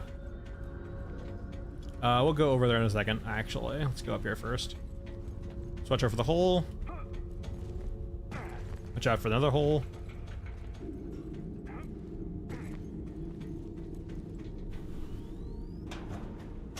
It definitely, like, there's a lot of, like, work can be done on, like, the economy looting loop.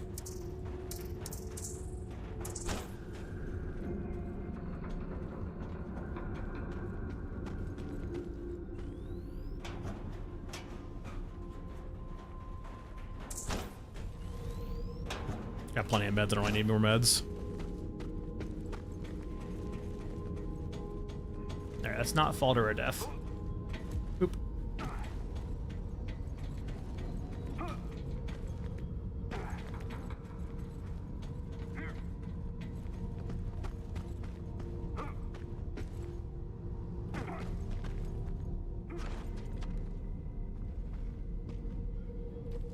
It hurts. Where do you go? Swamp or stairway? This might be stairway. Actually, this might be swamp. I haven't played swamp in a while. Yep, swamp.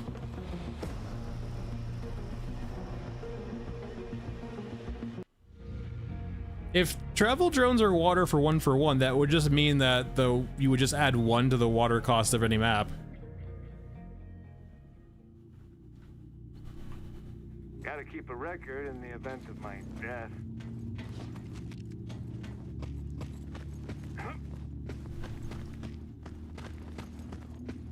We're pretty full here, right? We're going to Tunnel D still. I'm not sure how much I need to loot here. Let's at least, okay, I have been skipping this map a lot recently. Let's at least go to the injector site. Fuck Shantytown. We'll go to the injector site though.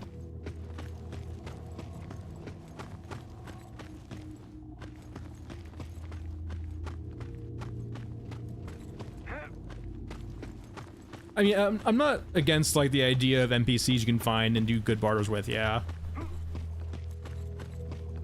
I wouldn't actually hate too, like more rig types also. So like, for example, there was that weird period where you could actually find construction drones in the sewers or in the tunnels, but you couldn't carry them. I wouldn't mind if they took up like a bespoke slot, like you could have like a custom rig for them.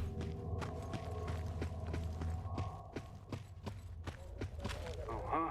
Aye, aye.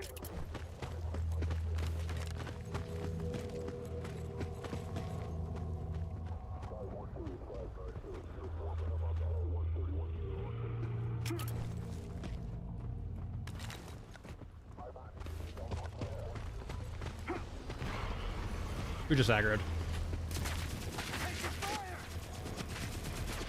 Leave me alone, I don't have bullets for all of you.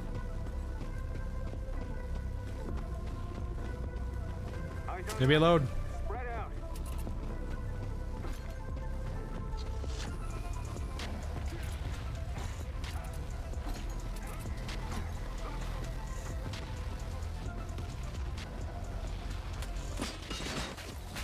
I said leave me alone.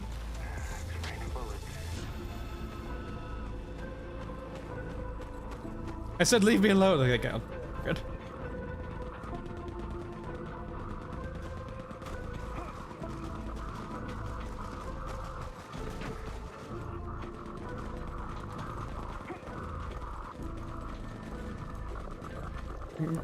No, the whole thing where you have to ADS use a flashlight's fucking boggling to me. It's such a weird design choice.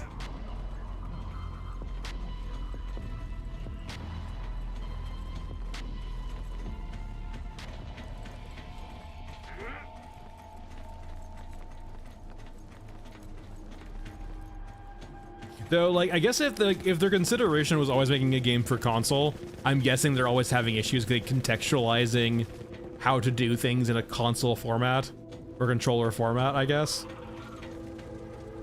I kind of wonder if they did themselves a disservice by just like not going on like a Tarkov route of PC only, just because you have access to like a bunch of different keys.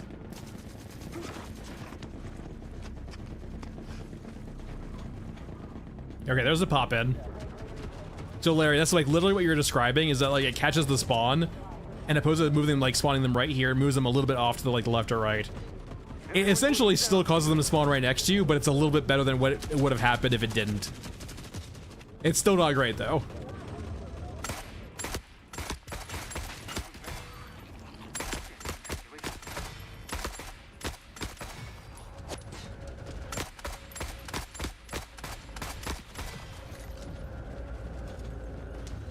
The Rogue-lite is so anemic.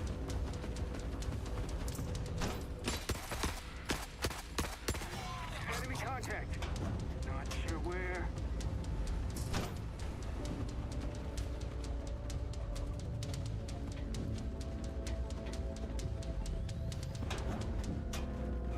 So many meds.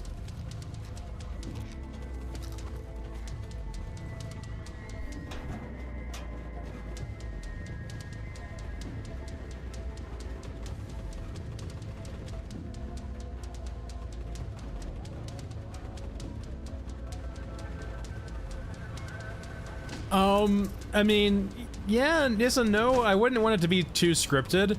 I think they can do a lot in like Tunnels 1 and Tunnels A. I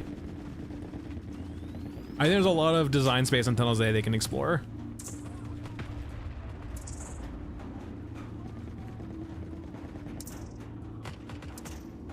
Or even in tutorial tunnels too.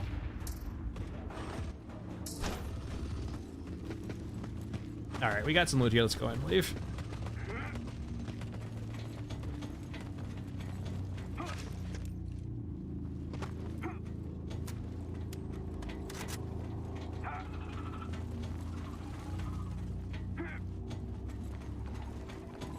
Well, they can just have random, like, they could have, like... So here's the thing about, like, why I mentioned, like, the system's modular and it's very good foundation. They can do tile sets, events, and stuff like that you couldn't really do on the surface because of the surface is too hand-tailored to do things like that and have them be, like, bespoke, or have them be, like, interesting enough and, like, not, like, constrained by the level, right? It'd be weird for a trade caravan to be going through the war zone of Ashen Mesa when there's fucking mechs going about killing everything. But it makes a lot more sense in the tunnels below, right? So you can have lots of different events and tiles and things that are like are non-combat scenarios down in the tunnels. And you can make the contrast is that the surface is always going to be hell. It might be different types of hell, but it's always going to be hell.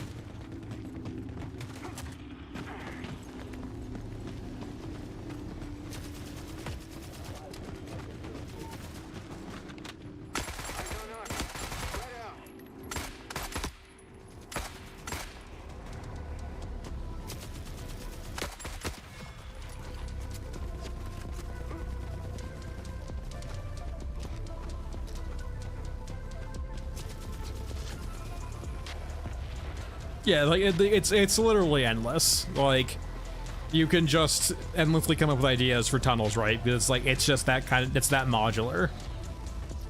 You just replace the tile set with something of whatever vent you want.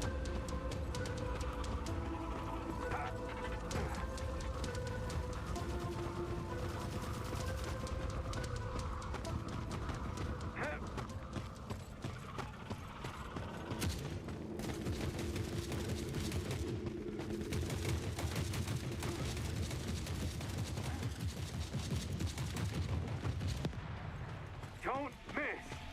Make every shot count.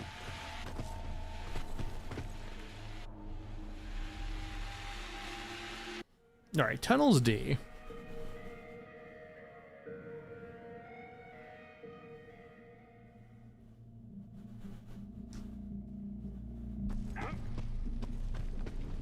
How are we on space? Pretty good, actually.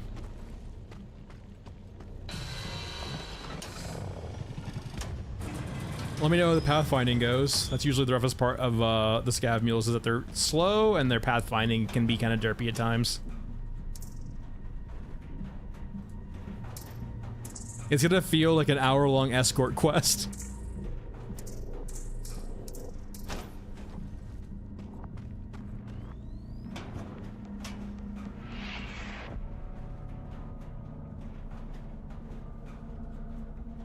Show power cell. Power cell's always big. So the two main constraints you're gonna find in regards to materials to craft fast travel drones is gonna be motors and power cells. So finding either is big game.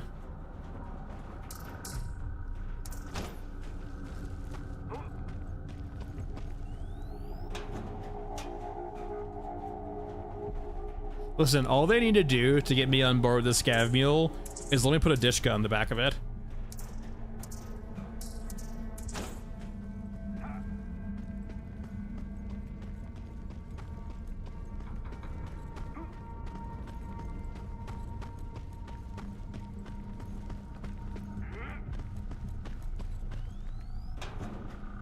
Let me use in-place weaponry on it.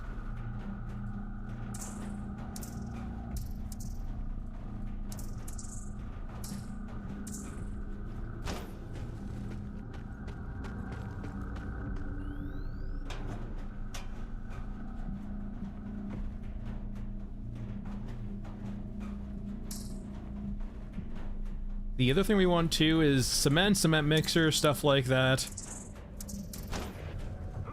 So we need a lot for the housing projects in our innards.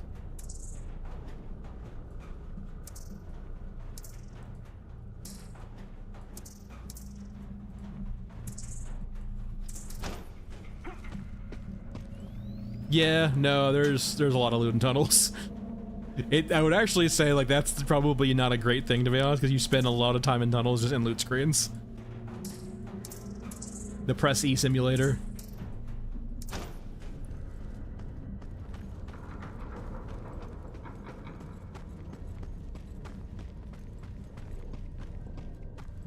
All right, what's the spawn here? Grin Squad.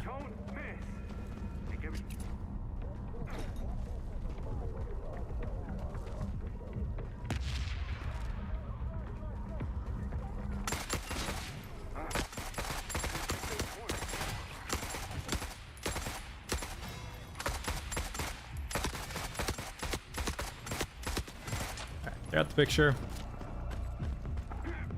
Yeah, it's good, but like, there's just, yeah, it's just,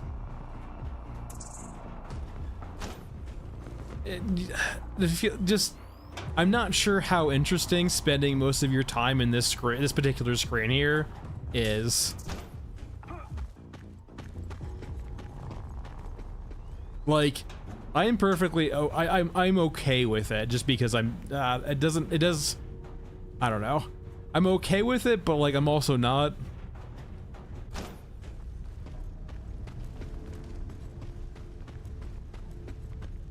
I wouldn't call it satisfactory, but I wouldn't go as far to say as I hate it. It feels mostly unrewarding or uninteresting. A means to an end.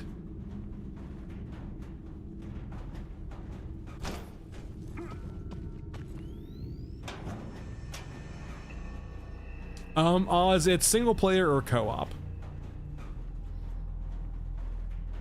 It's a co-op extraction shooter, essentially. The gameplay loop is mostly focused on single player, but there's a few things in co-op that are bespoke to co-op. Slayer, I've never really had stability issues per se, or performance issues. I've always heard better things every patch, so if you haven't played for a while, it's gotten better. I can't speak to specifics though. There's been few areas of FPS drops that they have fixed, but like if by and large your issues before was like just chronic at low FPS, your mileage may vary. I've heard good things though.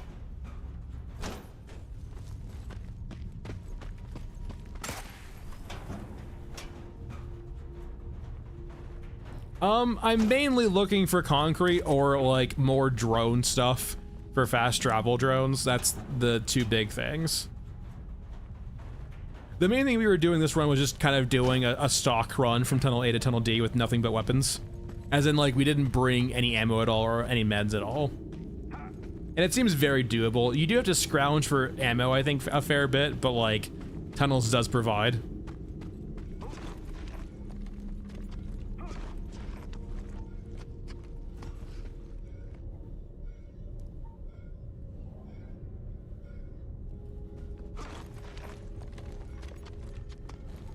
Give me stamina. I do have water bots, yeah.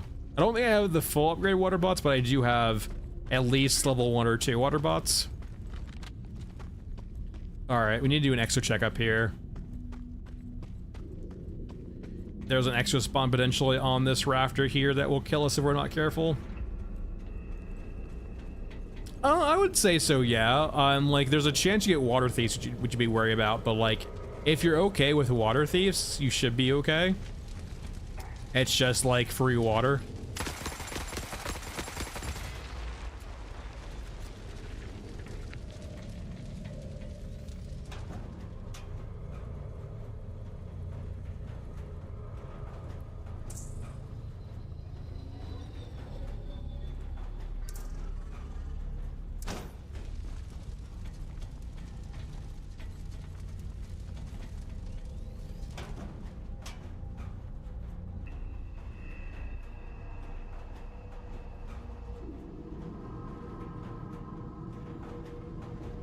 Anything?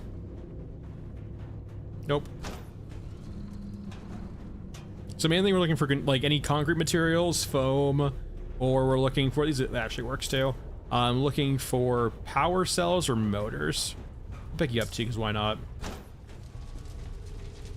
I would say also, I don't know. It definitely feels like there's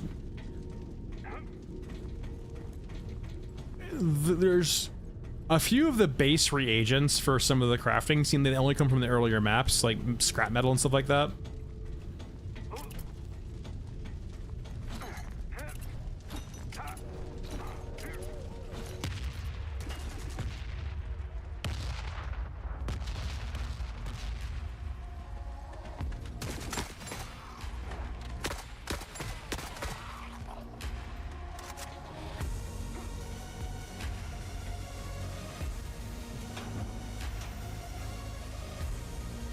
Don't really need any of this stuff, just wait. You might as well use them while you have them. Though maybe those guys have explosive mitigation? It would make sense they are EODs, but I'm not sure if they would have gone through the effort so far to actually program them in. But maybe they have explosive resistance.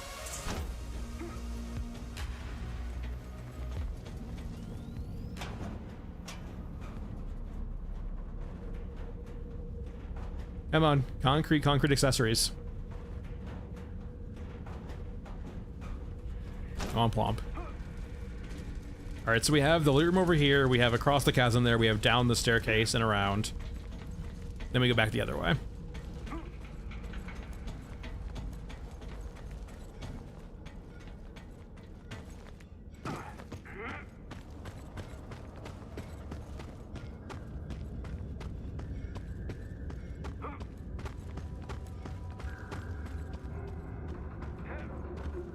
I think they were though, right? Yeah, I think they were getting staggered.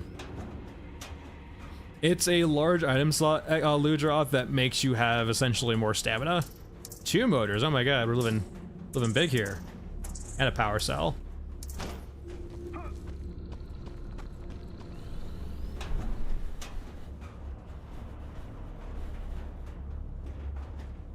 Let's see. More motors. More sentient drills.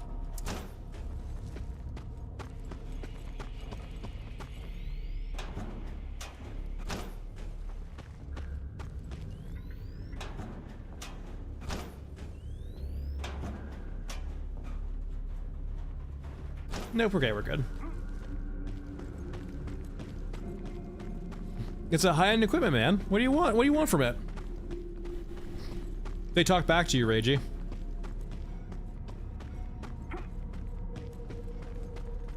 I mean, it's supposed to be like an endgame item, right?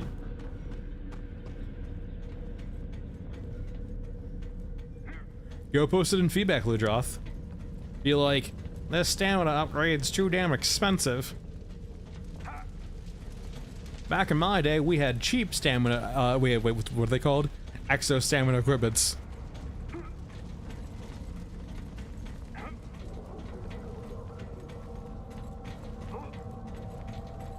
Are they gonna see me is the question. They could see me from this far away. They do have pretty long perceptions. Pretty far perceptions? Who the fuck knows?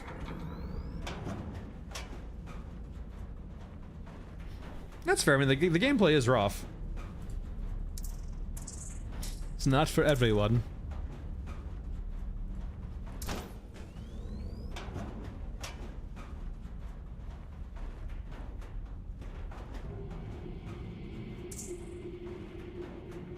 Come on. You can do it again. Give me concrete. Maybe I already have concrete. I just didn't notice.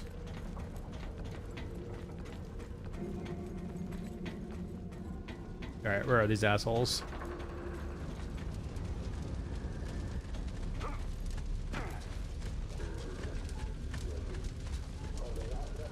No. As long as I'm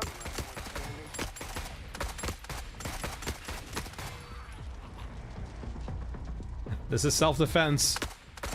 Thank you. They're called Walkmans, okay. Though I wonder if Sony would sue the fuck out of them if they used Walkman. It's probably not worth the risk.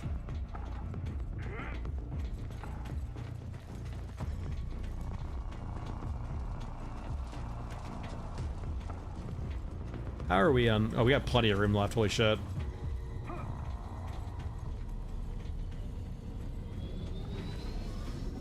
Don't make me kill you, drones. I don't have ammo for this. God damn it.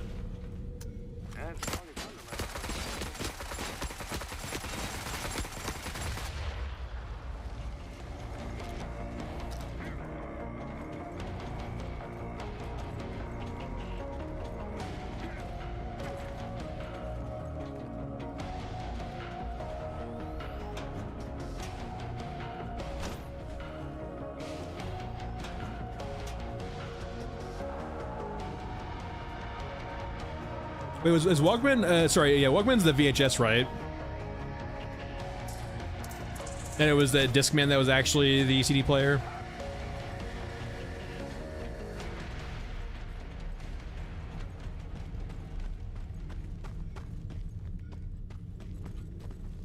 Or sorry, Walkman was cassettes. It's not called VHS, it's cassettes, right? I don't fucking know the boomer technology. You got the, and then you have the laser discs too. I wonder if this is the alternate technology or the alternate future where they used, as opposed to using CDs, sorry, as opposed to using like Blu-rays. Actually, they use Blu-rays too. I want to see the giant laser discs. Is basically what I'm asking for. My family had like one of those laser discs. They didn't like. We had like 1 or 2 movies on it, and one of the movies was Terminator 2. So I watched a shit ton of Terminator 2 growing up. Yeah, there was a technology from like the early to mid 90s, I think, or maybe like later 90s of like, as opposed to Blu-ray or DVD, it had those like giant laser discs. And like the whole point was like it was supposed to be like a very higher resolution version of like analog recordings. Or maybe it was analog, I don't know. Because, you know, you can do analog data on fucking discs, can't you? Or like those old like laser discs, like the giant gramophone ones, right? They can actually give you some nuance. It was digital, okay. So I don't know the technology. I was fucking like, what, 5 at the time? All I know is I watched a shit ton of Terminator 2.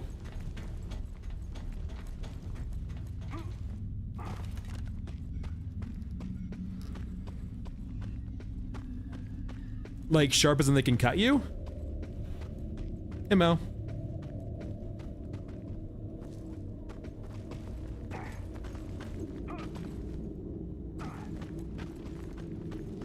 Alright, everyone, we got Ludroth. Lock him up. Ludroth, this was actually an elaborate sting operation to get you to admit to that. We're sending you to jail now.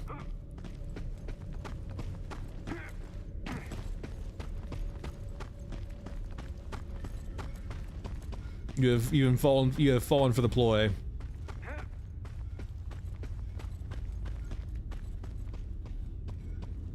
Yeah, DVDs were low fidelity, like, in comparison. Like, they were not, like, the quality standard, right? They were just... I can't remember why they took over, right? There's definitely videos on why DVD won.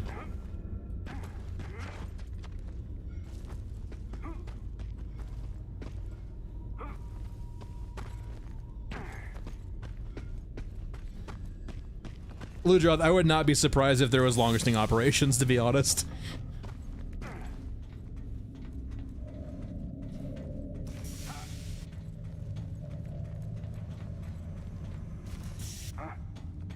Check those corners.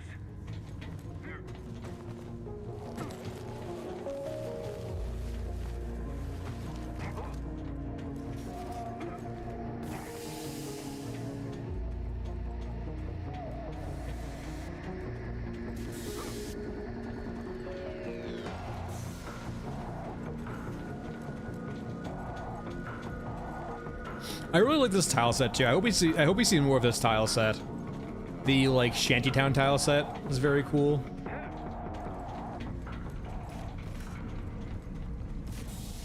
This is probably like one of my preferred tile sets actually.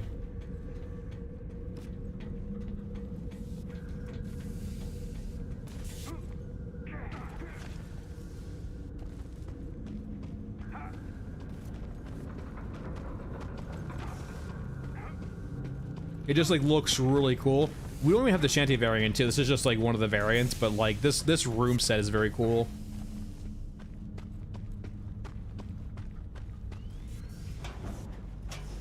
All right, any ammo? Nope. I guess could there be construction material in here? Ooh, a power cell. Fuck, I almost missed out on that.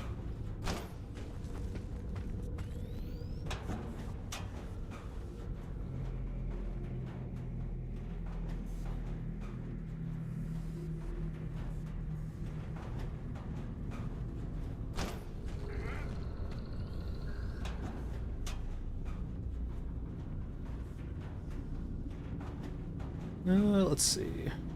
Anything good? Foam. Oh god, we did it. It seems like I get foam plus... it feels like I get both at the same time a lot.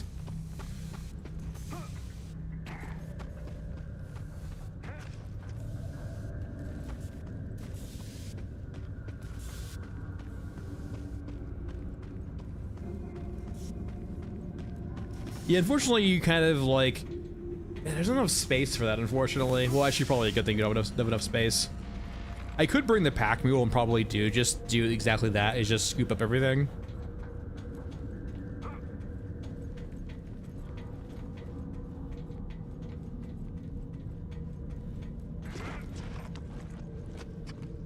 Who do we have? We have something up there. Is that a Euruskin up there? Oh, sniper, shit. Okay, well.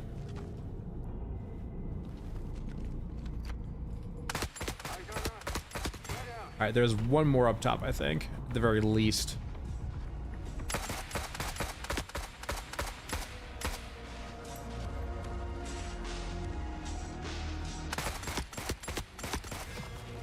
Alright, we're gonna assume that was everyone. Knock on wood.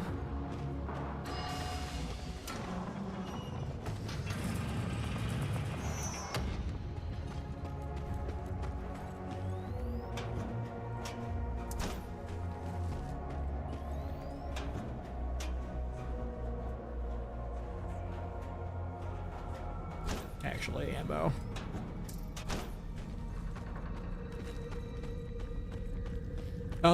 Lots of Maskmen can use almost I think every rig in the game natively. Yeah, like Maskman's a very like jack of all trades characters, which is why.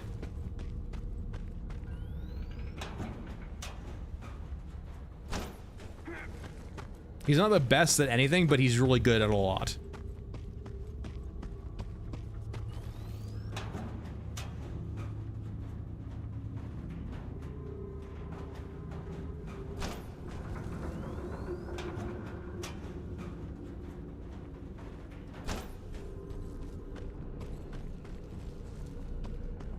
Yeah, like there's like there's certain drawbacks he can't do, but he can use basically everything most scavenger would want to do. There's niche things he can't do, like he can't use an HMG, he can't use a rack, but for the most part those are not typical things you would want to do in the first place. Those are niche things you want to do.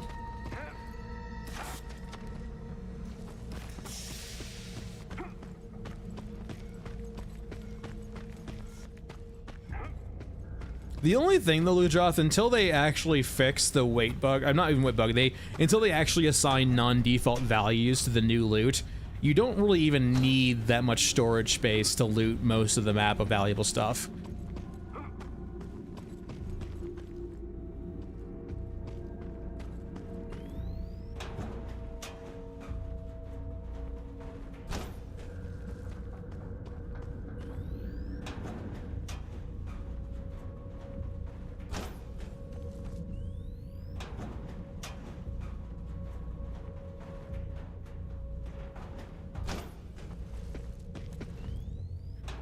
Yeah, I mean, if you're looting all with like a not pack mule, sure.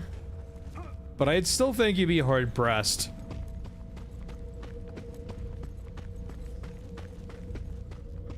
I mean, Pixel, like on multi-raid though, you do get topped off every single map, so that's nice. So like in a way, it basically gives you 500 bullets every map that you don't have to worry about bringing. I'm not sure, I kind of do hope they change that eventually. I'm not sure if they should give you free ammo like that, but as of right now, that works, that exists.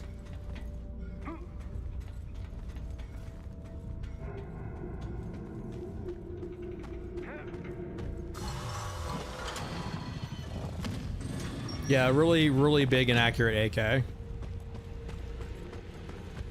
I mean, if you tap it, you're fine.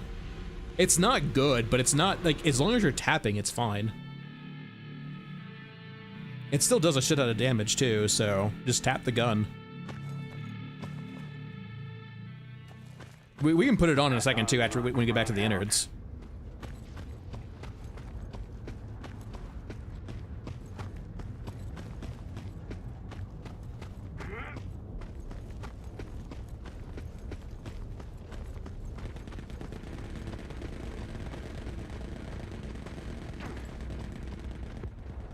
I mean, sort of, kind of.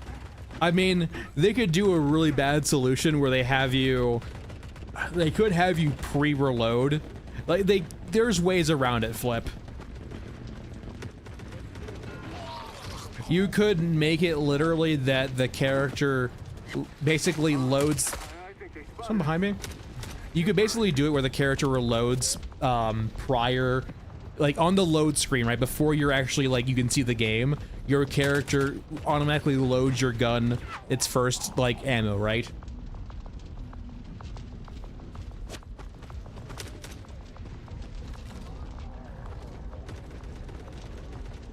They could also just have the gun store the value of ammo it has in its currently. There's lots of different things I feel like they could do that wouldn't require a full magazine rework.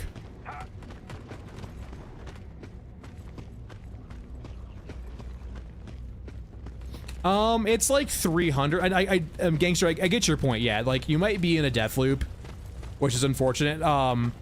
If you cannot get an AK and Aramaki, you're kind of in a spot where I think they should offer you the chance of restarting, almost basically. Like there's too many. There's a weird circumstance right now for new players where if they fail a bit, if they make some wrong choices that they wouldn't know about because they're new players, they can get themselves basically in a very, very big hole. Maybe not a big hole, but a very, very oppressive hole where it's kind of annoying or hard for them to get out of. And it sounds like you're probably experiencing that. Essentially, as a newer player, if you get to the point where you're low on equipment and you can't, like, you don't have Aramaki unlocked because you lost, like, water for whatever reason, you're in a real bad way. And you basically have to run Tunnel 1 to go grind water to get Aramaki back, and then get enough money to sell, like, to get us AK plus Suppressor again.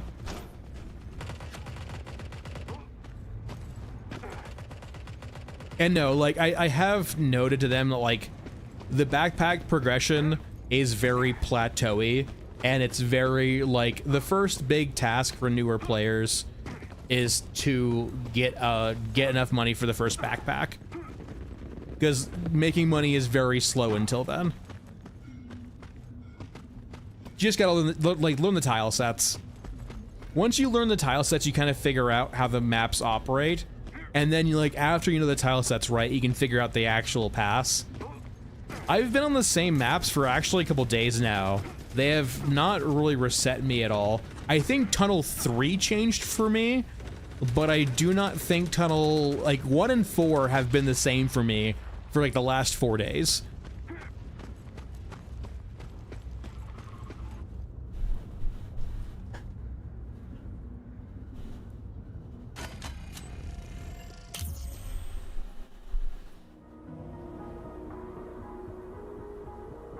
Yeah, I don't know how they're doing the resets right now, because it's weird. I've been on the Tunnel A I've had for a very long while now.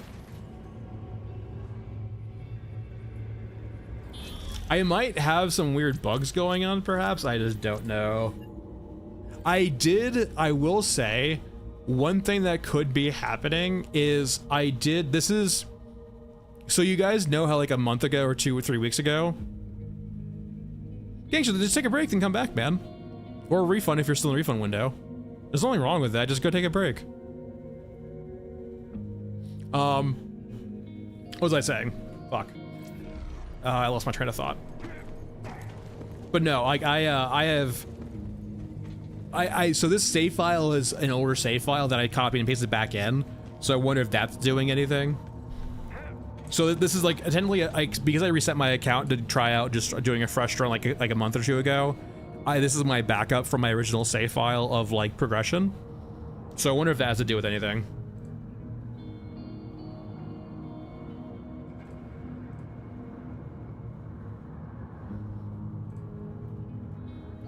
All right, how many fast travel drones do I got? 4. I think Pixel, there's only like 4 variants per tunnel section. They're not purely, I don't think they're purely random or like purely like what's it called? Like procedurally generated. Probably for the better too.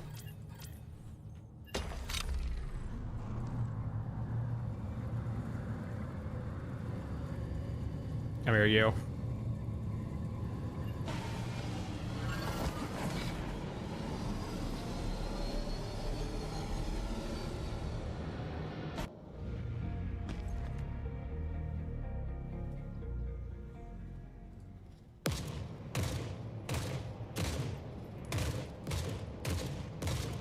Yeah, I mean, it's not really that accurate, but like if you're not too far away, tapping it does work. You definitely cannot spray this anymore. I will fully agree with that, but as like a 500 free round gun, you can just tap this bitch, I feel like. Yeah, you have to tap it though. Like, it's not bad with tapping. It's not great with tapping either.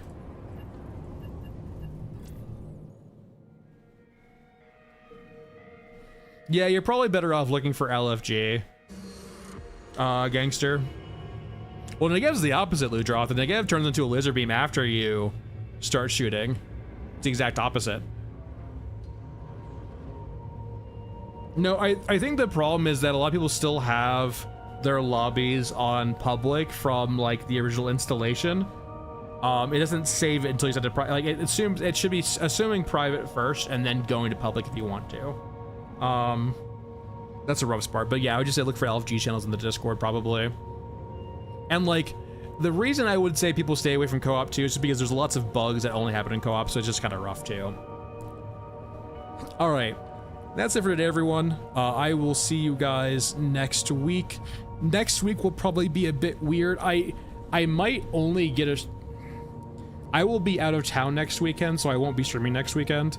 So that might mean there might not be a stream coming for a bit. I'll try to get one in Tuesday, but that can be sus. Maybe Wednesday evening, but it won't be during the day. We'll play around and save, so just keep in mind that like Thursday, Friday, like all of next later weekend, I won't be here, so I won't be streaming. Other than that, I'll see you guys later. Take it easy, and bye all.